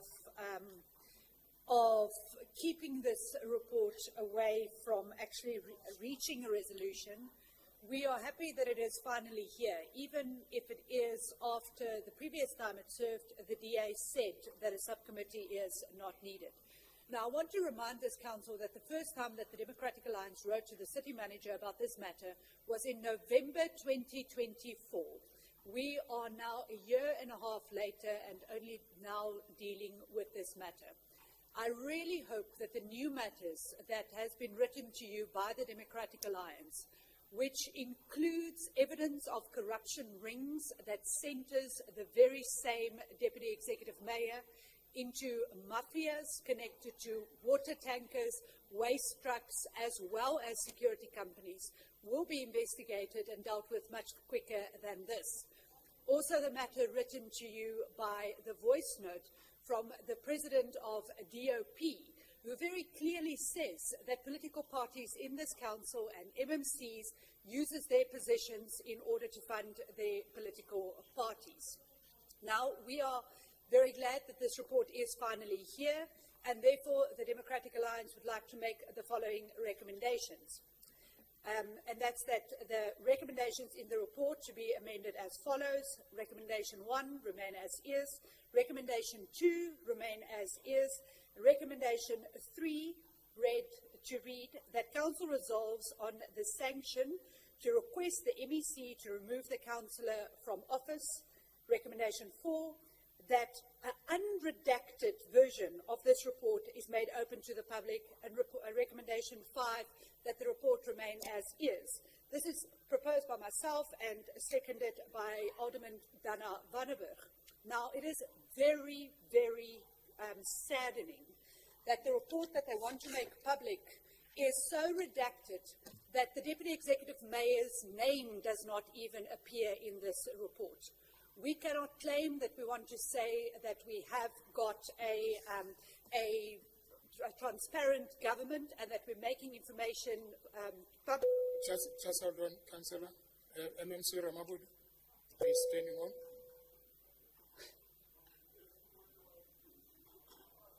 Go ahead. Councillor Hayes. Thank you very much. It just shows how this government is protecting each other by highly redacting information to such an extent that the name of the person who's being investigated is not even a part of it. The Democratic Alliance will keep this government accountable, and we would like to remind them that we still have a criminal case opened, and that SAPS has contacted us for additional information which we are providing to them. And we will not stop until the end. Thank you. Thank you very much.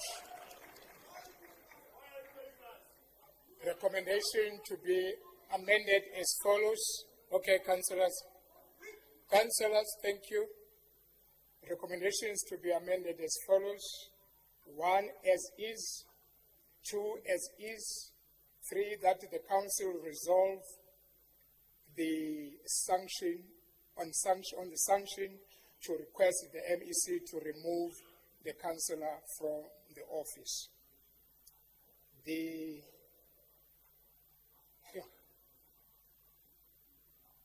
You must think of me when you write, Chair Councillor Hayes. Do you remember the item 4? Can you read number 4?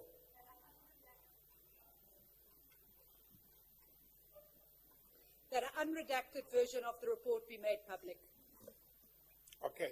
Then item number 5, as it's proposed by Councillor Jackie Ace and seconded by Alderman Dana Vanderberg. Okay, let me take that hand before we go for. Okay, let me start this side. Yes, MMC, before we go for. No, thank you very much. So, this process, the former chief whip or whip of the opposition, is the same process that we are coming with when we are going to receive a response from the chief whip, whether Silas Brink declared the extra salary that he is getting from DA or not. No, why are you jumping like that? Okay, thanks, councillors, let's allow the process. So I'm saying, if we get that report, it says he didn't declare, we're going to go the same process. So we were just alerting you that this is the process, it's not us. You can't accuse us of not acting. The fact that the actions that we are doing is not what you wanted doesn't mean that we don't act. We are holding him accountable here, the deputy mayor. And we are holding him accountable through the process. And why don't you appreciate that?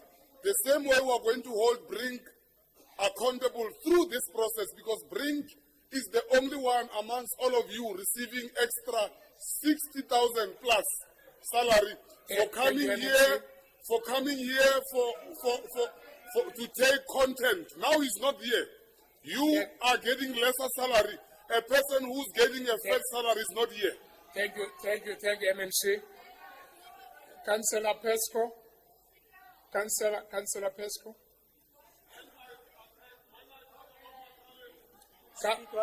Councillor MMC, please. Thank you, Councillor Pesco. Speaker, we are tabled today with a forensic report that strikes at the very heart of this council's integrity. The investigation into the deputy mayor, Councillor Mudee, says reveal a calculated and a blatant disregard for the code of conduct for councillors, as enshrined in Schedule 7 of the Municipal Structures Act. The facts are non-negotiable. Councillor Modise maintained active financial ties with the service provider Triarctic, while failing to disclose these interests in the 2023-4 as well as the 24-25 declarations. His receipt of payments for less share sales and the rental income from a city contracted entity, coupled with a non-disclosure of several properties, is not a mere administrative oversight. It is a fundamental breach of 2, 6, and 7 of the code. Given the senior profile as DM and MMC for Finance, his actions are particularly flagrant. He possesses the expertise to understand these requirements, yet he chose the path of non-compliance and limited cooperations with investigators.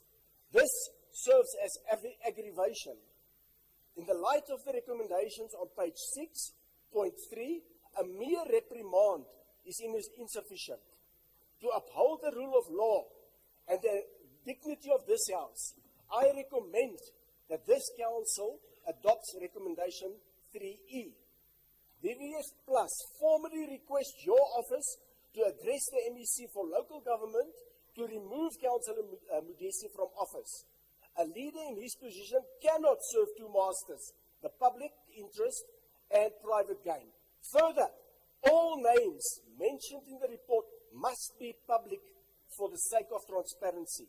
We must act decisively to restore the trust of the residents in Tshwane. The VF Plus so move. Thank you. Thank you very much, Councillor Ace.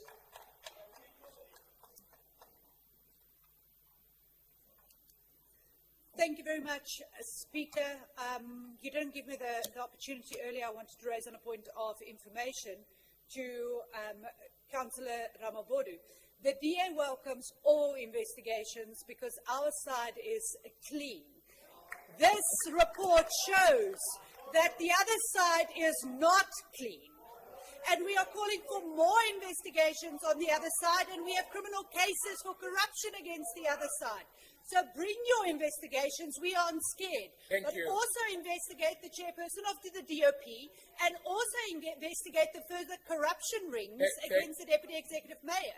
We were right on Triotic, and we are right on the water and waste contract mafias. Thank you very much. What you need to understand, is this. Noted your hands, leader of the executive and you, councillor. But what you need to understand, the recommendation or the report that is dealing with is what the deputy executive mayor that did not declare. The recommendations are based on that. The investigation is based on that. We are not speaking of corruption and whatever. We are speaking on what the investigation was focusing on. Let us not deviate from that and go to other issues that are not part of the report. Thank you so much. Let me take Councillor Flourish, then I take you, leader of the executive. Councillor Flourish. Thank you, Speaker. Just a point of information, there is an article that's trending from 10 days ago concerning Breitenbach. We are happy as Action SA to see that the DA councillor who has two SAPS cases, criminal cases opened against him, is not in council today. It is concerning that the DA would claim to be clean. Sorry, Councillor Flourish. Councillors,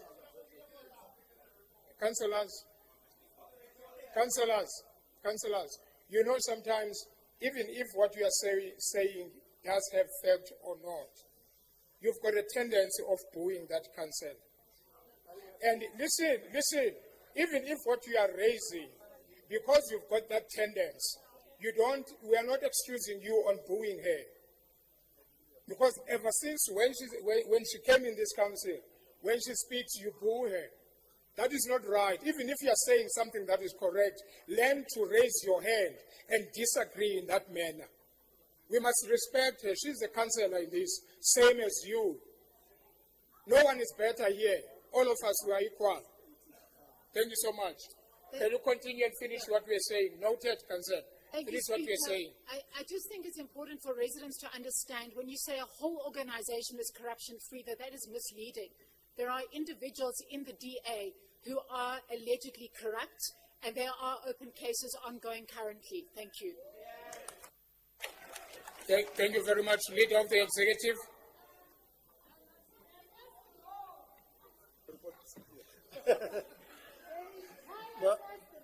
No, thanks, thanks, Speaker. We are on the report that was sanctioned by you after a letter was written to you, and you you then commissioned a report to investigate on the allegations, and you brought this report to council.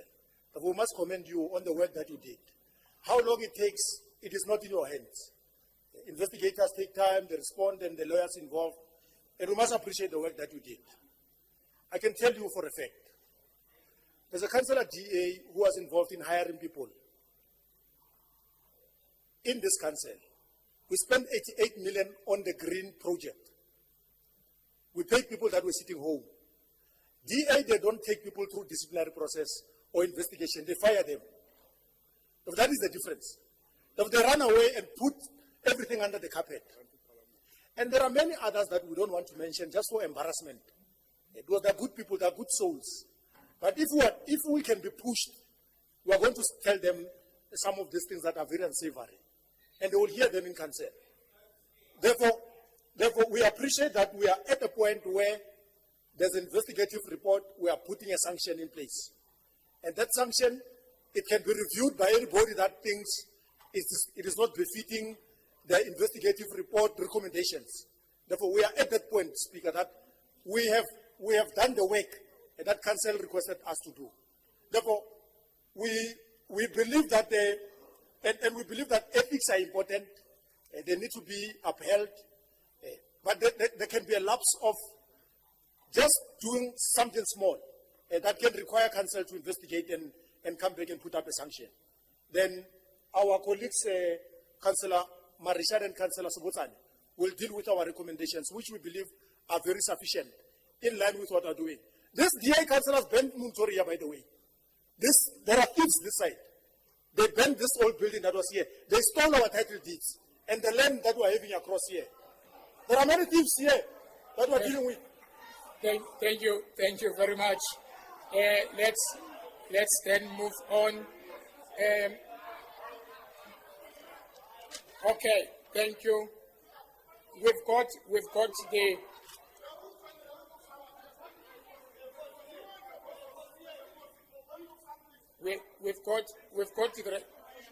thank you, councillors. Thank you, councillors.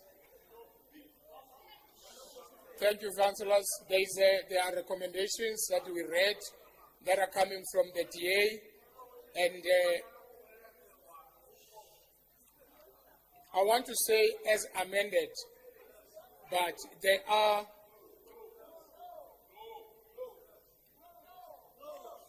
thank you.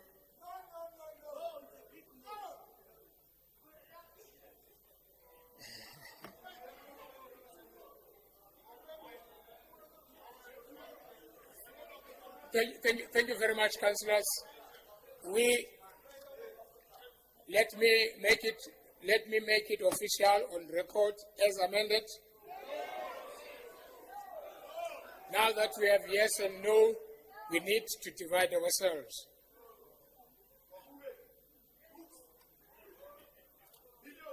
Those who are for the amendment.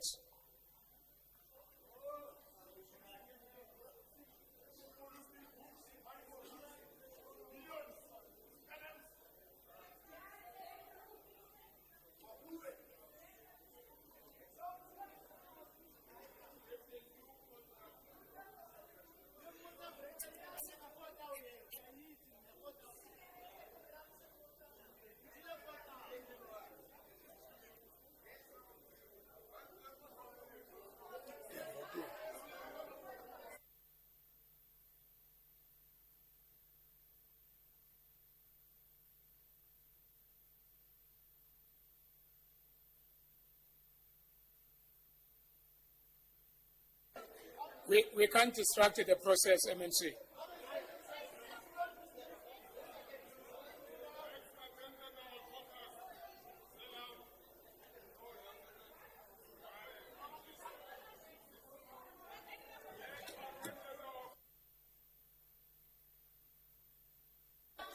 Please lower your hands. Those who are against.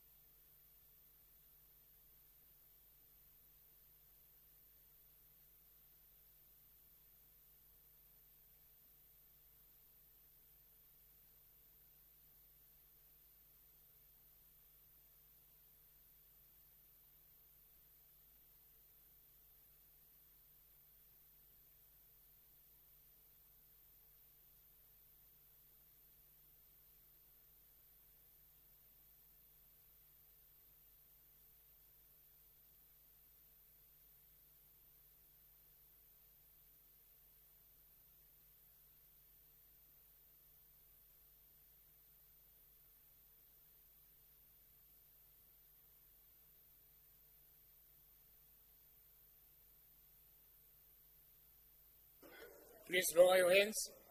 Those who abstain? None.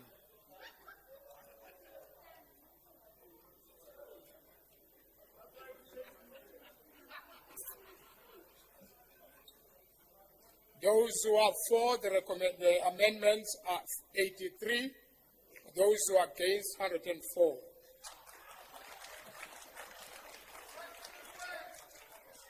Thank you very much. Let's then call the Deputy Chief Whip. Yes, Chief Whip of the VF Plus.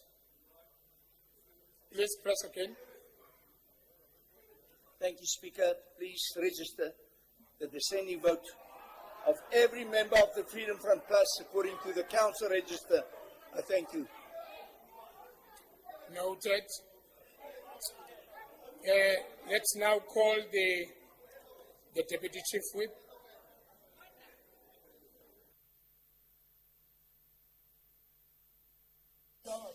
Thank you very much, Speaker.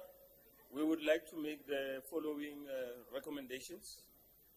That remove all the recommendations and replace them with the following. One, that Council rescinds the resolutions taken on 27 November to establish a special committee. Two, that the Council must impose a fine equivalent to a 2-month salary deduction and a warning letter. Three, that the Speaker report to the MEC for local government in the province on all recommendations within 14 days of the finding and sanction decided by Council, recommended by myself and seconded by Councillor O.A. Mwalusi.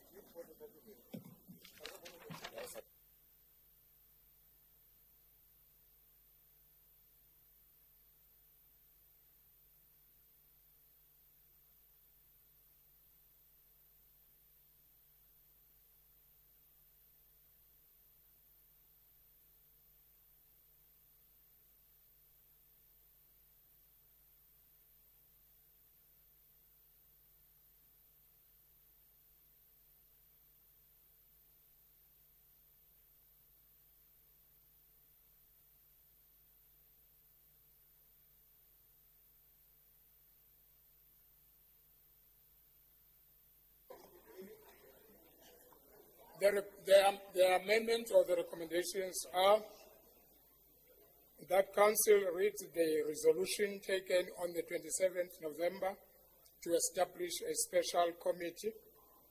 Two, that the Council must impose a fine equivalent to a 2-month salary deduction and a warning letter. Three, that Speaker report to the MEC for local government in the province in all recommendations within 14 days of the findings and sanctions decided by Council, recommended by MS Marishane and seconded by Councillor Mwalusi. As amended.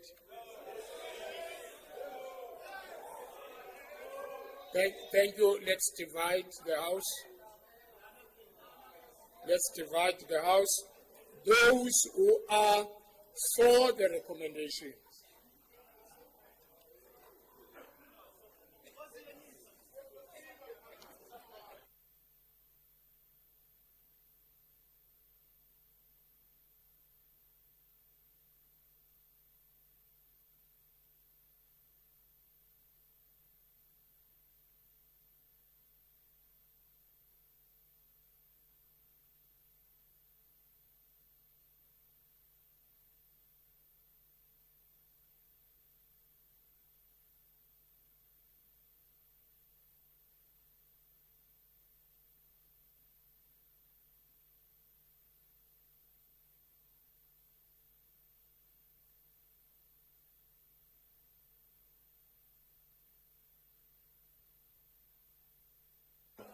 Please lower your hands. Those who are against.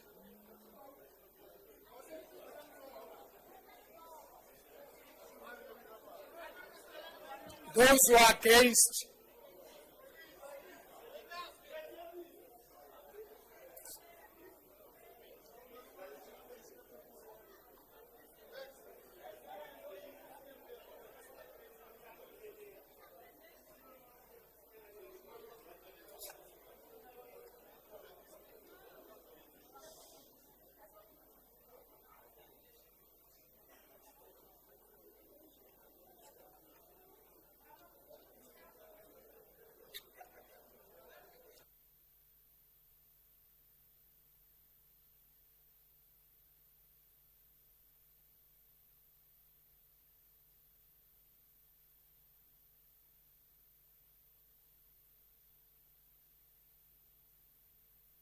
thank you. You may lower your hands. Those who abstain,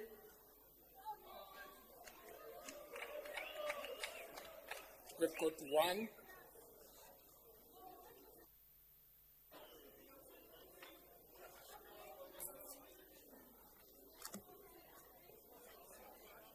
Those who are for the recommendation, it's 104. Those who are against, 83. Abstain, 1. As recommended.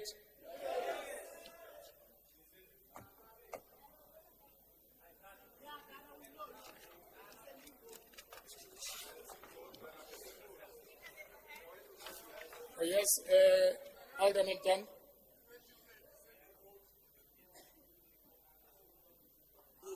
DI wants to record our dissenting vote, Speaker. Noted, thank you. Councillor Erasmus. Thank you, Speaker. Please register the dissenting vote of every member of the VF Plus according to the Council register. Thank you. Thank you. Honourable councillors, I thank you for your valuable input during this meeting, and the meeting is concluded. But before we are going to take 15 minutes so that you go and sign for the second meeting. Please, you are reminded of the ordinary council meeting. This meeting is concluded and it's adjourned. Let's go for 15 minutes to register your attendance.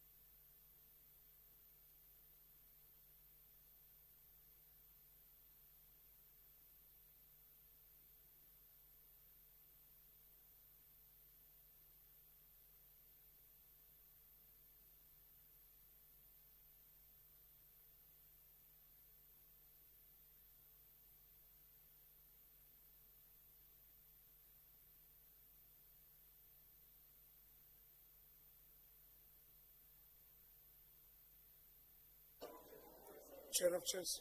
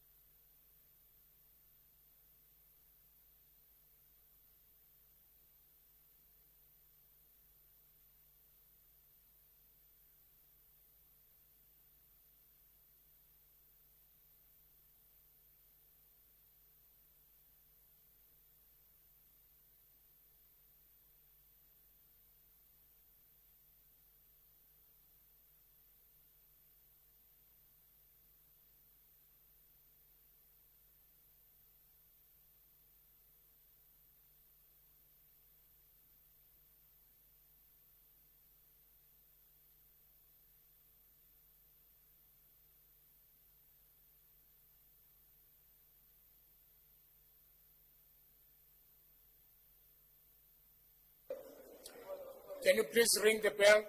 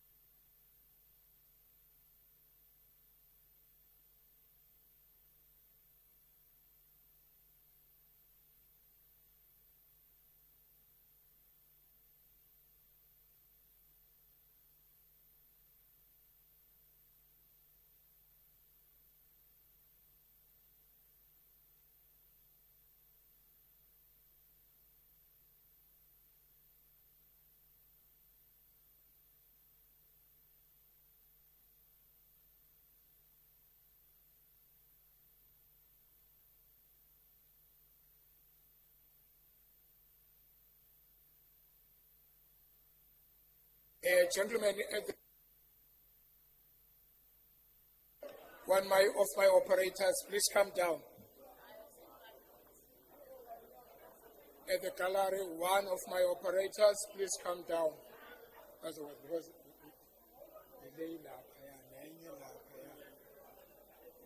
they must tell us what. Please, councillors, take your seats so that we start the meeting.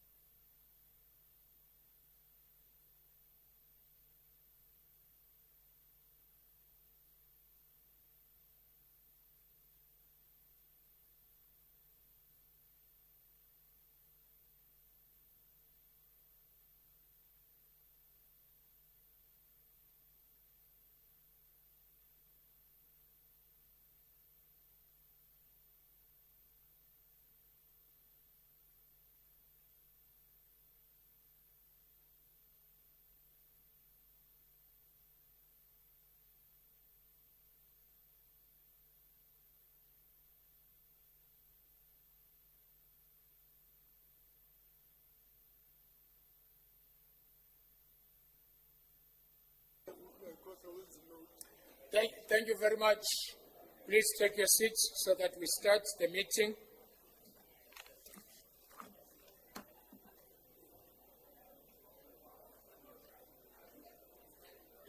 Councillors, I'm speaking to you. Take your seats.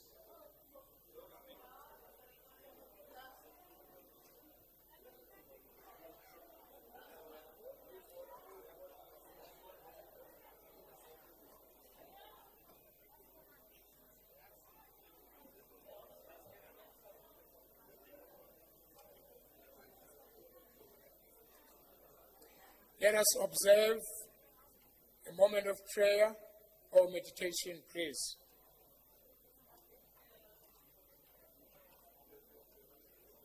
Councillors of the EFF who are standing, can you please sit down?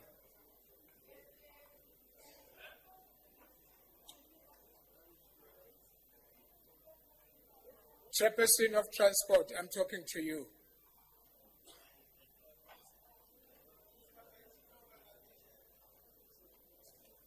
Honorable Alderwomen, Aldermen and Councillors, due notice was given of this council meeting. We are a quorum and I therefore declare this meeting duly constituted. I trust that you have all signed the attendance register for this meeting. Kindly note that it is of critical importance that you sign the attendance register. If you do not sign the attendance register, you will be marked as absent from this meeting in the minutes. May we now begin with our council meeting by observing the moment which as we have already done. Your Worship, Executive Mayor, Deputy Executive Mayor, Honorable Chief Kekan and his entourage, Honorable Chief Mashang and his entourage, members of the Mayoral Committee, Leader of the Executive Business, Chief Whip of Council, Chair of Chairs, Chairpersons of Section 79 committees, leaders of all political parties represented in Council, honorable councillors, officials, members of the media, esteemed City of Tshwane residents, and the public. I welcome you all. Honorable councillors, for the purpose of informing Council in as far as the leave of absence for councillors from the Council meeting is concerned, I will now call on the Chief Whip of Council to present to Council the approved leave of absence of councillors. Chief Whip.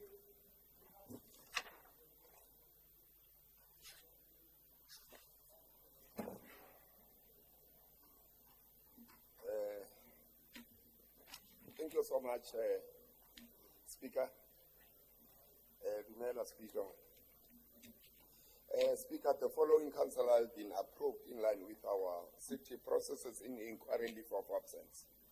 Councillor N. Moya, Action SA Party Commitment, Councillor Tanki Mohale, ANC Family Responsibility Leave, S. Lelaka, ANC Family Responsibility Leave, Councillor Joel Masilela, ANC Sick Leave, Councillor E. Mabusela, ANC Family Responsibility Leave, Councillor D.E. Molloy, ANC Family Responsibility Leave, Councillor N. Patel, ANC Sick Leave, Councillor Franz Wichielo, ANC Family Responsibility Leave, Councillor D. Man, FF Plus, Study Leave, Councillor M. Erasmus, FF Plus, Family Responsibility Leave, Councillor Armax, FF Plus, Sick Leave, Councillor S. Mabota, Good Sick Leave, Councillor B. Raswesa, EFF, Sick Leave, Councillor O. Mutunu, EFF, Party Commitment,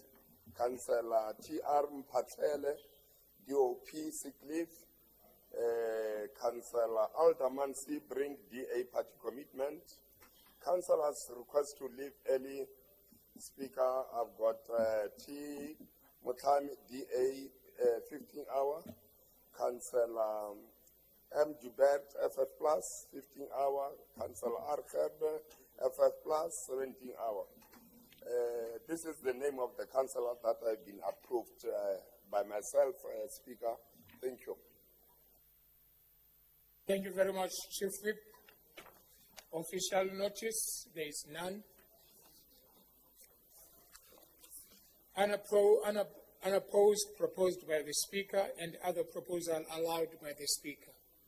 Yes, Councillor Machalen.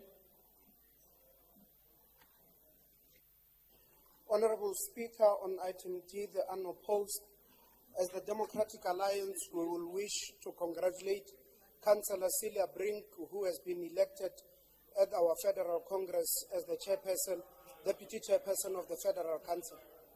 And we also want to congratulate the former Mayor, Solim Simang, who has been elected as a Federal Chairperson. It takes noting, Speaker, that there were not court order, no fist fighting, no throwing of chairs, or anything to destabilize the Congress. The Congress started on time and it finished on time. Delegates respected each other, and we can declare that a DA is ready to take over Tshwane. Thank you very much.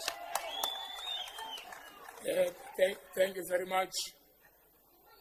Then let me, before I start with what is in front of me, I have been informed of the resolution taken at the Ethics Committee meeting of 27 February, and hereby taking cognizance of the resolution to ensure compliance with the rules and orders by law going forward. Thank you.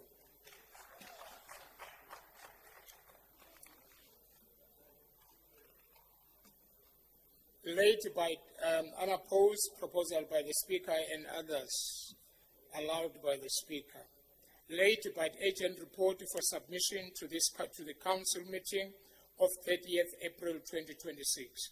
Honourable Councillors, the reports contained in Part 1 of our agenda were received from the lead of the Executive Business on the 23rd April 2026 and delivered to you on SharePoint on the 23rd April 2026. These reports are deemed urgent and therefore must serve today. I trust that the Deputy Executive Mayor will also speak on these reports when he submits them to us today. Honourable Councillors, Section 8(1)K of Rules and Orders provides for reports or matters not contained in the notice of the meeting to be allowed at the discretion of the Speaker. I have allowed the following reports and a debate on the state of the Capital Address 2026 as delivered by the Executive Mayor on the 16th of April. 2. Office of the Speaker, appointment of Chairperson of Section 79 Oversight Committee, Utility Service following the resignation of Councillor M.F. Munama, Action SA, as the Chairperson of the said committee. In accordance with Section 8(2) of the Rules and Orders, immediately after the Executive Mayor has submitted his report to Council for consideration, I'll bring forward the appointment of the Chairperson, Section 79, Utility Service. As we agreed on the programming that we'll bring forward the debate, but we are only bringing forward the appointment of the Chairperson. Item 3, convening quarterly public meetings and award committee meetings. Honourable Councillors, you are reminded to convene the mandatory quarterly public meetings as well as the ward committee meetings within your respective communities and wards. As elected representative councillors, have a duty to serve and engage with their communities and are therefore accountable to them. Quarterly public and ward committee meetings serve as a key public participation mechanism in accordance with Section 152(1)(e) of the Constitution of the Republic of South Africa, 1996. These meetings encourage community involvement in local governments and promote a culture of participatory democracy. The dates of meetings are scheduled by the Office of the Speaker as per annual calendar of meetings which was approved in Council. Councillors, you failed to convene meetings will be referred to the Rules and Ethics Committee for remedial action to apply. Consideration of the minutes of the previous council meeting. Ordinary council meeting, the 26th March 2026. Honorable councillors, I now put to you the minutes of the ordinary council meeting 26 March 2026 for approval. Approved. Special council on the 15th April 2026. Honorable councillor, I now put to you the minutes of the special council meeting 15th April 2026 for approval. Approved. Yes, council. On the first set of minutes, can we deal with that? Yes. Yeah, the minute says that the caucus of the EFF was absent, and I think the apologies has been processed with the office of the chief whip. Can that be corrected, please? Noted. Thank you. Please note that, Secretariat. Thank you. Then the two sets of minutes. Everyone is okay? Thank you. Special Council of the Special Council State of the Capital Address 26 Soka 16 April 2026. Honorable Councillors, I put to you the minutes of Special Council 16 April 2026 for approval. Approved. Councillors of the EFF, are you covered on these minutes? On the 16th of April, are you covered? It's the same. Okay. Noted. That's why I'm asking, because you were not there. I've got the in-committee minutes.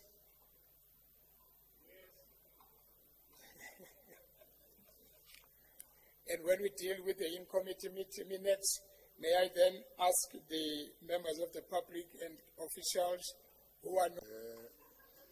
Thank you very much. Let's appreciate. I don't know whether you're mad or you're we normal. don't do that. I don't know whether the voice is coming from a mad person or a normal person. We don't do that. Let's allow the Deputy Executive Mayor to table the report with full conscience that he has. Let me ignore the... Let's allow him to do that. Let me ignore something that can't help the residents and the council.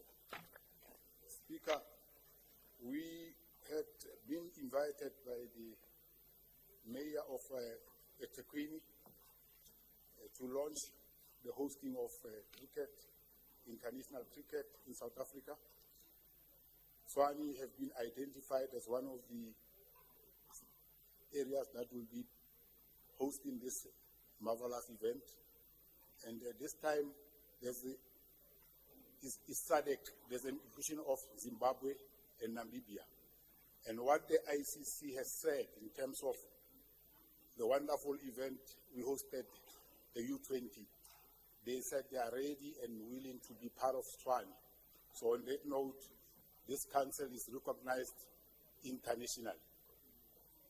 And furthermore, Speaker, I want to record this because in Mexico,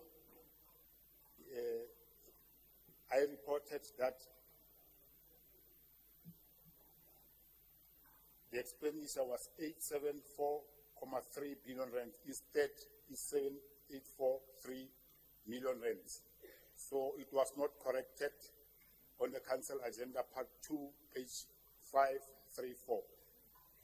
So, Speaker, I'm humbled to submit reports from Mayoral Committee to Council for consideration as contained in Part 1 and Part 2 for consideration, as well as Annexures A, A1, and A2 for cognizance and discussions. Speaker, the reports are submitted. Thank you very much, Deputy Executive Mayor. As indicated earlier on, that we will advance the report from the Office of the Speaker, item K, appointment of a chairperson of Section 79 Oversight Committee, Utility Services, following the resignation of Councillor M.F. Munama, Action SA, as the chairperson of said committee. This report is on page 4 to 7. Recommendations are on 6. Honorable Councillors, now that this report has been approved, we will now commence with the nomination for the chairperson of the Section 79 Oversight Committee, Utility Services. Honorable Councillors, any nominations? Yes, Councillor Mashaban. Thank you, Speaker. We nominate Councillor Sibutani for the chairperson position. Thank you.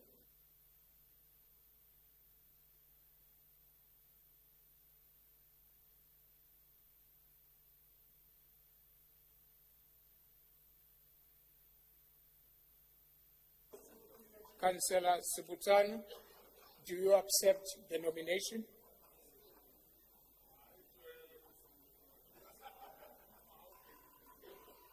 Utini, Councillor, I'm not good on sign language. So what are you saying, Councillor Mashang? Councillor Sibutana, do you accept the nomination?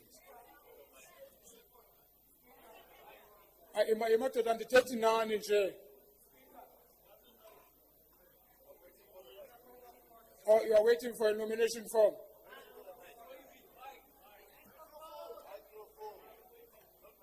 Can you name him? What is the point of order, Councillor Machalen? You can't go to the person to get if they are agreeing without first getting the person to second. But also Section 79 are not for elections but appointment of council.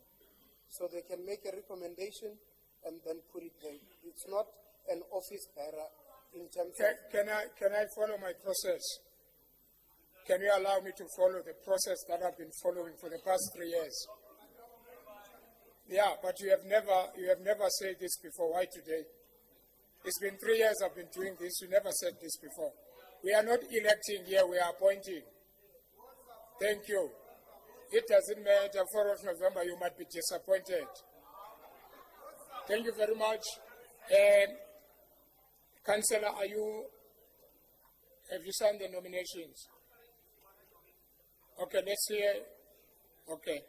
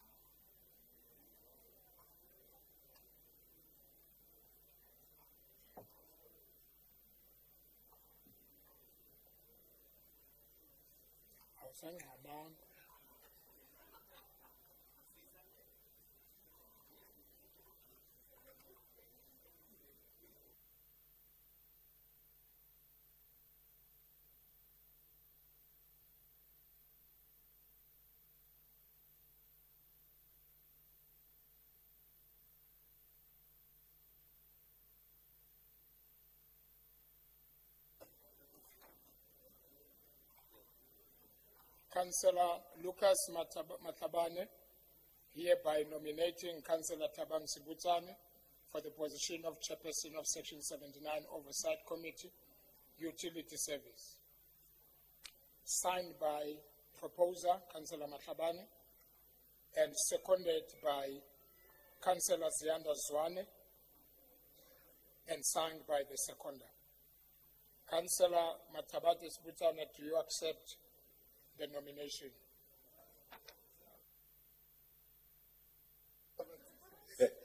Thank you, Speaker. Let's correct.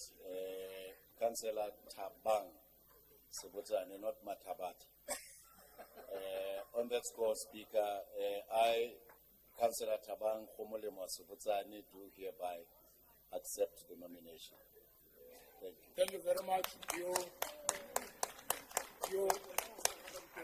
You were talking to Councillor Matabate, then you thought that I said Matabate. Thank you very much, honorable councillors. Any further nominations? No. Then I declare that Councillor Tabang Sibutana is the chairperson nominated of the utility services. Thank you.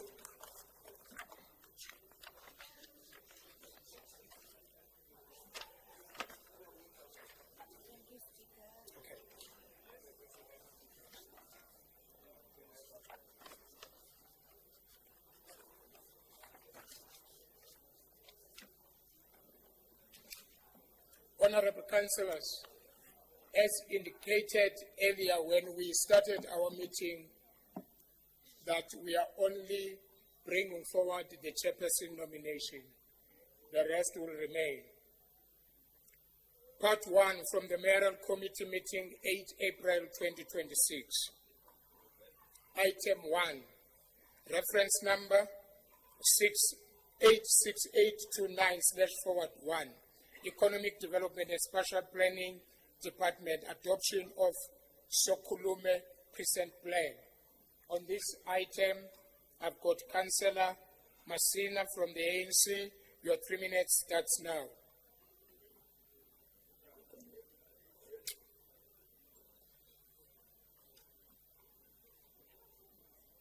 I waive, Speaker.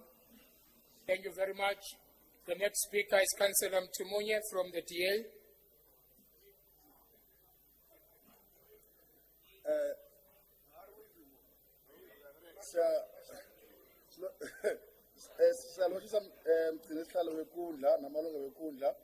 The DA welcomed the Sokulume Prison Plan as a milestone for special development and economic planning in the area.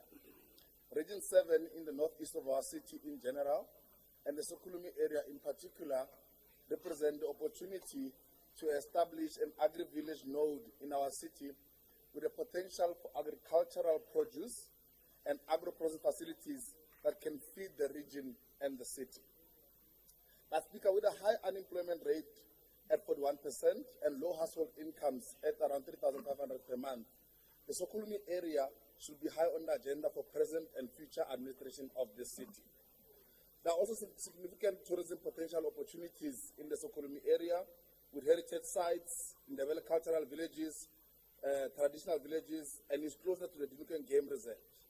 This requires specific support and to be developed for the benefit of the residents in the area. Having said this, Speaker, there are significant concerns on infrastructure, emergency services, and water supply in the area. The nearest fire station in Sokulume is 35 kilometers away in Bronkhorstspruit. Water demand in the area is also projected to outstrip supply in future. This will require new abstraction from the Bronkhorstspruit dam, which unfortunately is not covered in this prison plan. But the DA in government will remedy this on the behalf of the people of Sokulume. We want to say to the people of Sokulume that the DA will always will stand with them and will support them in their development. Abantu baseSokulume kufanele bazi bona iDA ijame nabo. Sisekela ithuto yomnotho wabo, sithanda ukuthi iSokulume negodi indawo enayo sizoyisebenzela. Sijamele nombiko wale report, support the report, support abantu baseSokulume, and the DA we are going to work for the people of Sokulume and the greater Region 7 area. Thank you, Speaker. Thank you very much. The next speaker is Councillor Manamela from the EFF. Yes, Chair of Chairs.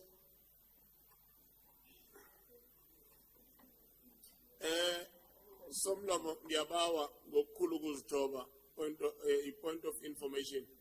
Umnakwethu noMaziyana umchimunye lapha akangasikhuluma isiNdebele nakangasaziko. Akathula duwa zikhulumela isikhabo esikuwa athula du ngiyathokoza. Thank you very much. The next speaker is Councillor Manamela from the EFF. Thank you, Councillor. Thank you, Councillor Manamela. Wave. Councillor Kutsia, Jay Kutsia from the Action SA. Honourable Speaker, members of the Mayoral Committee, Chief Kakana and Entourage, Chief Buslango and Entourage, fellow councillors, I rise today to speak in support of the Sukulumi Precinct Plan, and more importantly for the people of Sukulumi, Yetu. Sukulumi is a community of over 12,000 residents with strong potential, yet it remains undeserved, with high unemployment, limited infrastructure, and inadequate access to basic. Councillor Makalen, please. Go ahead, Councillor. The need for intervention is urgent. The plan is about Kapuka, about enabling Sukulumi to rise. It provides a clear, practical framework to unlock economic growth, particularly through agriculture, by supporting emerging farmers and strengthening agricultural value chains. We can create sustainable jobs and stimulate local economic activity. The plan also promotes small businesses development and investment, ensuring that opportunities reach the community and empower individuals. Crucially, it addresses infrastructure gaps, prioritizing roads, transport access, and long-term water solutions, while ensuring development remains environmentally sustainable. Honourable Councillors, this is a well-considered plan, aligned with our strategic priorities and supported by all relevant departments. The public participation process was thorough and no objections were received. As Action SA, we believe. Just a second, Councillor. What are you rising on, Councillor Makalen?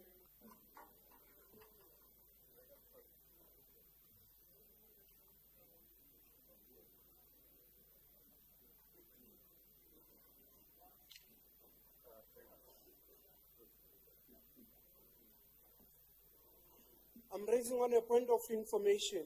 On a book and we are spedi barakiva jama omoja. O galabella mo pele a jama omoja. Thank you very much.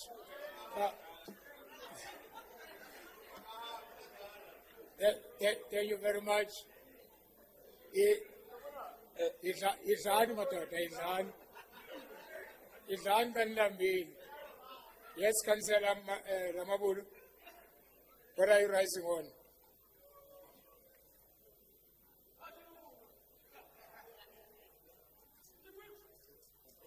No, it can't be correct that Councillor Kuobas is being insulted with a language that he doesn't understand. Makalen must withdraw. What kind of insult is that Councillor is doing to Councillor Kuobas? It's wrong. You can't do that. Thank you very much, Councillor Ramabudu. But all I know that in South Africa we've got 11 official languages. So I can't say he can't speak the language that he wants to speak. Thank you very much. Sometimes yourself, you'll speak a language that I don't understand. Thank you.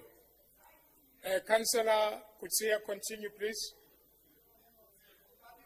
Thank you, Speaker. This is a well-considered plan aligned with our strategic priorities and supported by all relevant departments. The public participation process was thorough and no objections were received. As Action SA, we believe no community should be left behind. Sukulumi deserves development, dignity and opportunity. Now is the time. Let us approve the plan. Let us unlock the potential of Sukulumi. Yet too, let's ensure that development, dignity and opportunity reach every resident. Kapuka Sukulumi, Kapuka. I thank you. Thank you very much.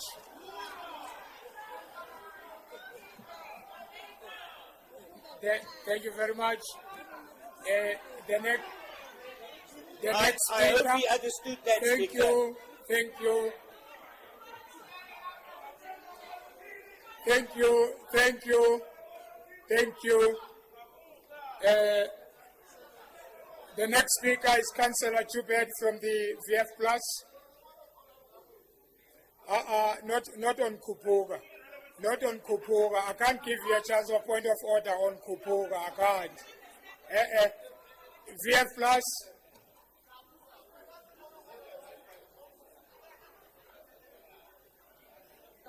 There we Go are. ahead, ma'am. Thank you. Marie is speaking. Yes, I was Go speaking ahead. thereafter. Thank you, councillors. Thank you. And the discussion today is on the proposed Sukuluri precinct plan. On the surface, it sounds promising. More agriculture, new housing, community facilities, businesses, and a vision for investment in our rural heartland. We, the Freedom Front Plus, support orderly, sustainable development that protects farmland, creates real jobs, and respects traditional leadership. A proper precinct plan can bring clarity where there was none, guiding growth instead of allowing chaotic sprawl that destroys the makes of Sukulumi special.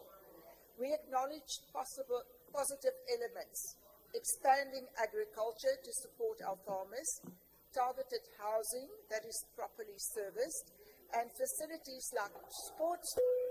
Sorry, councillors, can we allow the councillor to speak, please? Thank you. And facilities like sports fields that give our youth something constructive to do. If implemented with discipline, this could strengthen food production, open tourism opportunities, and reduce the long commute to distant jobs in Pretoria. However, will we be able to provide proper water with emergency services able to assist the residents? These factors need special planning, but let us speak plainly as the Freedom Front Plus always does. Is this not just another glossy document, another political ploy to chase votes ahead of the elections? How many precinct plans, IDPs, and visions have we seen from the ruling parties in Tshwane, promising the world, yet delivering incomplete projects, broken roads, unreliable water, and housing backlogs soaked in corruption? Residents of Ward 105 live too far for economic opportunities. We cannot afford more unserviced houses or empty promises that burden taxpayers while enriching connected entrepreneurs. The Freedom Front Plus demands accountability, not announcements. Thank you. Thank you very much. As recommended. As recommended. Councillor Sbutan, you just been nominated already. I was good, yes. Let's move to the next item. Yes, Chief Whip of the opposition. Mr. Speaker, I want to call a 10-minute multi-party whippery caucus, please. 10 minutes. 10 minutes is granted.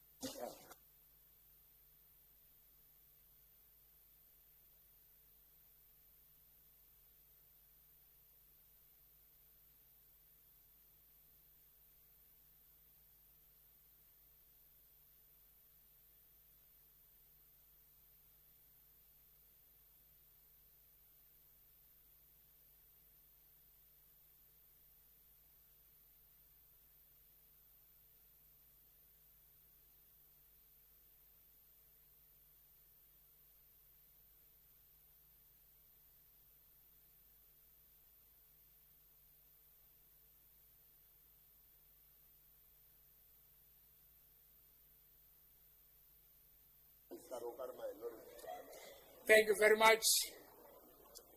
Can we resume our meeting?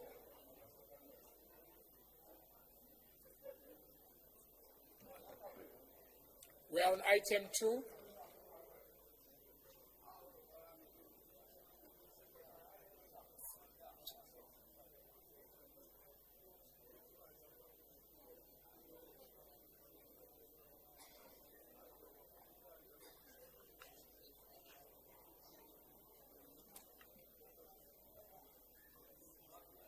Let's then continue. Item 2, reference number 20961/1 1755 and 3, Housing and Human Settlement Department.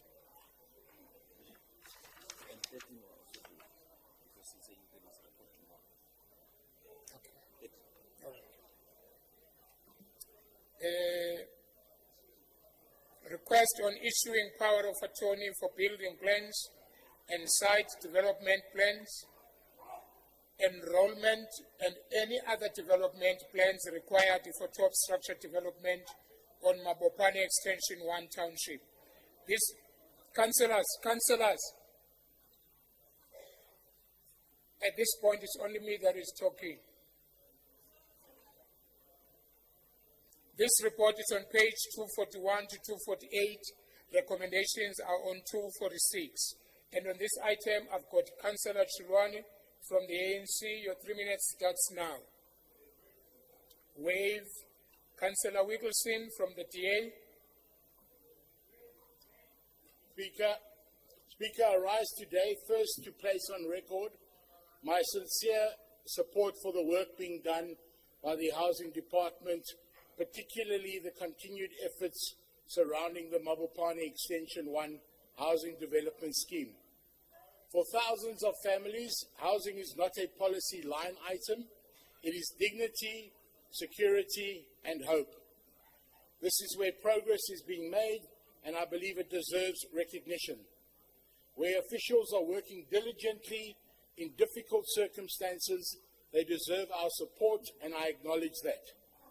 But, Speaker, support for the department's work cannot mean silence when governance concerns arise in institutions entrusted with that very mandate.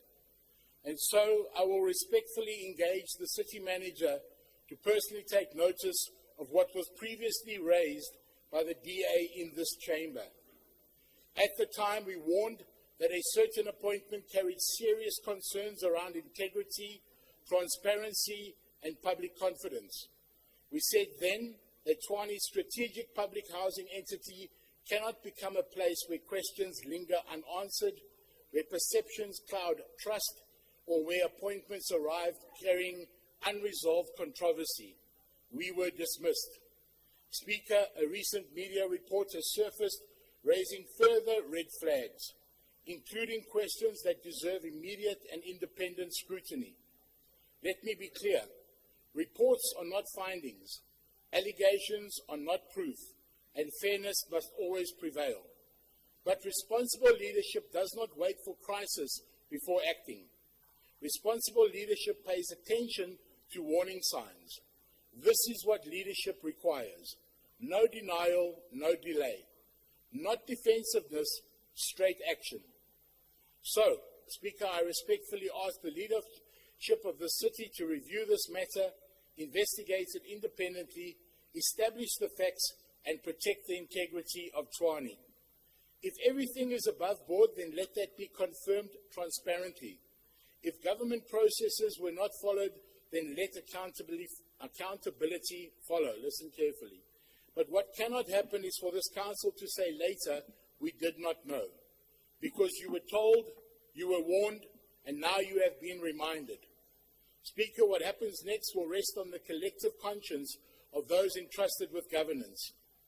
Let it be known the Democratic Alliance has never been afraid to speak uncomfortable truths, and history shows that when the DA raises a red flag, the council and the public should do well to pay attention. We are and remain the conscience of clean governance in Tshwane. I thank you. Thank you very much. The next speaker is Councillor Mnisi from the EFF.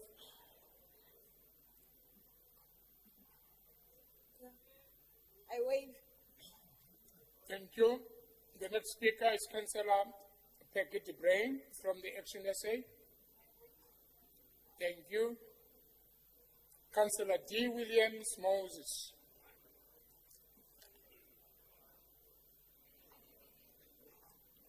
Away, Speaker. As recommended. Item 3. Reference number 36050/1, Road and Transport Department. Amendment of Bus Operating Company Agreement in terms of Section 1163 of the Local Government Municipal Financial Management Act 56 of 2003 as amended. Read with Local Government Municipal Systems Act 32 of 2000 as amended. This report is on page 249 to 345. Recommendations are on 263. On this item,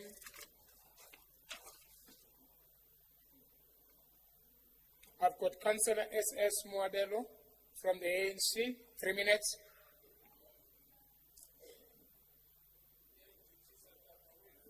Wave. Alderwoman Dislower from the DA. Your 3 minutes starts now.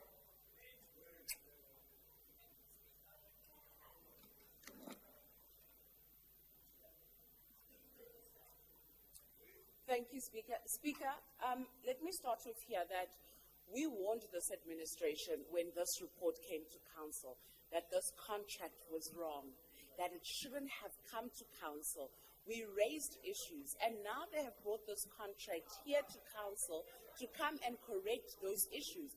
But still, it is not. Speaker, can you please protect me? Councillors, I can't hear what she's saying. No. Please be quiet. Oh, it's fine. She's no longer MMC now. So let's allow her to raise whatever she wants to raise.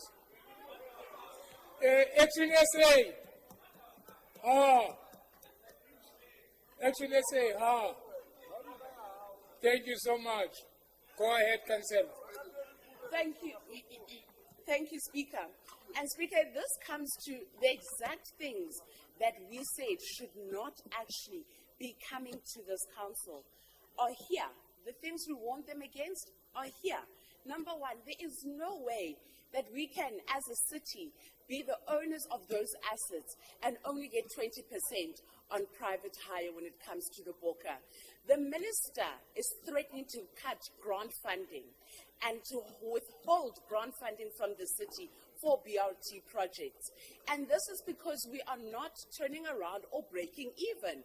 It is said in the report, even from the BAC, that the city is not breaking even. And while we're not breaking even, there isn't ridership being increased, while we are giving 3 million every annual year to TRT to actually do marketing and advertising. And then they tell us that no, it's because the network is still expanding.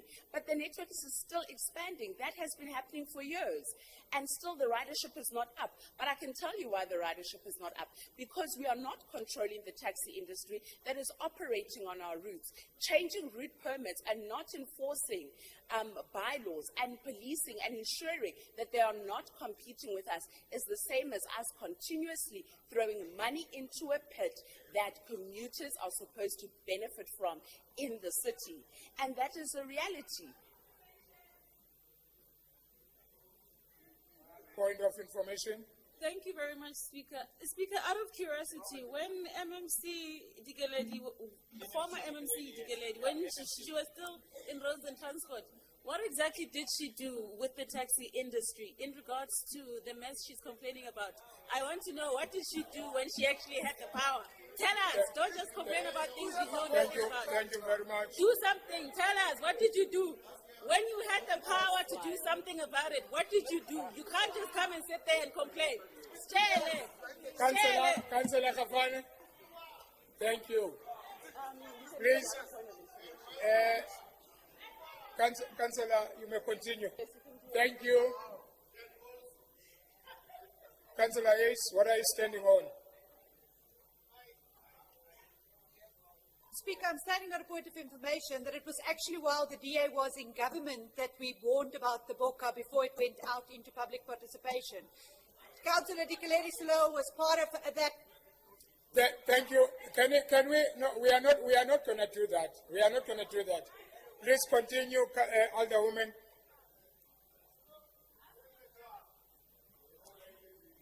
Thank you, Speaker. Speaker, what is important is that as the city, we need to go back and renegotiate with the industry. We are not here to take taxpayers' money and throw it into the industry while they still benefit from running their own operations.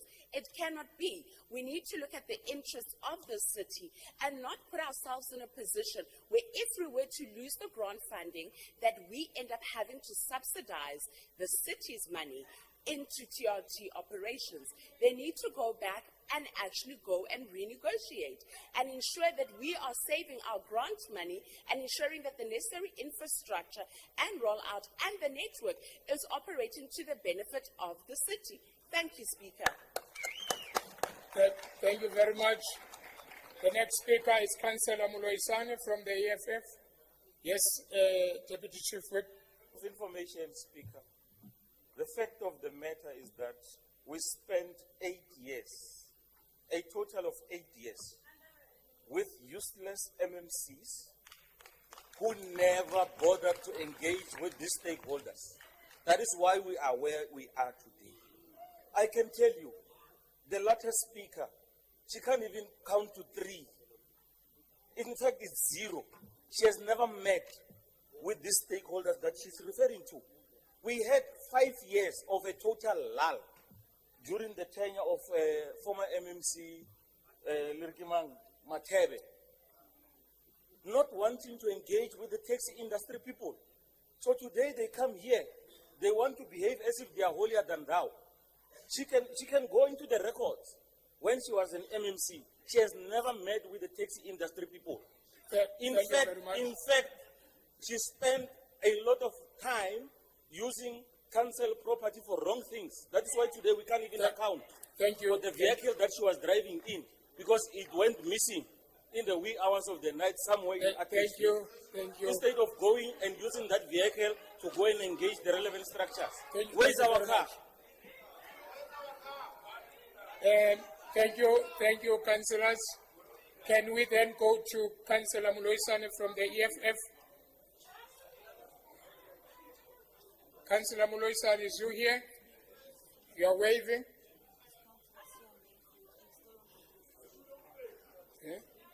Yeah, man. So, thank you so much. My mind is already far. Can I have Councillor Sianejo, please, from the EFF? My apologies, I jumped to item 4. We are still on 3. Councillor Sianejo. Thanks, Speaker. A wave. Thank you. Councillor Malosi. Thank you. As recommended, item 4, reference number 83920/1. Mayoral Committee meeting 22nd April 2026. City Strategy and Organizational Performance Department approval of process plan for the development of annual report of the City of Tshwane and its entities for the 2025-2026 financial year. This report is on page 4 to page 241. Recommendations are on 20, and I've got Councillor J.J. Baloy on this item.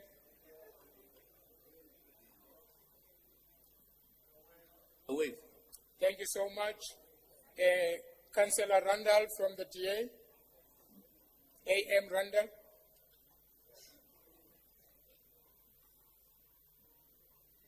Speaker, if we approve the annual report process plan today, we will be approving accountability. Collaboration is how we will fix credibility, because a collaborative approach is not a nice to have. It is crucial for enhancing the reliability and credibility of the city's reported performance and financial information.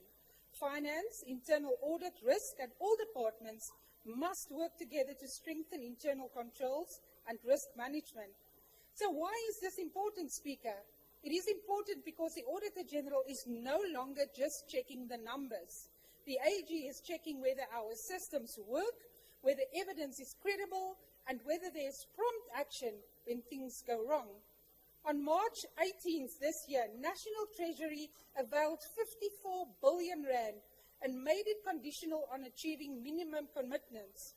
Metros will only be able to access the funding if they commit to 8 minimum accountability commitments and achieve annual performance targets across 3 result areas, namely accountability, financial and operational performance, independently verified each year. This will require proof, and that proof has to come from accurate and reliable data. And I don't know where City of Tshwane will be for this free money that's up for grabs. Also important is Section 32 of the MFMA, together with a complete and accurate UIFW register, because this is where the city can improve or regress. Weak consequence management is where most municipalities lose points with the Auditor General. The AG is not penalizing the city for mistakes, but rather penalizing the city because we cannot show the register, the recovery, the discipline, and the criminal cases. Equally critical is strong implementation tracking and trend analysis of UIFW. The AG again is very clear. They want to see whether irregular expenditure is decreasing year on year and whether corrective actions are actually working. Bottom line is that we must close the loop. AG raises a finding, it leads to accountability, which leads to prevention. So in conclusion, Speaker, the process plan must produce an annual report that provides only 3 things. We can account for every UIFW, we have controls to prevent repeat findings, and we report what we can prove. I thank you. Thank you very much, Councillor J. Williams. Moses.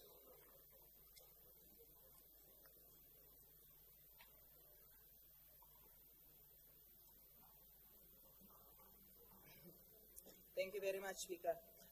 On this agenda, we must place youth empowerment, job creation, and SMME growth at the center of our city's future. As a strategy, it is only as powerful as its impact on the ground.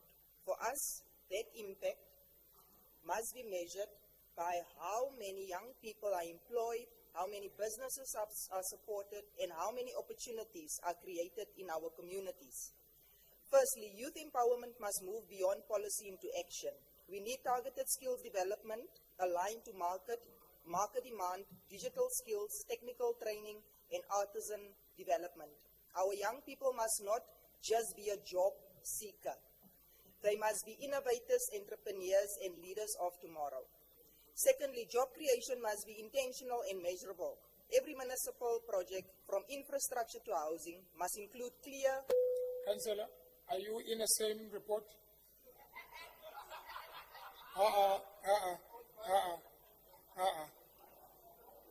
We are on part 2, item 4. Part 2, item 4. That's the report you are. 83920/01. Continue if that's the item. Is that the one? Yes, I'm there. Okay, where was I now? Secondly, job creation must be intentional and measurable. Every municipal project, from infrastructure to housing, must include clear local employment targets. Sorry, Councillor. I read the report again. Please, because the report what you are reading now, it's not what the report is saying. 839. Can I repeat it? Can I read it again?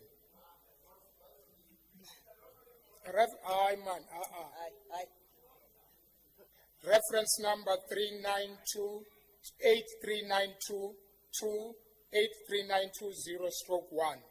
City Strategy Organizational Performance Department. Approval of the process plan for the development of annual report on the City of Tshwane and its entities for the 2025-2026 financial year.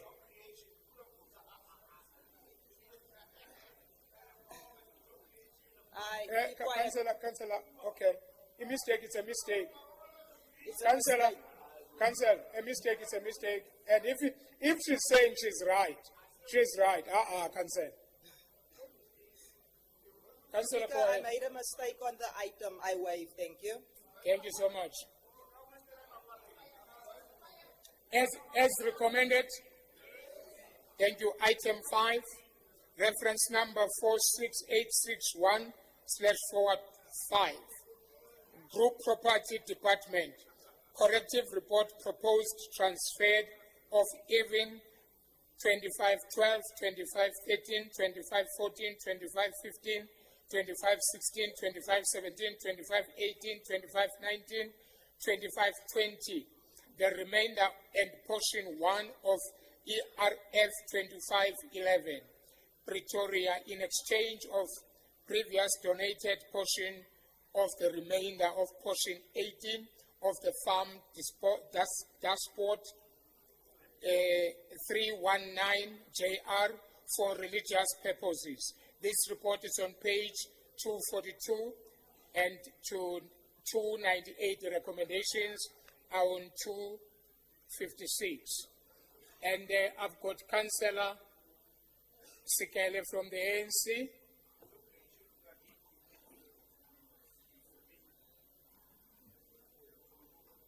I waive. Thank you. Councillor I.J. Peterson, DA. Very much, Speaker. We'll waive on that item. Thank you so much. Councillor Notununu, EFF. Waive. Councillor J. Masilela from the Action SA. Waive. Councillor Joanne Fanspey. VF Plus.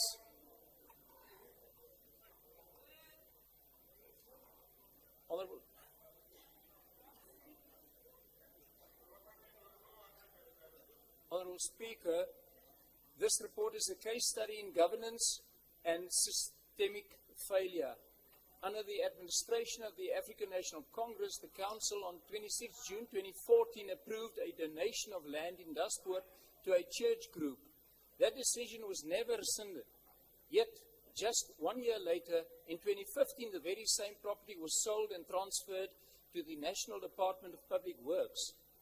The city now proposes to rescind the 2014 donation and to compensate the church with a different set of 11 properties situated in the Pretoria CBD.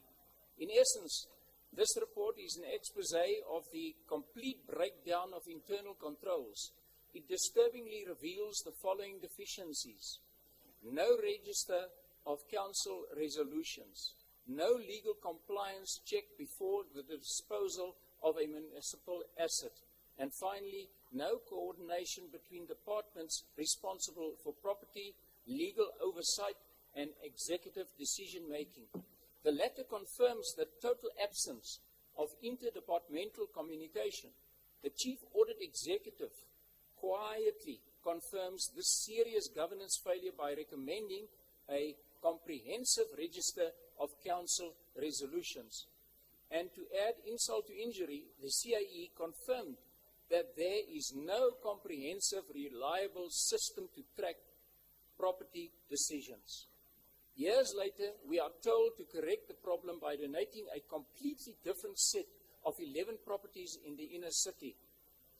The city is disposing of capital assets without any compensation whatsoever. And whilst the city is donating prime CBD land, the CFO, in his wisdom, claims that there is no negative financial implication.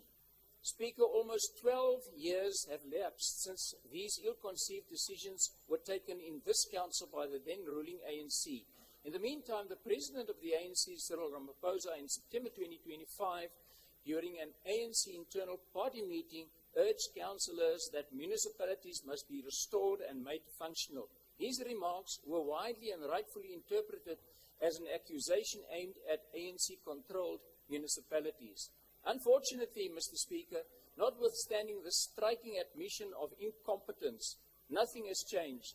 12 years have passed, yet we remain confronted by poor governance and a complete absence of consequence management under the ANC-led coalition in the city of Tshwane. I thank you, Mr. Speaker. Thank you very much. As recommended, item 8, reference number 83499/1, Group Audit and Risk Department, Policy on Unauthorized, Irregular, Fruitless and Wasteful Expenditure. This report is on page 374 to page 409. Recommendations are on 379. On this item, I've got Councillor Khatle from the ANC.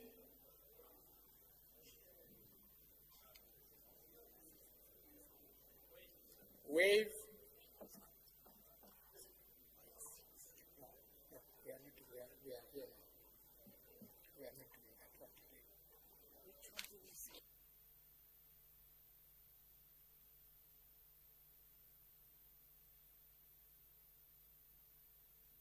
Councillor P. Settin from the TA.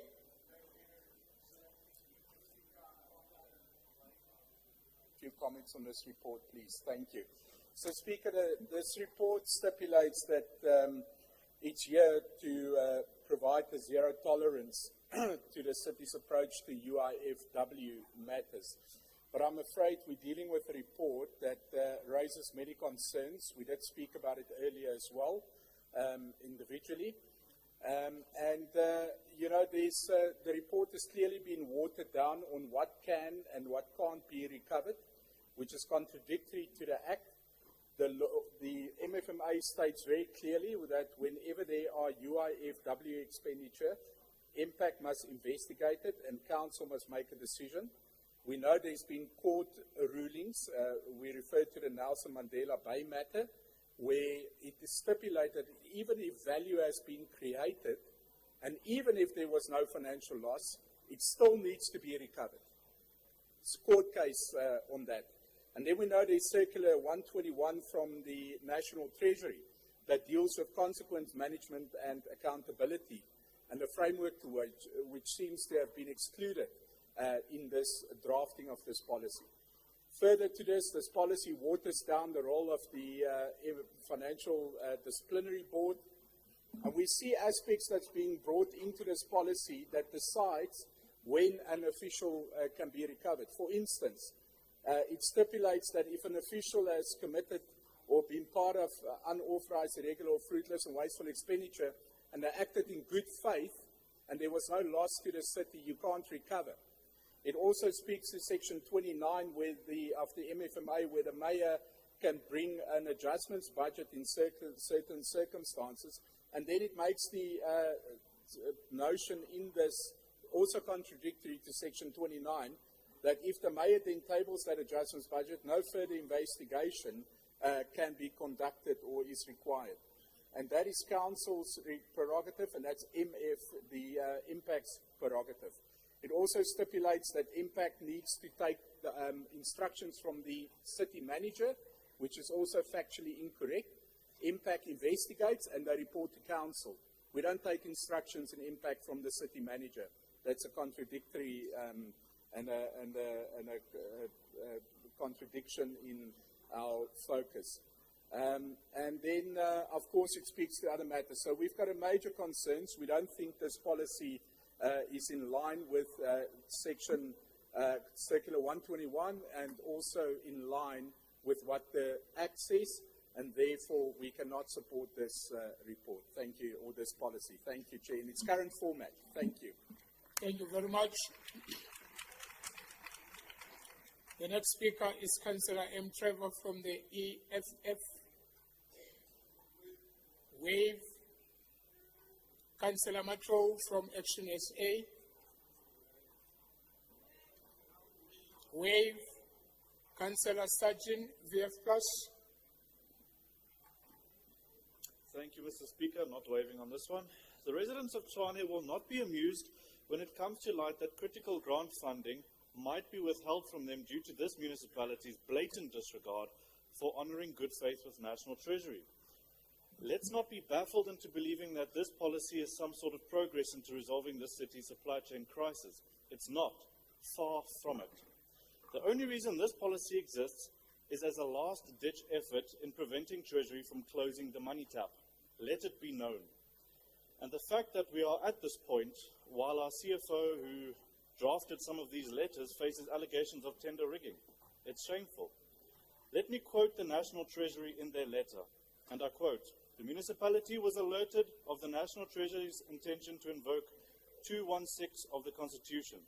Despite being afforded an opportunity to respond, the municipality failed to provide written reasons by the due date as to why the National Treasury should not institute this step." End quote. This policy is not inadequate, Mr. Speaker. It's not just inadequate, it's late, far too late. This policy explains to us how checks and balances and accountability will be overseen by the CFO. Imagine the compromised state we would be in today should this policy be adopted and we did not have the revelations at Matlanga Commission to guide our judgment. The fact is, we do not trust this policy. We do not trust the decision-making of the Finance Department. And good riddance, how can we trust this administration when EFF and Action SA members are submitting their lists for tenders?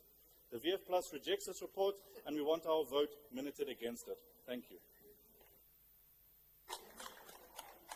Thank you very much. As recommended.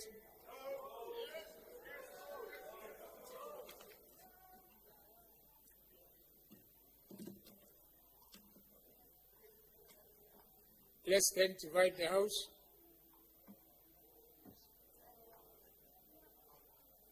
Those who are against,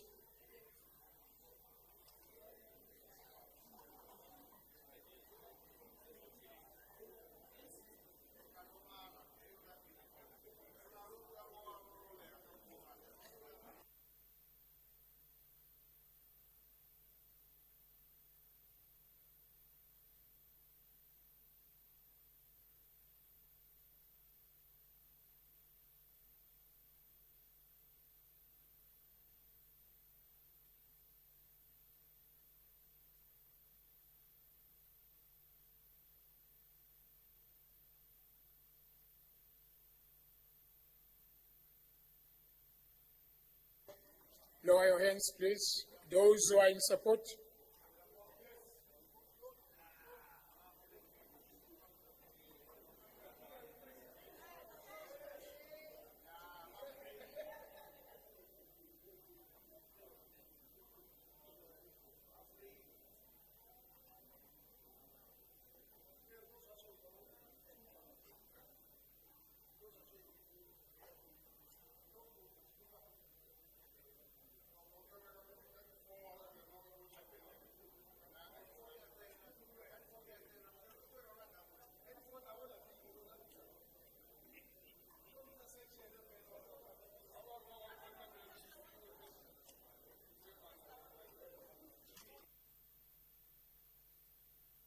Please lower your hands. Those who abstain? None?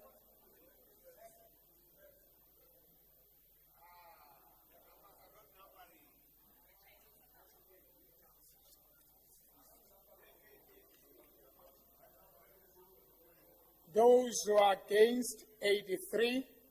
Those who are for, 10.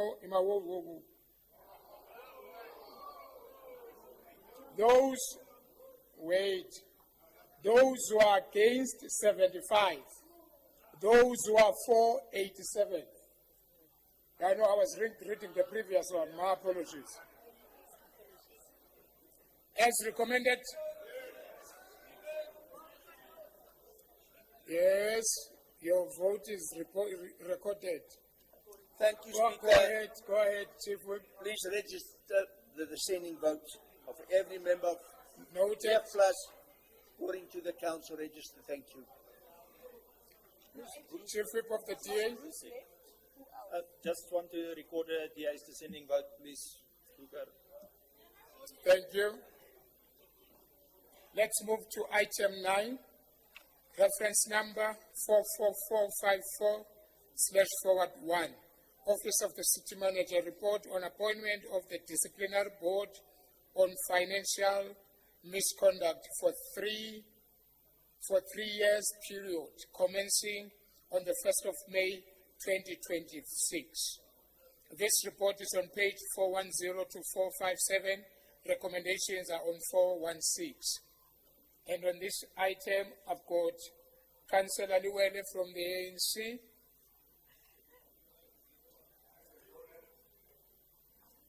Speaker, I waive. Thank you. Councillor Tilare from the DA. The Democratic Alliance cannot support this report as it stands because accountability and consequence management is critical in the municipality. It is exactly the reason the Council must exercise its authority to appoint a financial misconduct disciplinary board. We cannot outsource this responsibility. The reality is that the executive mayor has demonstrated that she cannot have the capacity nor the political autonomy to act decisively. That is precisely why this decision cannot rest with a single office. Speaker, the report places power into the places power to the appointment of the disciplinary board in the hands of the executive mayor. That is not acceptable. This decision directly affects public money to protect how the financial misconduct is dealt with. We owe the residents and the taxpayers to ensure these processes are credible and beyond suspicion. We must also confront the truth. There are ongoing and widely known concerns about the protection of coalition partners by the executive mayor who are benefiting from municipal tenders. Whether proven or not, these concerns exist in the public domain and impact public confidence. It is in this context that the Council should take full responsibility on making the appointment of the disciplinary board, and it should not be centralized to the office of the mayor. Even the precision of political interference is enough to compromise the legitimacy of the entire process. It is about safeguarding the integrity of financial misconduct proceedings. The appointment of the disciplinary board must therefore be made by the Council to ensure transparency.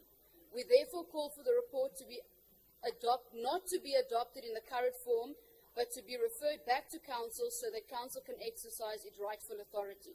I thank you.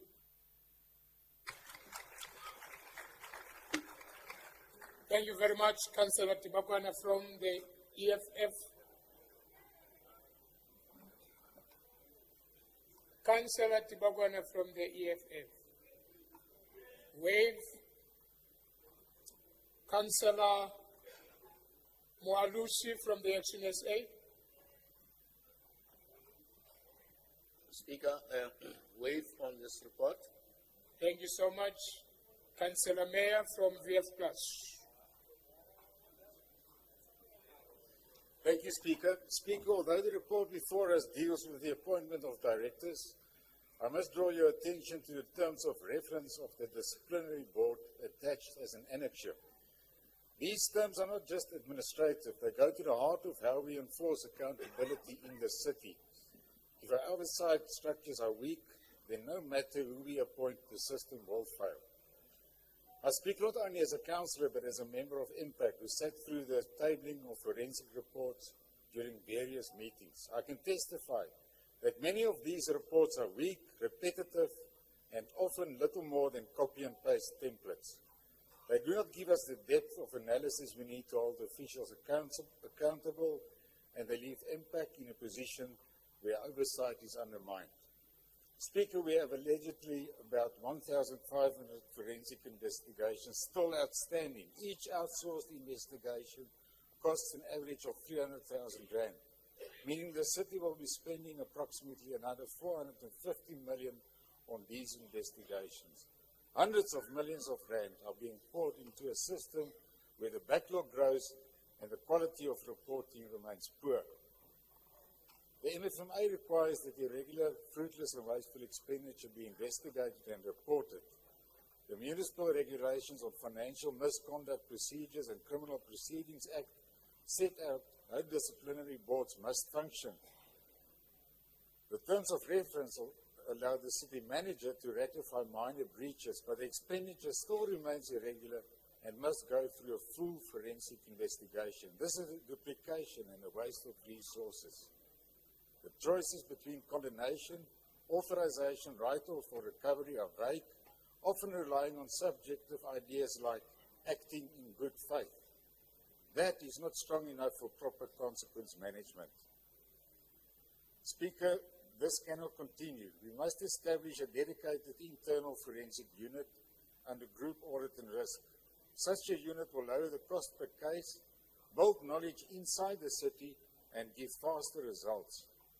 Outsourcing should only be used for very complex or sensitive matters, not for routine UIFW cases.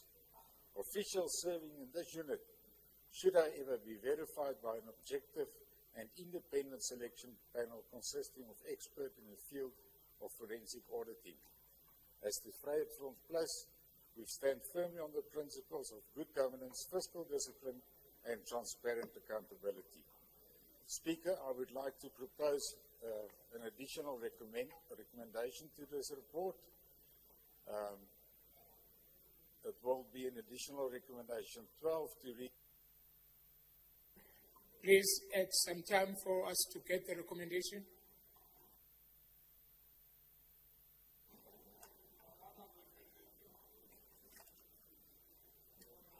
Thank you, Speaker. To add recommendation 12, which will read as follows, that a dedicated internal forensic unit be established under group audit and risk, whose members shall be verified by an independent selection panel consisting of experts in the field of forensic auditing. Proposed by myself, Councillor Meyer, and seconded by Councillor Nick Pascoe.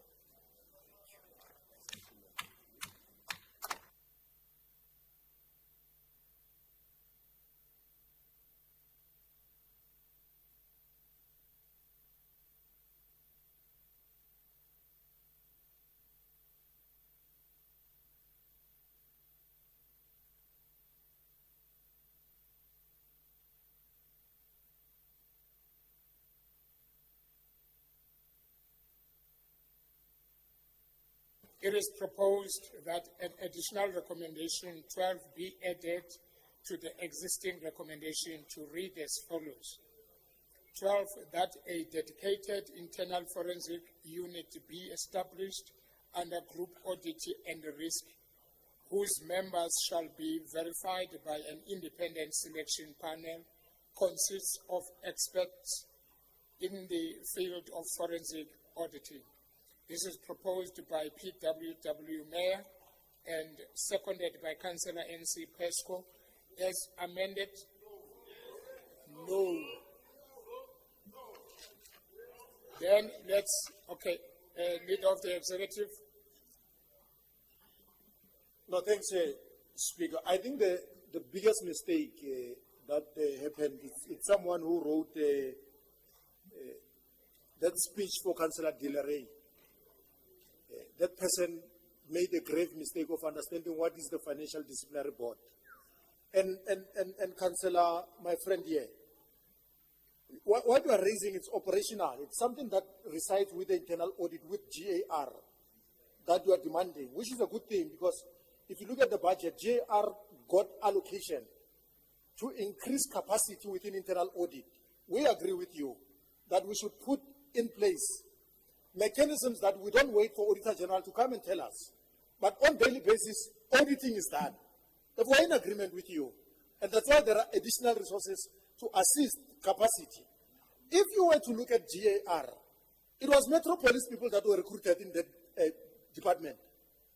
The initial establishment of the department, it was not experts, auditors that were recruited. It was Metropolis officers that were working there. But let's look at the history of the department and look at how we want to transform it. We have committed resources to recruit auditors, seasoned auditors. That won't be killed, by the way, like what we see in Ekurhuleni. But we want people that are going to work, put up credible audit reports, and say this is what you need to do on a daily basis if you want good financial controls. If that part is operational. But the Financial Disciplinary Board is prescribed. Who should serve in it? The APC person must be here. The head of legal must be here. CAE must be here. Somebody from National Treasury must be here. Therefore, that board is prescribed on how to deal with disciplinary matters. If you want to deal with disciplinary matters of your senior managers, and without this board, you are not going to do anything. Therefore, you can't complete consequence management without this board. National Treasury insists that you must have this financial disciplinary board. And it's prescribed who should be here. Look at the recommendations. Therefore, we can't be innovative on which names who should be here. It's prescribed. Already the head of legal is here. Chief audit executive, the head is here. Who else is here? APC person is here. Therefore, these are independent people that are considered to look at consequence management of senior managers. Therefore, what Councillor Dilare was raising, it's not necessarily what is contained in the report. This is mandatory and prescribed. They were not bringing any innovation. The mayor, we're just delegating in the recommendations on what to do, but it's prescribed. It's not about her to do any other thing. Therefore, let's consider what is in the recommendation. It's sufficient. Check on the financial disciplinary board. Then, at a little time. Okay, thank you. Councillor Mayor, I can't just pass. Do you have response on what the executive mayor is saying? Are you sticking with your recommendations or are you changing your mind? Speaker, I didn't hear what the executive mayor has said. I don't see her in the room. I don't know if I'm missing her. Sorry, Okay, no. the leader of the executive. Yes, I heard the leader of the executive. Speaker, no, I stand with my recommendation. I think we can add it. I've heard what Alderman Malaleka said, but I think we need a strong, he said we are going to appoint people under group audit and risk to do these forensic reports. I want that unit to be established, and that must be a professional unit verified by a panel. Okay. All right.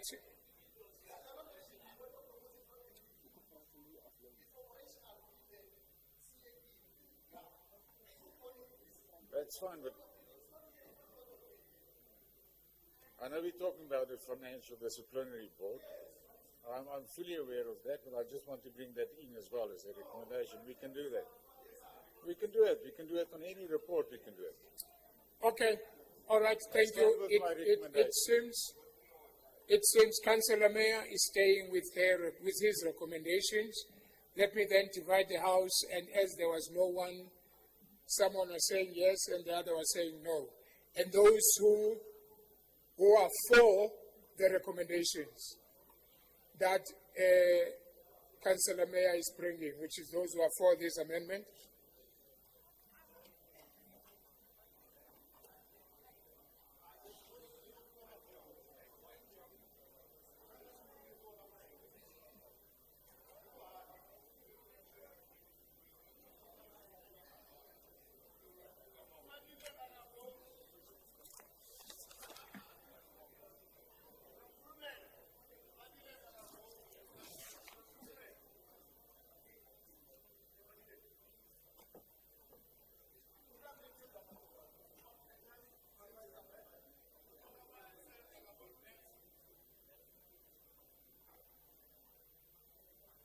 Please lower your hands. Those who are against.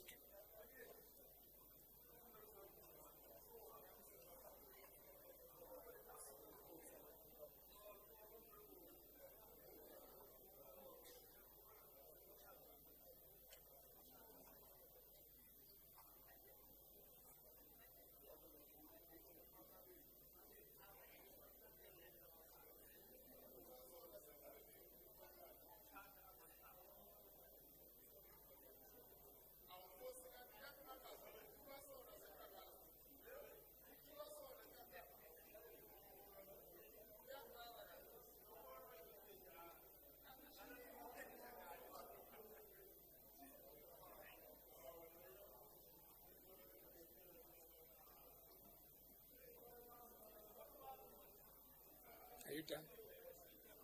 Please lower your hands. Those who are abstaining. There's none.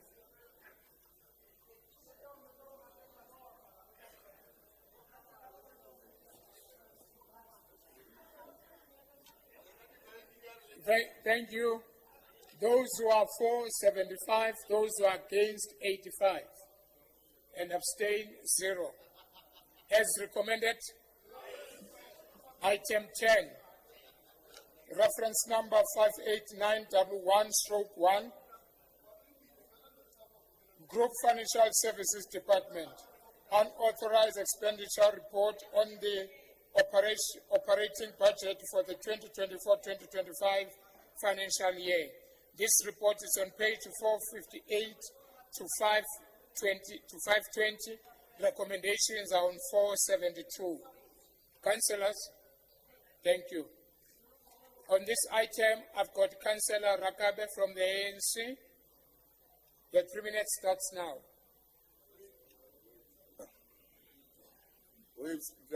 Thank you. Councillor Fossey from the DA.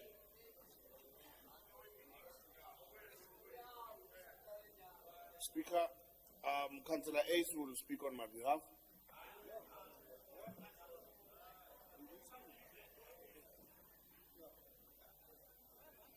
Thank you very much, Speaker. I'm going to say some complicated things. I really want MMC Maluleka to focus what I'm saying, because he is going to attack me and say it doesn't make sense, because it's a bit over his head. In any case, this report is trying to open up a financial year that has already closed. They are bringing 3 distinct things that they want to hide in a past financial year. The one is expenditure on water tankers and watchman services, where we know the Deputy Executive Mayor is benefiting. These invoices were received after the end of the financial year, after the allocated period. These are the invoices that are busy being investigated to see whether they actually had PO numbers to be paid. These are invoices where we also see that there may or may not have been payments taken in cash at Casino Galleries in the Moet. Now they want to declare these as unauthorized expenditure.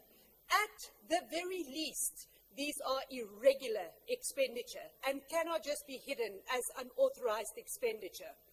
On top of that, we see a further cooking of the books that is being attempted by trying to bring the 3.5% increase into a past financial year so that this current financial year looks better and they do not have to account to their voters as to what is happening to the finances of the city, as it is collapsing, and we are already seeing a 1.6 billion rand in under collection year to date. It cannot be that we want to hide what is happening in the city. The DA will not support this report, and we will also be writing to the Auditor General and National Treasury for them to be aware of what the MMC of Finance, the Mayor, and the officials is trying to do. Thank you. Thank you very much.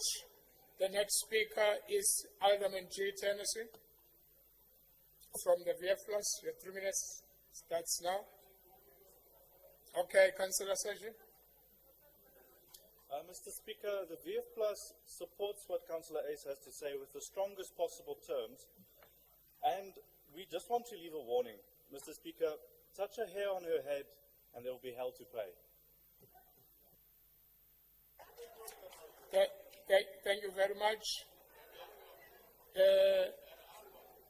The next speaker is Councillor Sofufato from the EFF. Waive as recommended. Oh, okay, leader of the executive. Yeah, Speaker, I think it will be remiss of us not to just give clarity on one line thing. It's not a skill for Councillor Ace. Finance is not necessarily a skill for her. And she told me that she did marketing. That's why she likes moving around. Her degree is in marketing. No, marketing, finance. No. It's not finance. You didn't do accounting. No, you didn't. Councillor Ace. Councillor Ace. Yeah. Then let's put a finance into test, Speaker, then the 3.5 that we're talking about is from 2021 to 2022. It was an agreement that was there. Therefore, it's contained in page 463 of the report. We are saying we are going to honor 3.5%, and we are putting 40 million that we are going to pay. It's going to be irregular. It's going to be classified into UIFWs. Councillor Ace. Speaker. Councillor Speaker. Ace. Speaker. The pain that is here, it is the gesture of the coalition government to honor and do what DA couldn't do. Pay workers. Yes. That is the pain. And we are taking this message to the elections. If you see blue, you see the hate on workers. That's the message that we are taking to them. Therefore, we must account in terms of GRAP standards. We must disclose on things that we're doing. This salary wage collective agreement, it is something that we're Just a second, Leader of the Executive. Councillor Ace, you know, when you opened your mouth earlier on, you said what you are going to say. The leader of the Executive will come busting on you. Now you are responding on him busting on you. Okay, give the point of information then. Thanks. It's me, Let's allow to give the point of information.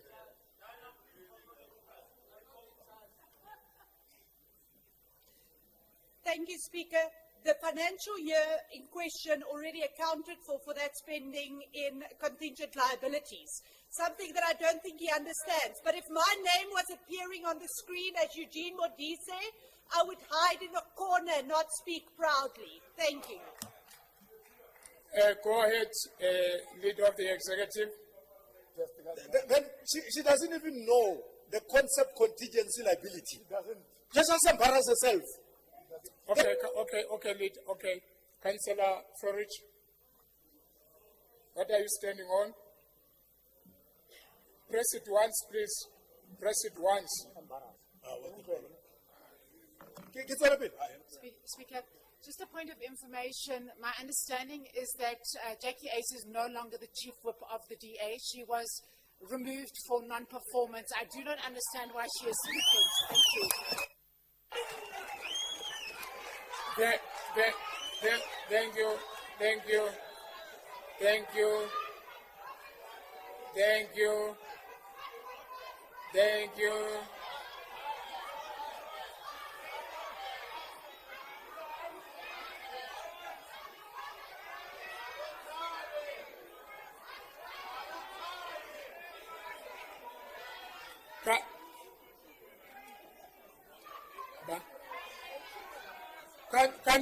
Councillor Ace.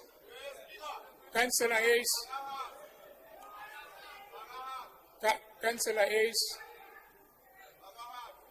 Can you please control the kids that are sitting there? Can you control those kids? Can they sit down? I'm talking to you in the Kalari. Can you control the kids? Can they sit where they're supposed to sit?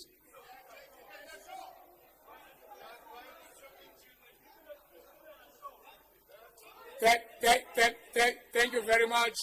This is what is going to happen. You do that, Councillor Ace. You do that again. The door is open.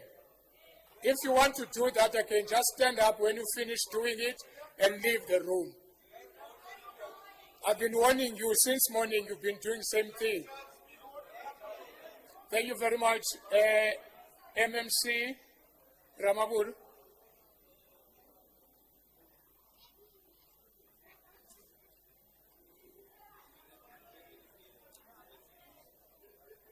Where are you sitting?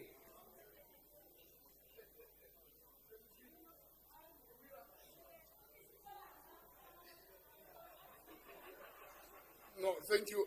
Point of order. I think we need to. It's just that I'm feeling for Honorable Jackie because I'm told that the kids are here.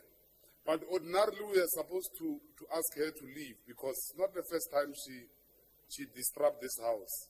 So she must say thanks to the little ones We don't want to do that. No. On the serious note, you must not be biased. She's screaming. At some point, I thought we were at some copy festival of Buddha Wars and whiskey or is brandy and coke. No. It's wrong. She can't behave like that. She can't. I understand the frustration of the removal, that she was removed. She was not. Okay, thank you, MMC. Councillors. So you must warn her. Section 37. We need to remove her if she continue. But I'm feeling for the little ones. Hello, I'm feeling for them. Yeah. Let me say this. Noted, Alderwoman. Let me say this. May I have your attention, Councillor Ace? Councillor Ace, let me have your attention.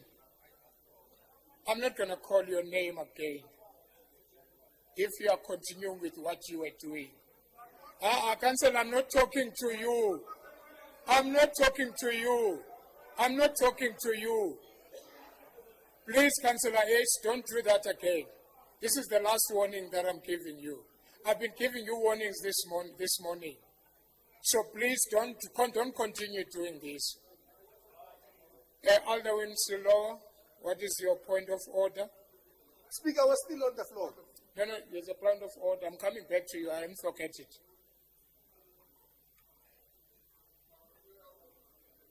Go ahead.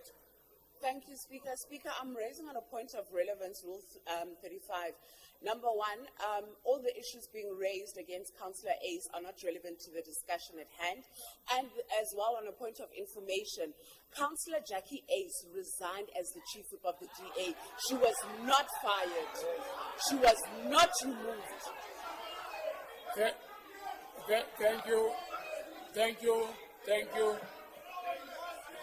Thank you. Thank you, councillors.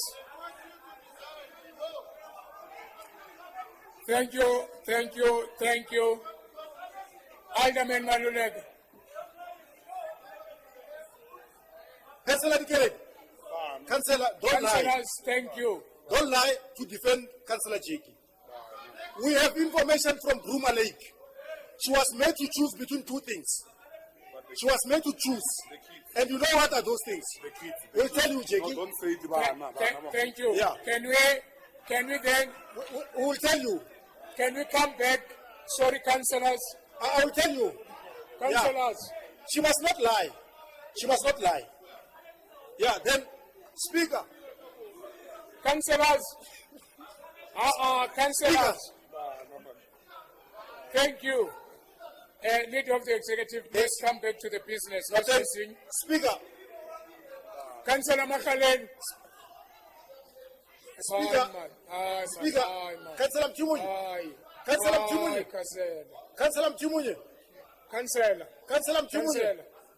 Councillor Mtimunye. Mtimunye. Ngaluthule. Mtimunye ra ba itse ka di-taxi. Ya ke tlhela wa wena o ne tso rasa rasa sona. Go ahead, Alderman. Mtimunye ra ba itse ka di-taxi. Ya ke tlhaloganyo gore wena o irang. Speaker. Councillor Dikele should not lie about the resignation. We are respecting the kids. She was given two options. She chose her preference out of those two things. I will tell her. Then, Speaker, we are debating the 4 billion rand. We are debating the 4 billion rand, and I was diverted by their attitude. There's a 2.5 billion rand that deals with cash and non-cash items, and they're categorized here. There's no any intention to hide anything here. All the items are here. I'm saying that the 2.5, all the departments, if you look at the pages, they explain in terms of their depreciation, amortization, asset under construction, and management of their activities. It's here, it's clearly spelled out. Therefore, she should not lie. We are contesting the lies and the substance of the draft standards and our intentions to account for every cent that is here in the city. Therefore, this one of marketing degree doesn't understand. She thinks that That impairment, it's a foreign thing. No, it's an accounting great standard that you must do. It's not necessarily somebody stole money or any other thing. We must account for everything that we are doing. Therefore, MMC for Finance has brought this report to us to understand in terms of what is it that is contained in these UIWFs, and we must report about them. Thank you. Thank you very much. We're on item 10.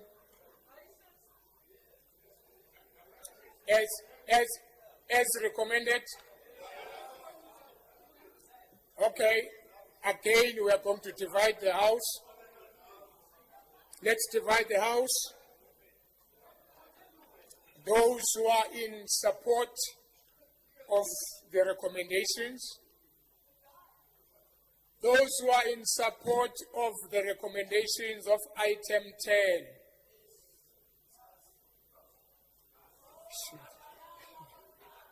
You forget that the report is yours.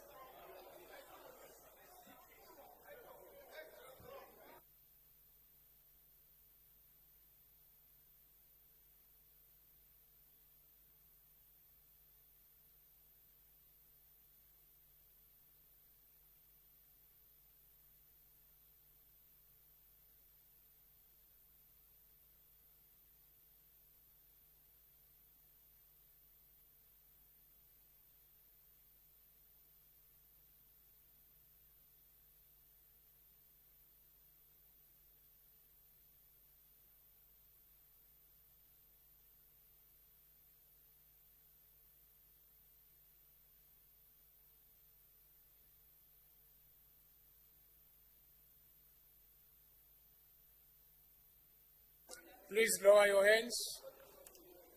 Those who are against.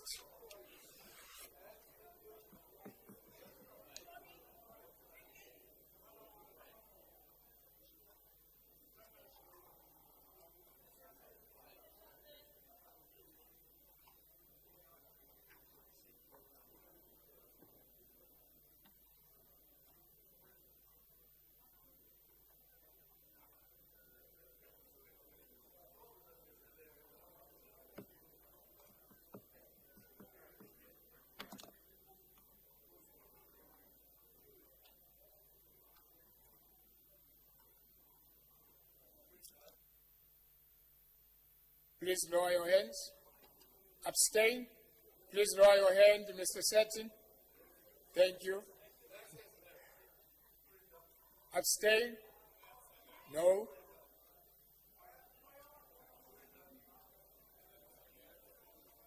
Which one?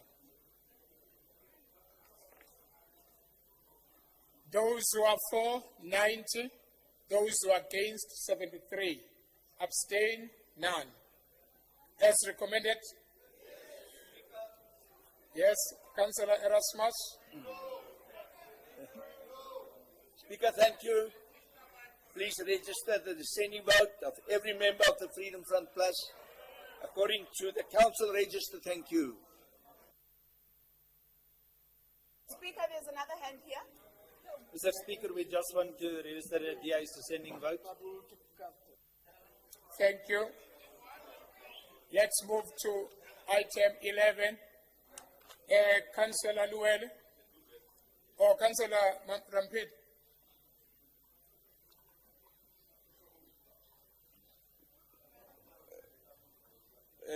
Speaker, thank you very much, man.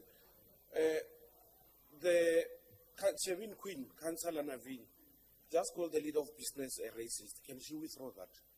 Thank you. Councillor who? That Chairman Queen, Navin Pillay. Soti. Are you saying Councillor Pillay? Yes. Councillor Pillay, did you call leader of the executive racist?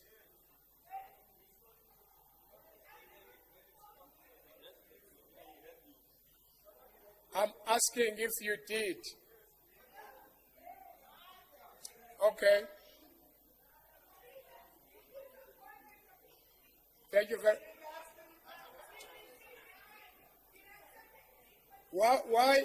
Why? Thank you so much, Councillor Pillay. Why, Councillor, you raise your hand with so much anger in it? Why? Why are you raising your hand with so much anger? Why are you so angry? What do you want to say? What are you standing on? Councillor Pillay. Councillor Pillay. Councillor, what are you raising your point for? Thank you. Let's move to item 11. Oh, Leader of the Executive. Jackie, what did I say that is racial? What did I say?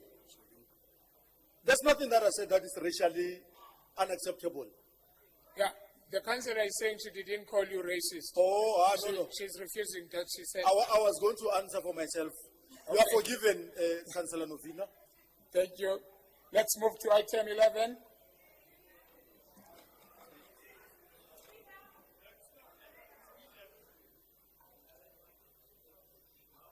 Group Financial Services Department, Local Government Municipal Finance Management Act 2003, Act 56 of 2003, in-year financial report, monthly and quarterly budget statement for the period ending 31st March 2026.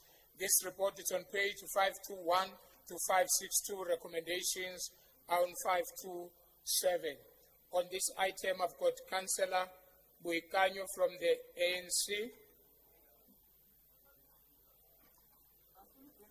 I waive, Speaker. Thank you. Councillor J. Ace from the DA.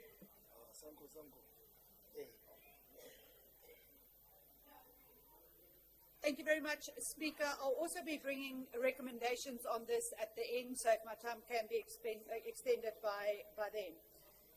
The DA has been consistently warning that this administration is flaunting around what they deem to be a funded budget.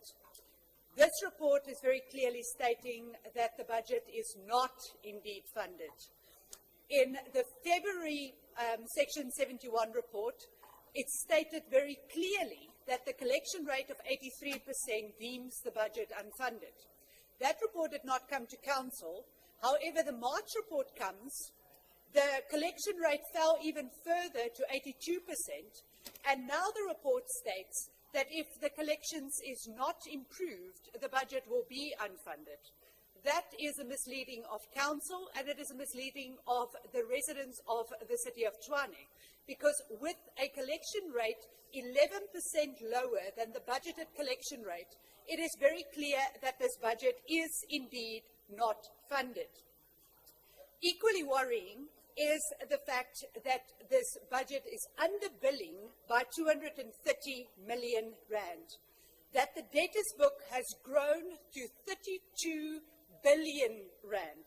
This is a growth of almost 10 billion rand since this government has taken over and written off debts. There's an under-collection year-to-date of 1.6 billion rand.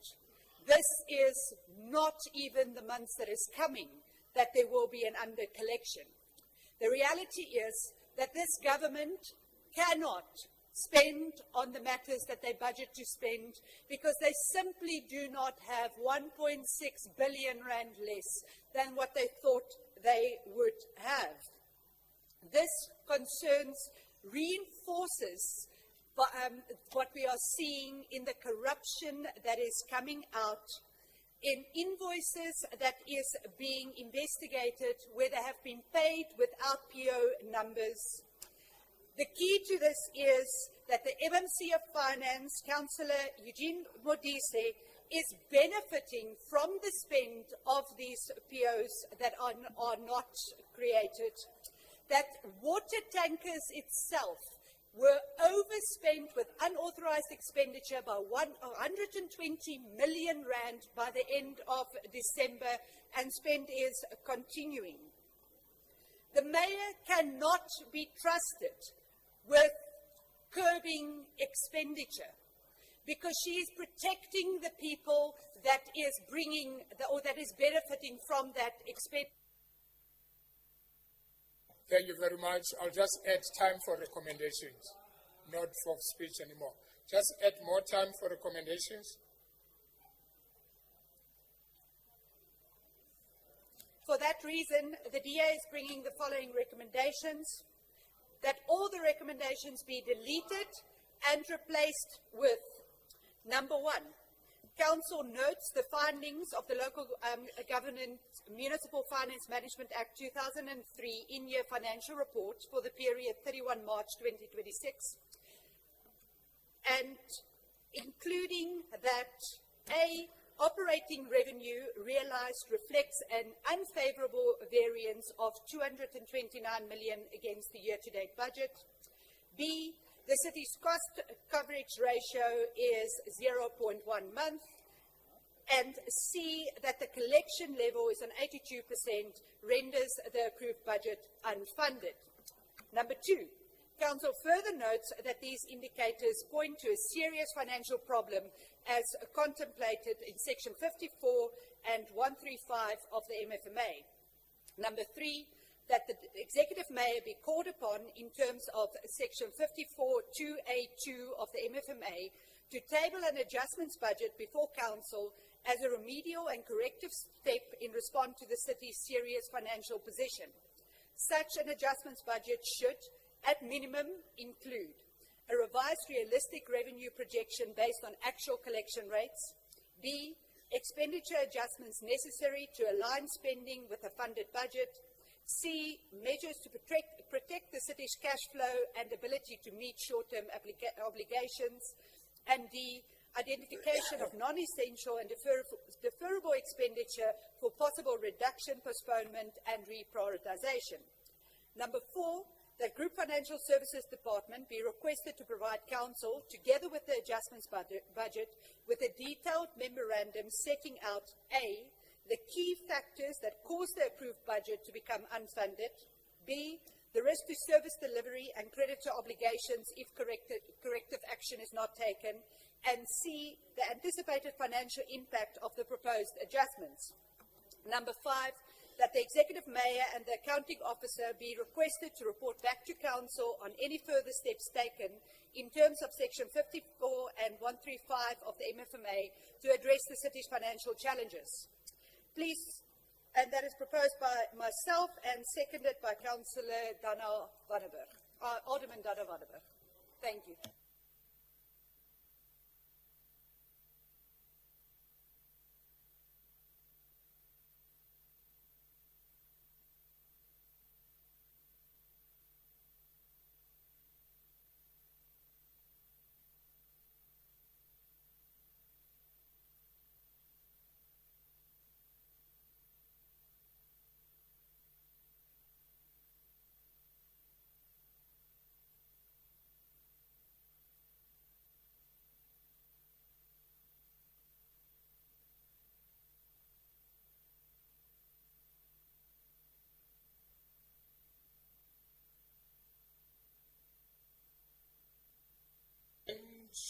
Be deleted and replaced with 1. Council note the findings of the Local Government Municipal Finance Management Act 2003, Act 56 of 2003, in-year financial report monthly budget statement for the period ending 31st March 2026. A operating revenue realized reflects an unfavorable variance of 229 million against the year-to-date budget. B, the city's cost coverage ratio is 0.1 month, and D, the collection level of 82% renders the approved budget unfunded. 2, Council further notes that these indicators point to a serious financial problem as contemplated in Section 54 and 135 of the MFMA. 3, the Executive Mayor be called upon in terms of Section 54(2)(a)(I) of the MFMA to table an adjustment budget before Council as remedial and corrective step in response to the city's serious financial positions. Such adjustment budget must, at a minimum, include A, revised and realistic revenue projections based on actual collection trends. B, expenditure adjustment necessary to align spending with the funded budget. C, measure to protect the city's cash flow and ability to meet short-term obligations. D, identification of non-essential or deferrable expenditure for possible reduction, postponement of reprioritization. The Group Finance Services Department be requested to provide Council, together with the adjustment budget, with a detailed memorandum setting out A, the key factors that cause the approved budget to become unfunded. B, the risk of service delivery and creditor obligations if corrective action is not taken. And C, the anticipated finance impact of the proposed adjustments.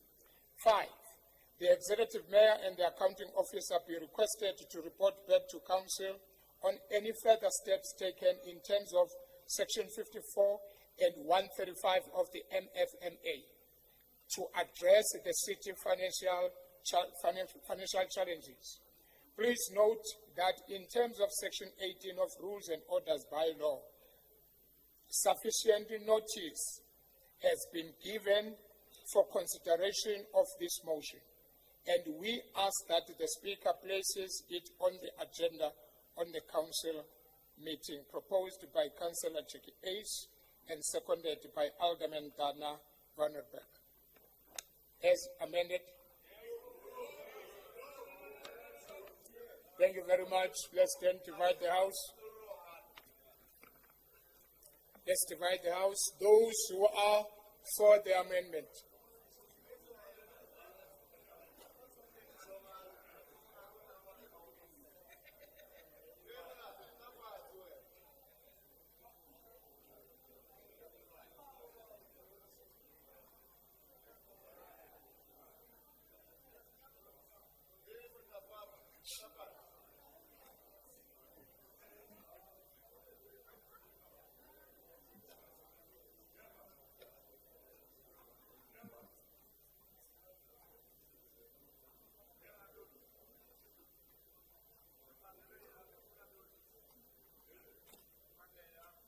Please lower your hands. Those who are against.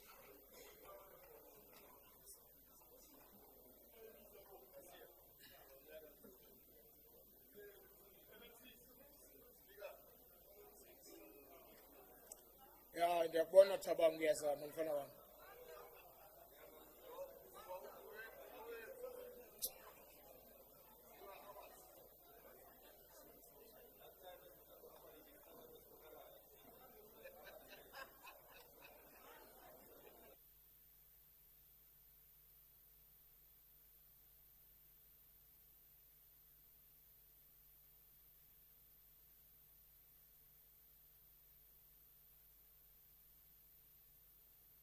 Please sit down, Councillor, so that you don't hide other people behind you.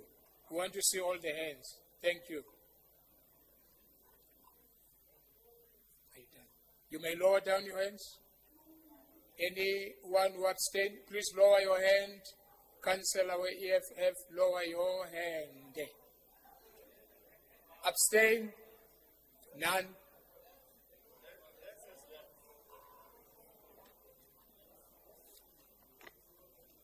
Those who are for, 78. Those who are against, 91. Abstain, 0. As recommended.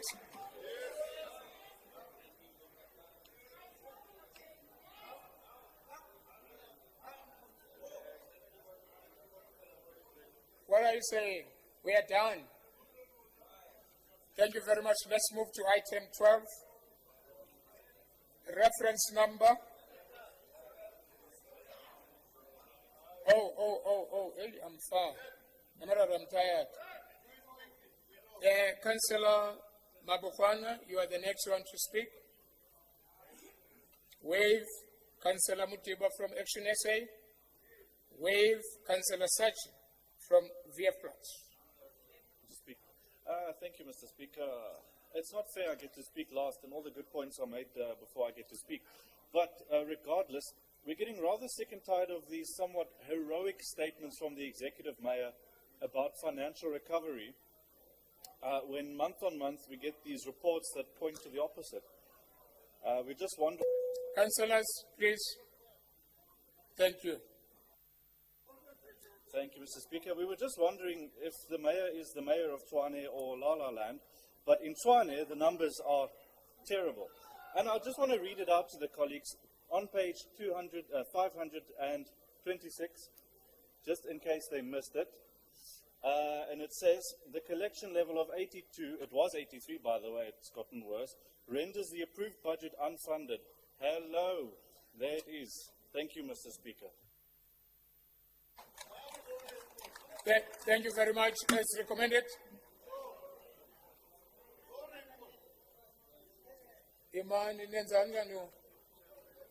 As recommended.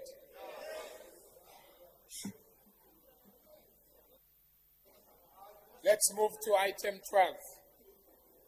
City Strategy and Organizational Performance Department, Local Government Municipal Finance Management Act 2003, Act 56 of 2003, Section 52D, Quarter 3 Report on Implementation of the Service Delivery and Budget Implementation Plan. This report is on page 563 to 823. Recommendations are on 586. On this item, I've got Councillor Mazibuko, ANC, Wave, Councillor Mabena from the DATW,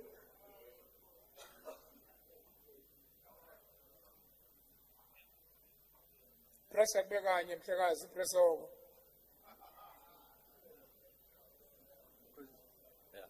Councillor, Speaker, what has happened here? Bafake igama lami item ngero.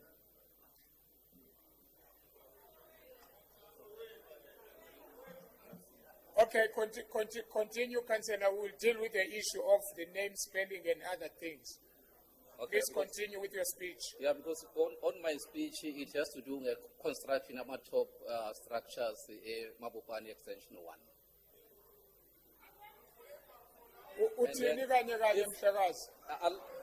That said, Speaker, hey, gentlemen, wait.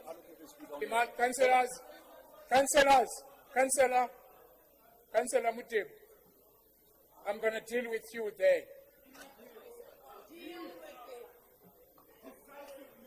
Thank you so much. What are you saying, Councillor Mabena? Councillor, it's in continuing alene, it is at my figure, then is I would say Lungsi. And then all I need to do is to bring Umlaiza Omnandi for about to be Mabopane Extension 1, because MMC Umaluleka Uwaletala Iland Rock Project. Zoba help and gets into is Zoba Tineli 1,556. And the Galo comment and Tabeno okay to Babaswa. It in Natis of Bantuagaseve, a costepule, Lobrotonatis of Jinga. Unzimaleka, whatever, Nawasropi, Besnamata will pay king, all of those things. Marasianga. Thank you very much. Thank you very much. Thank you. Okay. Councillor Ramabud. No, Speaker. Thank you, councillors. Thank you. Speaker, the previous speaker wanted to speak on the report that is not relevant. Earlier on, Councillor Debbie was on the platform, and you were quick to call her into order. That speaker was very irrelevant, and you allowed him to continue. Why? You know, you raised your hand when I was about to tell him that the report that he's speaking on is not the one that we are dealing with. But I had to attend you because you called me with your hand up. So if you have waited for me, you would know what I would say. Thank you so much. And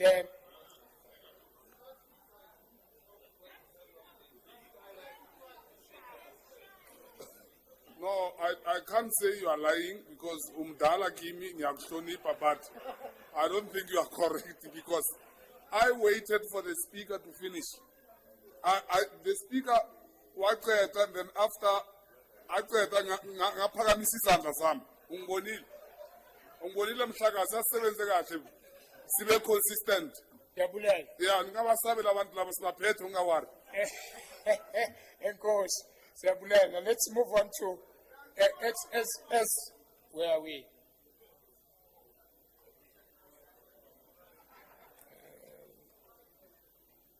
Okay, Councillor Bobokhana from the EFF, we're on item 12. Wave, Councillor Florich, Action SA. Wave, Councillor Peskov, VF Plus. Speaker, this report is not a record of service delivery. It's an autopsy of accountability. Beyond chronic underperformance, we are witnessing a collapse of data integrity bordering on fraudulent. When the Chief of Emergency Services on page 528, I say again 582, must publicly state that the tables in this report is not a true reflection of reality, the document loses the illegal standing. With audit warnings screaming that the data is loaded without verification, this is a calculated attempt to mislead council. However, the most blinding red light, flashing red light, is from Human Settlements Department. Paragraph 519 on page 583, and I quote, "Due to systems limitations, it is proposed that these indicators, title deeds, service sites, and informal settlement upgrades be moved to the 2028 and 2029 financial year, when the necessary systems integration with the Provincial Department of Human Settlement is expected to be finalized." Close quote. Speaker, that is 3 years of darkness. This coalition is asking for a 3-year get out of jail card while our people wait in the cold. The claim systems limitations to stop reporting on this core mandate is a confession of system failure. You are hiding behind 2029 because you cannot face the failure of 2026. You are gambling with the USDG growth and the lives of the vulnerable from formalized and accountability gap. Stop the data manipulation. Stop deferrals. Stop the blame and start to work. I thank you. Thank you very much, Leader of the Executive.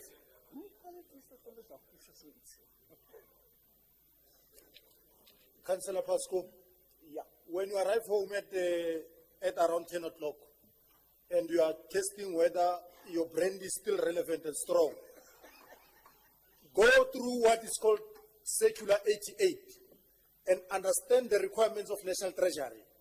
If we put up a service stand, they don't consider it as work done in terms of the measures of KPIs. They are saying you must also put a top structure. You must build a road. You must have all the services installed. When you give people houses, you must have issued a title deed. Therefore, our argument here is that National Treasury, revise your standards so that when we report, we are in line and in sync. It won't happen overnight. That's why we're giving them time, because if we are saying we have given out 2,000 service stands, you can't account that they are complete. That's what Circular 88 is demanding. But I forgive you because of you are a Christian and you moved from the DA because of they were screaming at you. You found a place where you are screaming in FF Plus. Read what National Treasury says. I need to understand. Thank you very much. As recommended, let's move to item 13. Reference number 72418/1. Group Human Capital Management Department request for approval of further implement National Treasury reforms for energy and electricity and water and sanitation trading services. Businesses units and advertisement of the proposed new business unit head position. This report is on page 824 to 889. Recommendations are on 832. On this one, I've got Councillor Tema from the ANC, Councillor Fosi from TA. Thank you very much, Speaker. Let me address this document that is, quite frankly, an insult to the intelligence of this council and a dereliction of administrative duty. What we have before us is not a comprehensive report. It is a hollow shell riddled with convenient omissions and glaring inconsistencies that suggest either gross incompetence or a deliberate attempt to subvert the transparency. Let me speak on point one, the COPTA oversight and circular 10, Speaker. First, let us address the missing heart of this report. This administration has failed to include critical annexures from COPTA regarding the city manager's span of control on staff regulation. This is not a minor clerical error. It is a fundamental failure to provide the legal and structural context required for us to govern. Furthermore, there is a deafening silence regarding Circular 10. As we know, COPTA Minister has granted specific exemptions to prioritize National Treasury trading services reforms. By omitting these details, this report effectively ignores the very guidelines that is meant to modernize our city's financial and operational health. Are we operating in a vacuum, or is it administration simply choosing which national directives it feels like following today? Let me get to the engineering of the CADA appointment. Perhaps the most unmatched failure lies in the blatant inconsistencies of requirements of our business unit heads. If one compares the advertisement for the head of water business unit against the requirements of the electricity business unit, the discrepancy is not just wide, it is suspicious. Why are we moving the goalpost when requirements are diluted or shifted without justification? It is clear indication that the process is being readied for a specific individual rather than most qualified candidate. Let us call it what it is, a move towards a CADA deployment. This council must demand that the advertisements remain consistent, professional, shielded from political engineering, and we need expert, not placeholders. Finally, let us talk about technical integrity. National Treasury is very explicit. Applicants for these senior technical roles should be registered with the Engineering Council of South Africa. Yet this report fails to honor and anchor the recruitment process in the professional standards. By ignoring the extra registration requirement, we are inviting lower standards of oversight for most of the critical infrastructure. We are entrusted within the city of water lights. We cannot leave those portfolios in the hands of people who do not meet national benchmarks. I want you to sponsor a recommendation and lobby this House on these recommendations, Speaker. To replace, no, but you know nothing about this, that's why. Please, councillors, please continue. Councillors, please continue, Councillor Foss.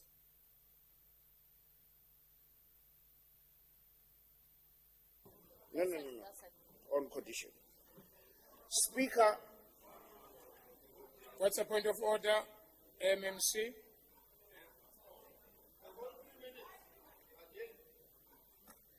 I just want to understand, Speaker, how is this issue of time working? Because... What are you standing on, MMC? On a point of order, Rule 38. The honorable member there was on the platform. And when, I don't know what was happening, but the 3 minutes was done. No, it was not. No, it was. It You was saw not. it there. It was It not. was done. And it's was not for not. the first time. You're not the timekeeper of this house. It's You are not. not. No, look what he's doing. Look at him. Look at him, I can Sagas. speak for myself. Look at him, what he's doing. Look at the behavior. Just look at the behavior of the former MMC. Just look at him. Look at him. Look at him. Okay, continue. And this is what we are subjected to. And we must be sympathetic and add time to such a behavior. No. You don't have to be Thank sympathetic. you I very think much. next time you must think again. We are in government, Sagas. Thank you. These people can't bully us like this. Thank you. Look at him. He's starting. Okay, thank you so much, MMC. Thank you. Councillor Fosi, Thank you please very finish much. up your recommendations. 100%. Speaker, this is very serious. If people took this, they really need to take this to consideration. This is not just a report about a road that needs to be created somewhere. Let me finish. Speaker. Can we get the recommendations, please? Yes. Please go to the recommendations. Yes. Councillor. The first is that the Democratic Alliance will support this report on the basis of the following recommendation. It is recommended that the advertisement on the water and sanitation business unit head position be amended to align with the requirement of the National Treasury to ensure consistency with the applicable reform directives. That's number one. The second is that we recommend that the minimum experience requirements for water and sanitation business unit, that is the same as the electricity business unit position, be updated to reflect the 12 years relevant experience with 5 years that should be in senior management level. 3, it should be noted that the report does not include annexures that addressing staff regulations and span of control from the city manager. It is recommended again that an annexure be included in the report outlining the exemption from staff regulations as granted by the COCTAB Minister with specific reference to prioritization of National Treasury trade and services reforms. 5, it is recommended that National Treasury guidelines on the appointment of business unit heads be incorporated into the report to ensure that councillors are adequately informed of the reform requirements. Lastly, it is recommended that the requirements for registration of the Engineering Council of South Africa in line with the National Treasury requirements for engineers be clearly included. We are not putting these positions for cadres.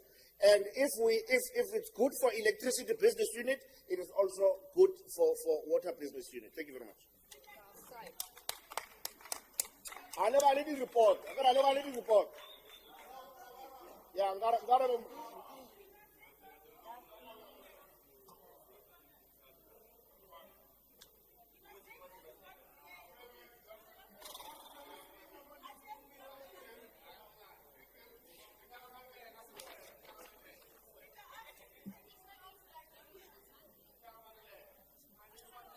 Thank you. The recommendations to replace the current recommendation with 1, it is recommended that the advertisement for the water and sanitation business unit head position be amended to align with the requirements of the National Treasury and to ensure consistency with the applicable reform directives. 2, it is recommended that the minimum experience requirements for the water and sanitation business unit head position be updated to reflect 12 years of relevant experience, of which at least 5 years should be at a senior management level. 3, it is noted that the report does not include an annexure addressing the staff regulations and the span of control of the city manager. 4, it is recommended that an annexure be included in the report outlining the exemption from the staff regulation as granted by the COCTA Minister with specific references to the prioritization of the National Treasury trading service reform. 5, it is recommended that the National Treasury guidelines on the appointment of the business unit head be incorporated into the report to ensure that councillors are adequately informed on the reform requirements. 6, it is recommended that the requirements for the registration with the Engineering Council of South Africa, in line with the National Treasury requirements for engineers, be clearly included. Proposed by Councillor Temba Fosi, seconded by Councillor Katlego Makhaleni. As amended, okay, thank you very much. There is a no and a yes. You know what we need to do. Let's divide. Those who are for, okay, all right, go ahead, leader of the executive. No, thanks, Speaker. That's a good attempt, Councillor Foss. We're not looking for a group head of the department. No. I want you to listen. I agree you made a good attempt. And the English and the twang were very good. But then let's engage on the substance. Councillor Fosi and councillors, please. Councillor Zine, thank you. Then let's engage, Councillor Fosi. You are making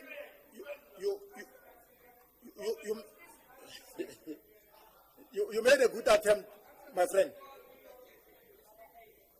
Then your assumption is that we are looking for a leader of the unit.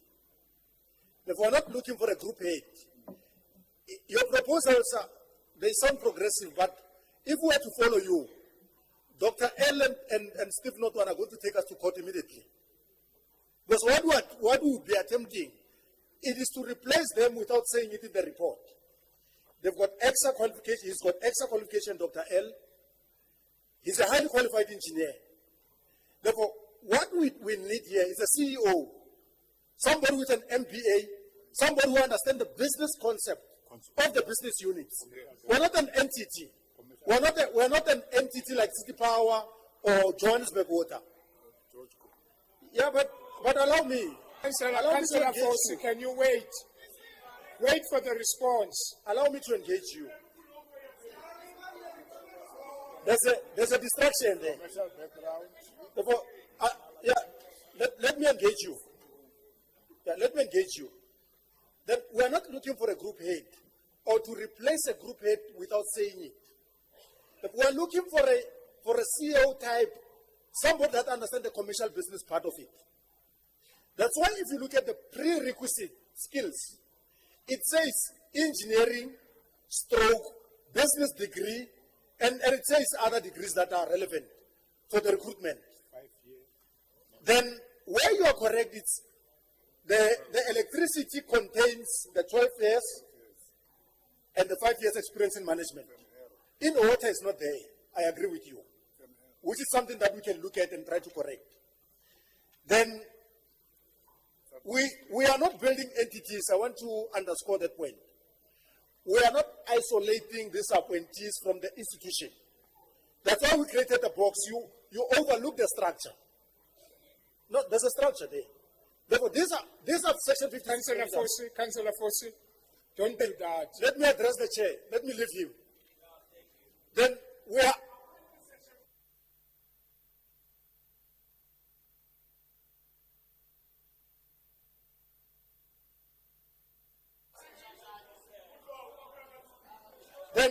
Then Speaker, what we need to do and what Councillor Fosi forgets is that COPTA came to us in National Treasury.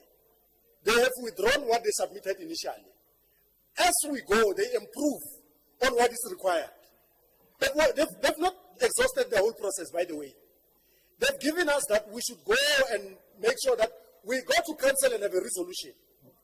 But last 2 weeks, they gave us a new circular, which is different from what we got initially when we came to council. No, but you don't listen. Councillor Fosi. But you don't listen. I want to say to Councillor Fosi, the extra requirement is going to say it's a trap that we are setting ourselves for litigation. Therefore, what we need to do here is that already we are requiring that This person must run commercial aspects. There's already a group head, by the way, that is going to report to the head of the business unit. That has this requirement. Therefore, anything that is against, remember this council resolution, we're going to submit it to National Treasury and COGTA. If there are deficiencies, we'll come back to council. But I agree with Councillor Fosi on one point, that we've missed the issue on the experience of the 12 years and 5 years on water, which is against what it should be contained. We should agree on how we are correcting it. We can put that one recommendation. I agree. Thank you, Chair. Thank you very much. And let's deal with this recommendation. Why are you coming back, sir? Why are you raising your hand? We are dealing with your recommendation here. Point of information. Yeah, no, we're not going to withdraw because this is above your depth, so it's okay. Speaker, there's one thing that Councillor Madulega is misleading us on. The first is that whilst we understand that the COGTA minister has given the exemption for all municipalities to prioritize the trading services reforms, where is that document that speaks to that? Because when you send out a report like this, it's naked. It doesn't say anything to us. Whether it is true that we've got there's certain guidelines from the National Treasury that we need to follow. The second part is that we all know that via COGTA, the city managers got 7 span of control that people that are supposed to report to the city manager. At this point in time, it's going to be 9 if you add these 2. Further to that is that we are still going to go on another National Treasury reforms on waste, which is going to be 11. I'm giving, this is point of information. I'm not. No, but Speaker, it is not the city's discretion. It's not the city's discretion. It's the National Treasury guidelines that speak to EXA. You can ask that. It's not going to pass National Treasury over my dead body, I tell you. Thank you very much. Not going to pass for National Treasury, I'm telling you. But we'll be wasting time. We need to exercise. Councillor Fosi. Maleng, thank you. That's fine. Thank you very much. On the report, there's nothing. Councillor Fosi. Councillor Fosi. Councillor Fosi. Councillor Fosi. Let's deal with the recommendations, please. Thank you. Thank you very much. As amended, let's divide then the House. Those who are in favor,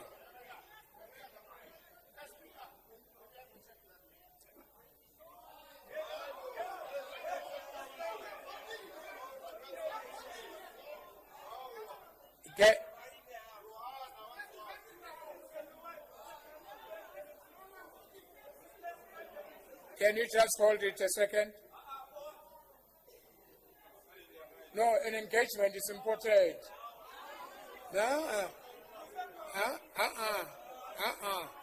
An engagement is important. It's important. Let's get the right results.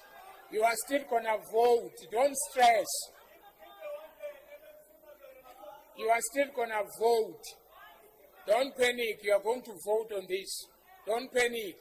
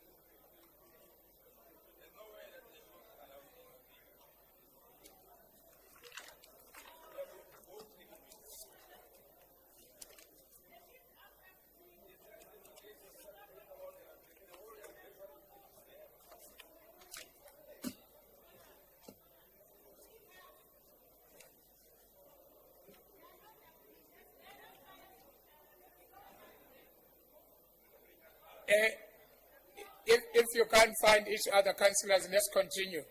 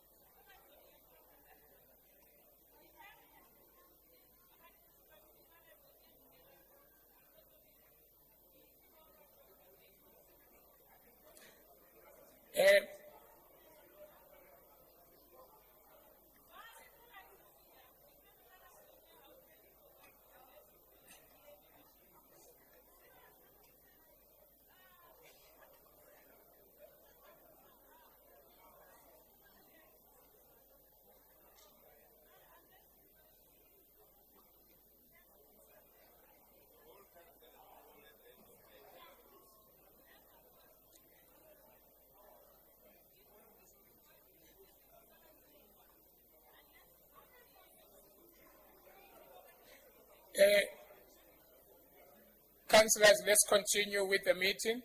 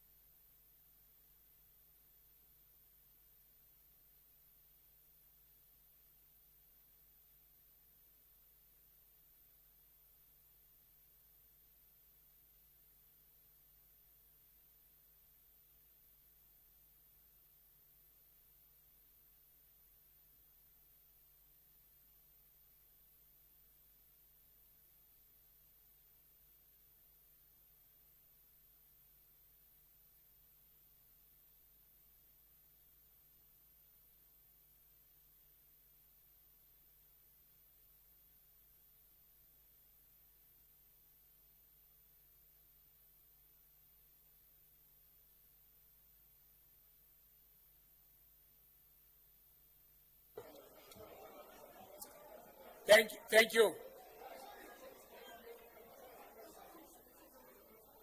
Thank you very much.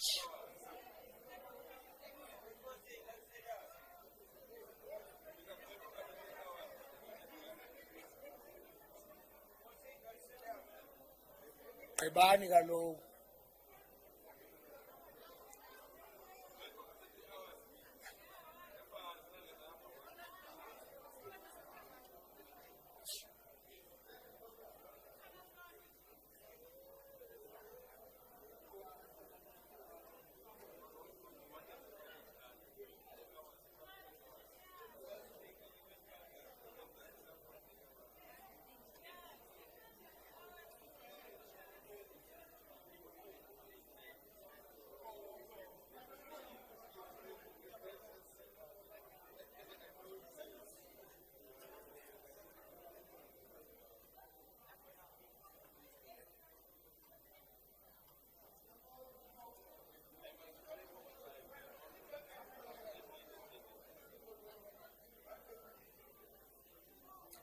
Thank you very much.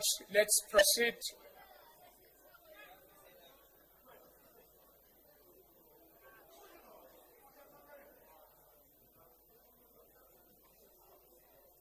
Alderman Malulega, you are fine now.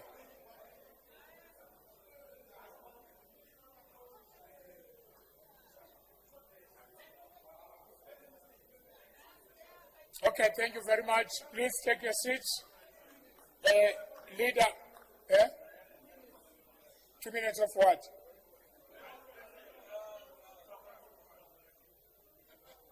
Alderman Malulega. Alderman Malulega. Nithini ngoku? Yeah, Speaker, we are taking recommendation 1 and 2. They are talking about the 12 years and the 5 years. Therefore, we are agreeing that it's omitted, it's not contained. Okay.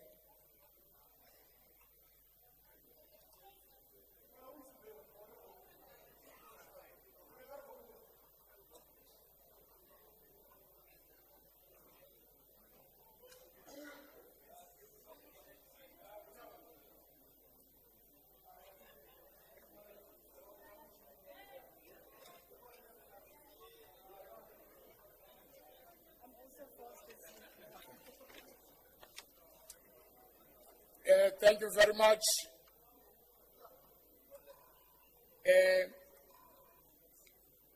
In other words, on the recommendations that were raised by Councillor Fosi, item 3, 4, 5, and 6, we are no longer dealing with. 1 and 2, that's the one that we are dealing with, which I believe that we all agree on it. I'm going to do that.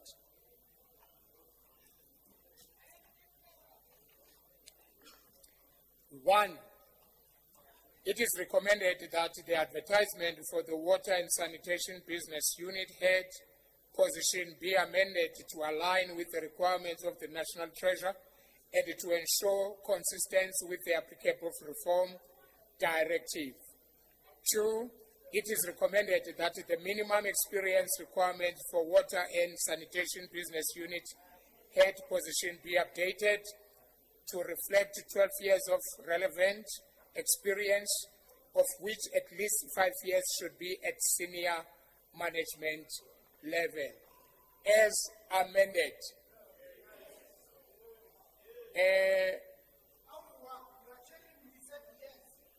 The problem yakho yintoni ke ngoku? I-problem yakho yintoni? I-problem yakho yintoni? Ndiconsult abani? Masundelela. Sundelela makhaleni. Sundelela, to be honest. Sundelela. Musukundelela. Andikothusela ndisukusundelela ka. Ndikothusela ngantoni? Intoni engakothusela ngayo wena? Don't do that, man. Thank you very much. Then that comes to an end of our meeting for today. Listen.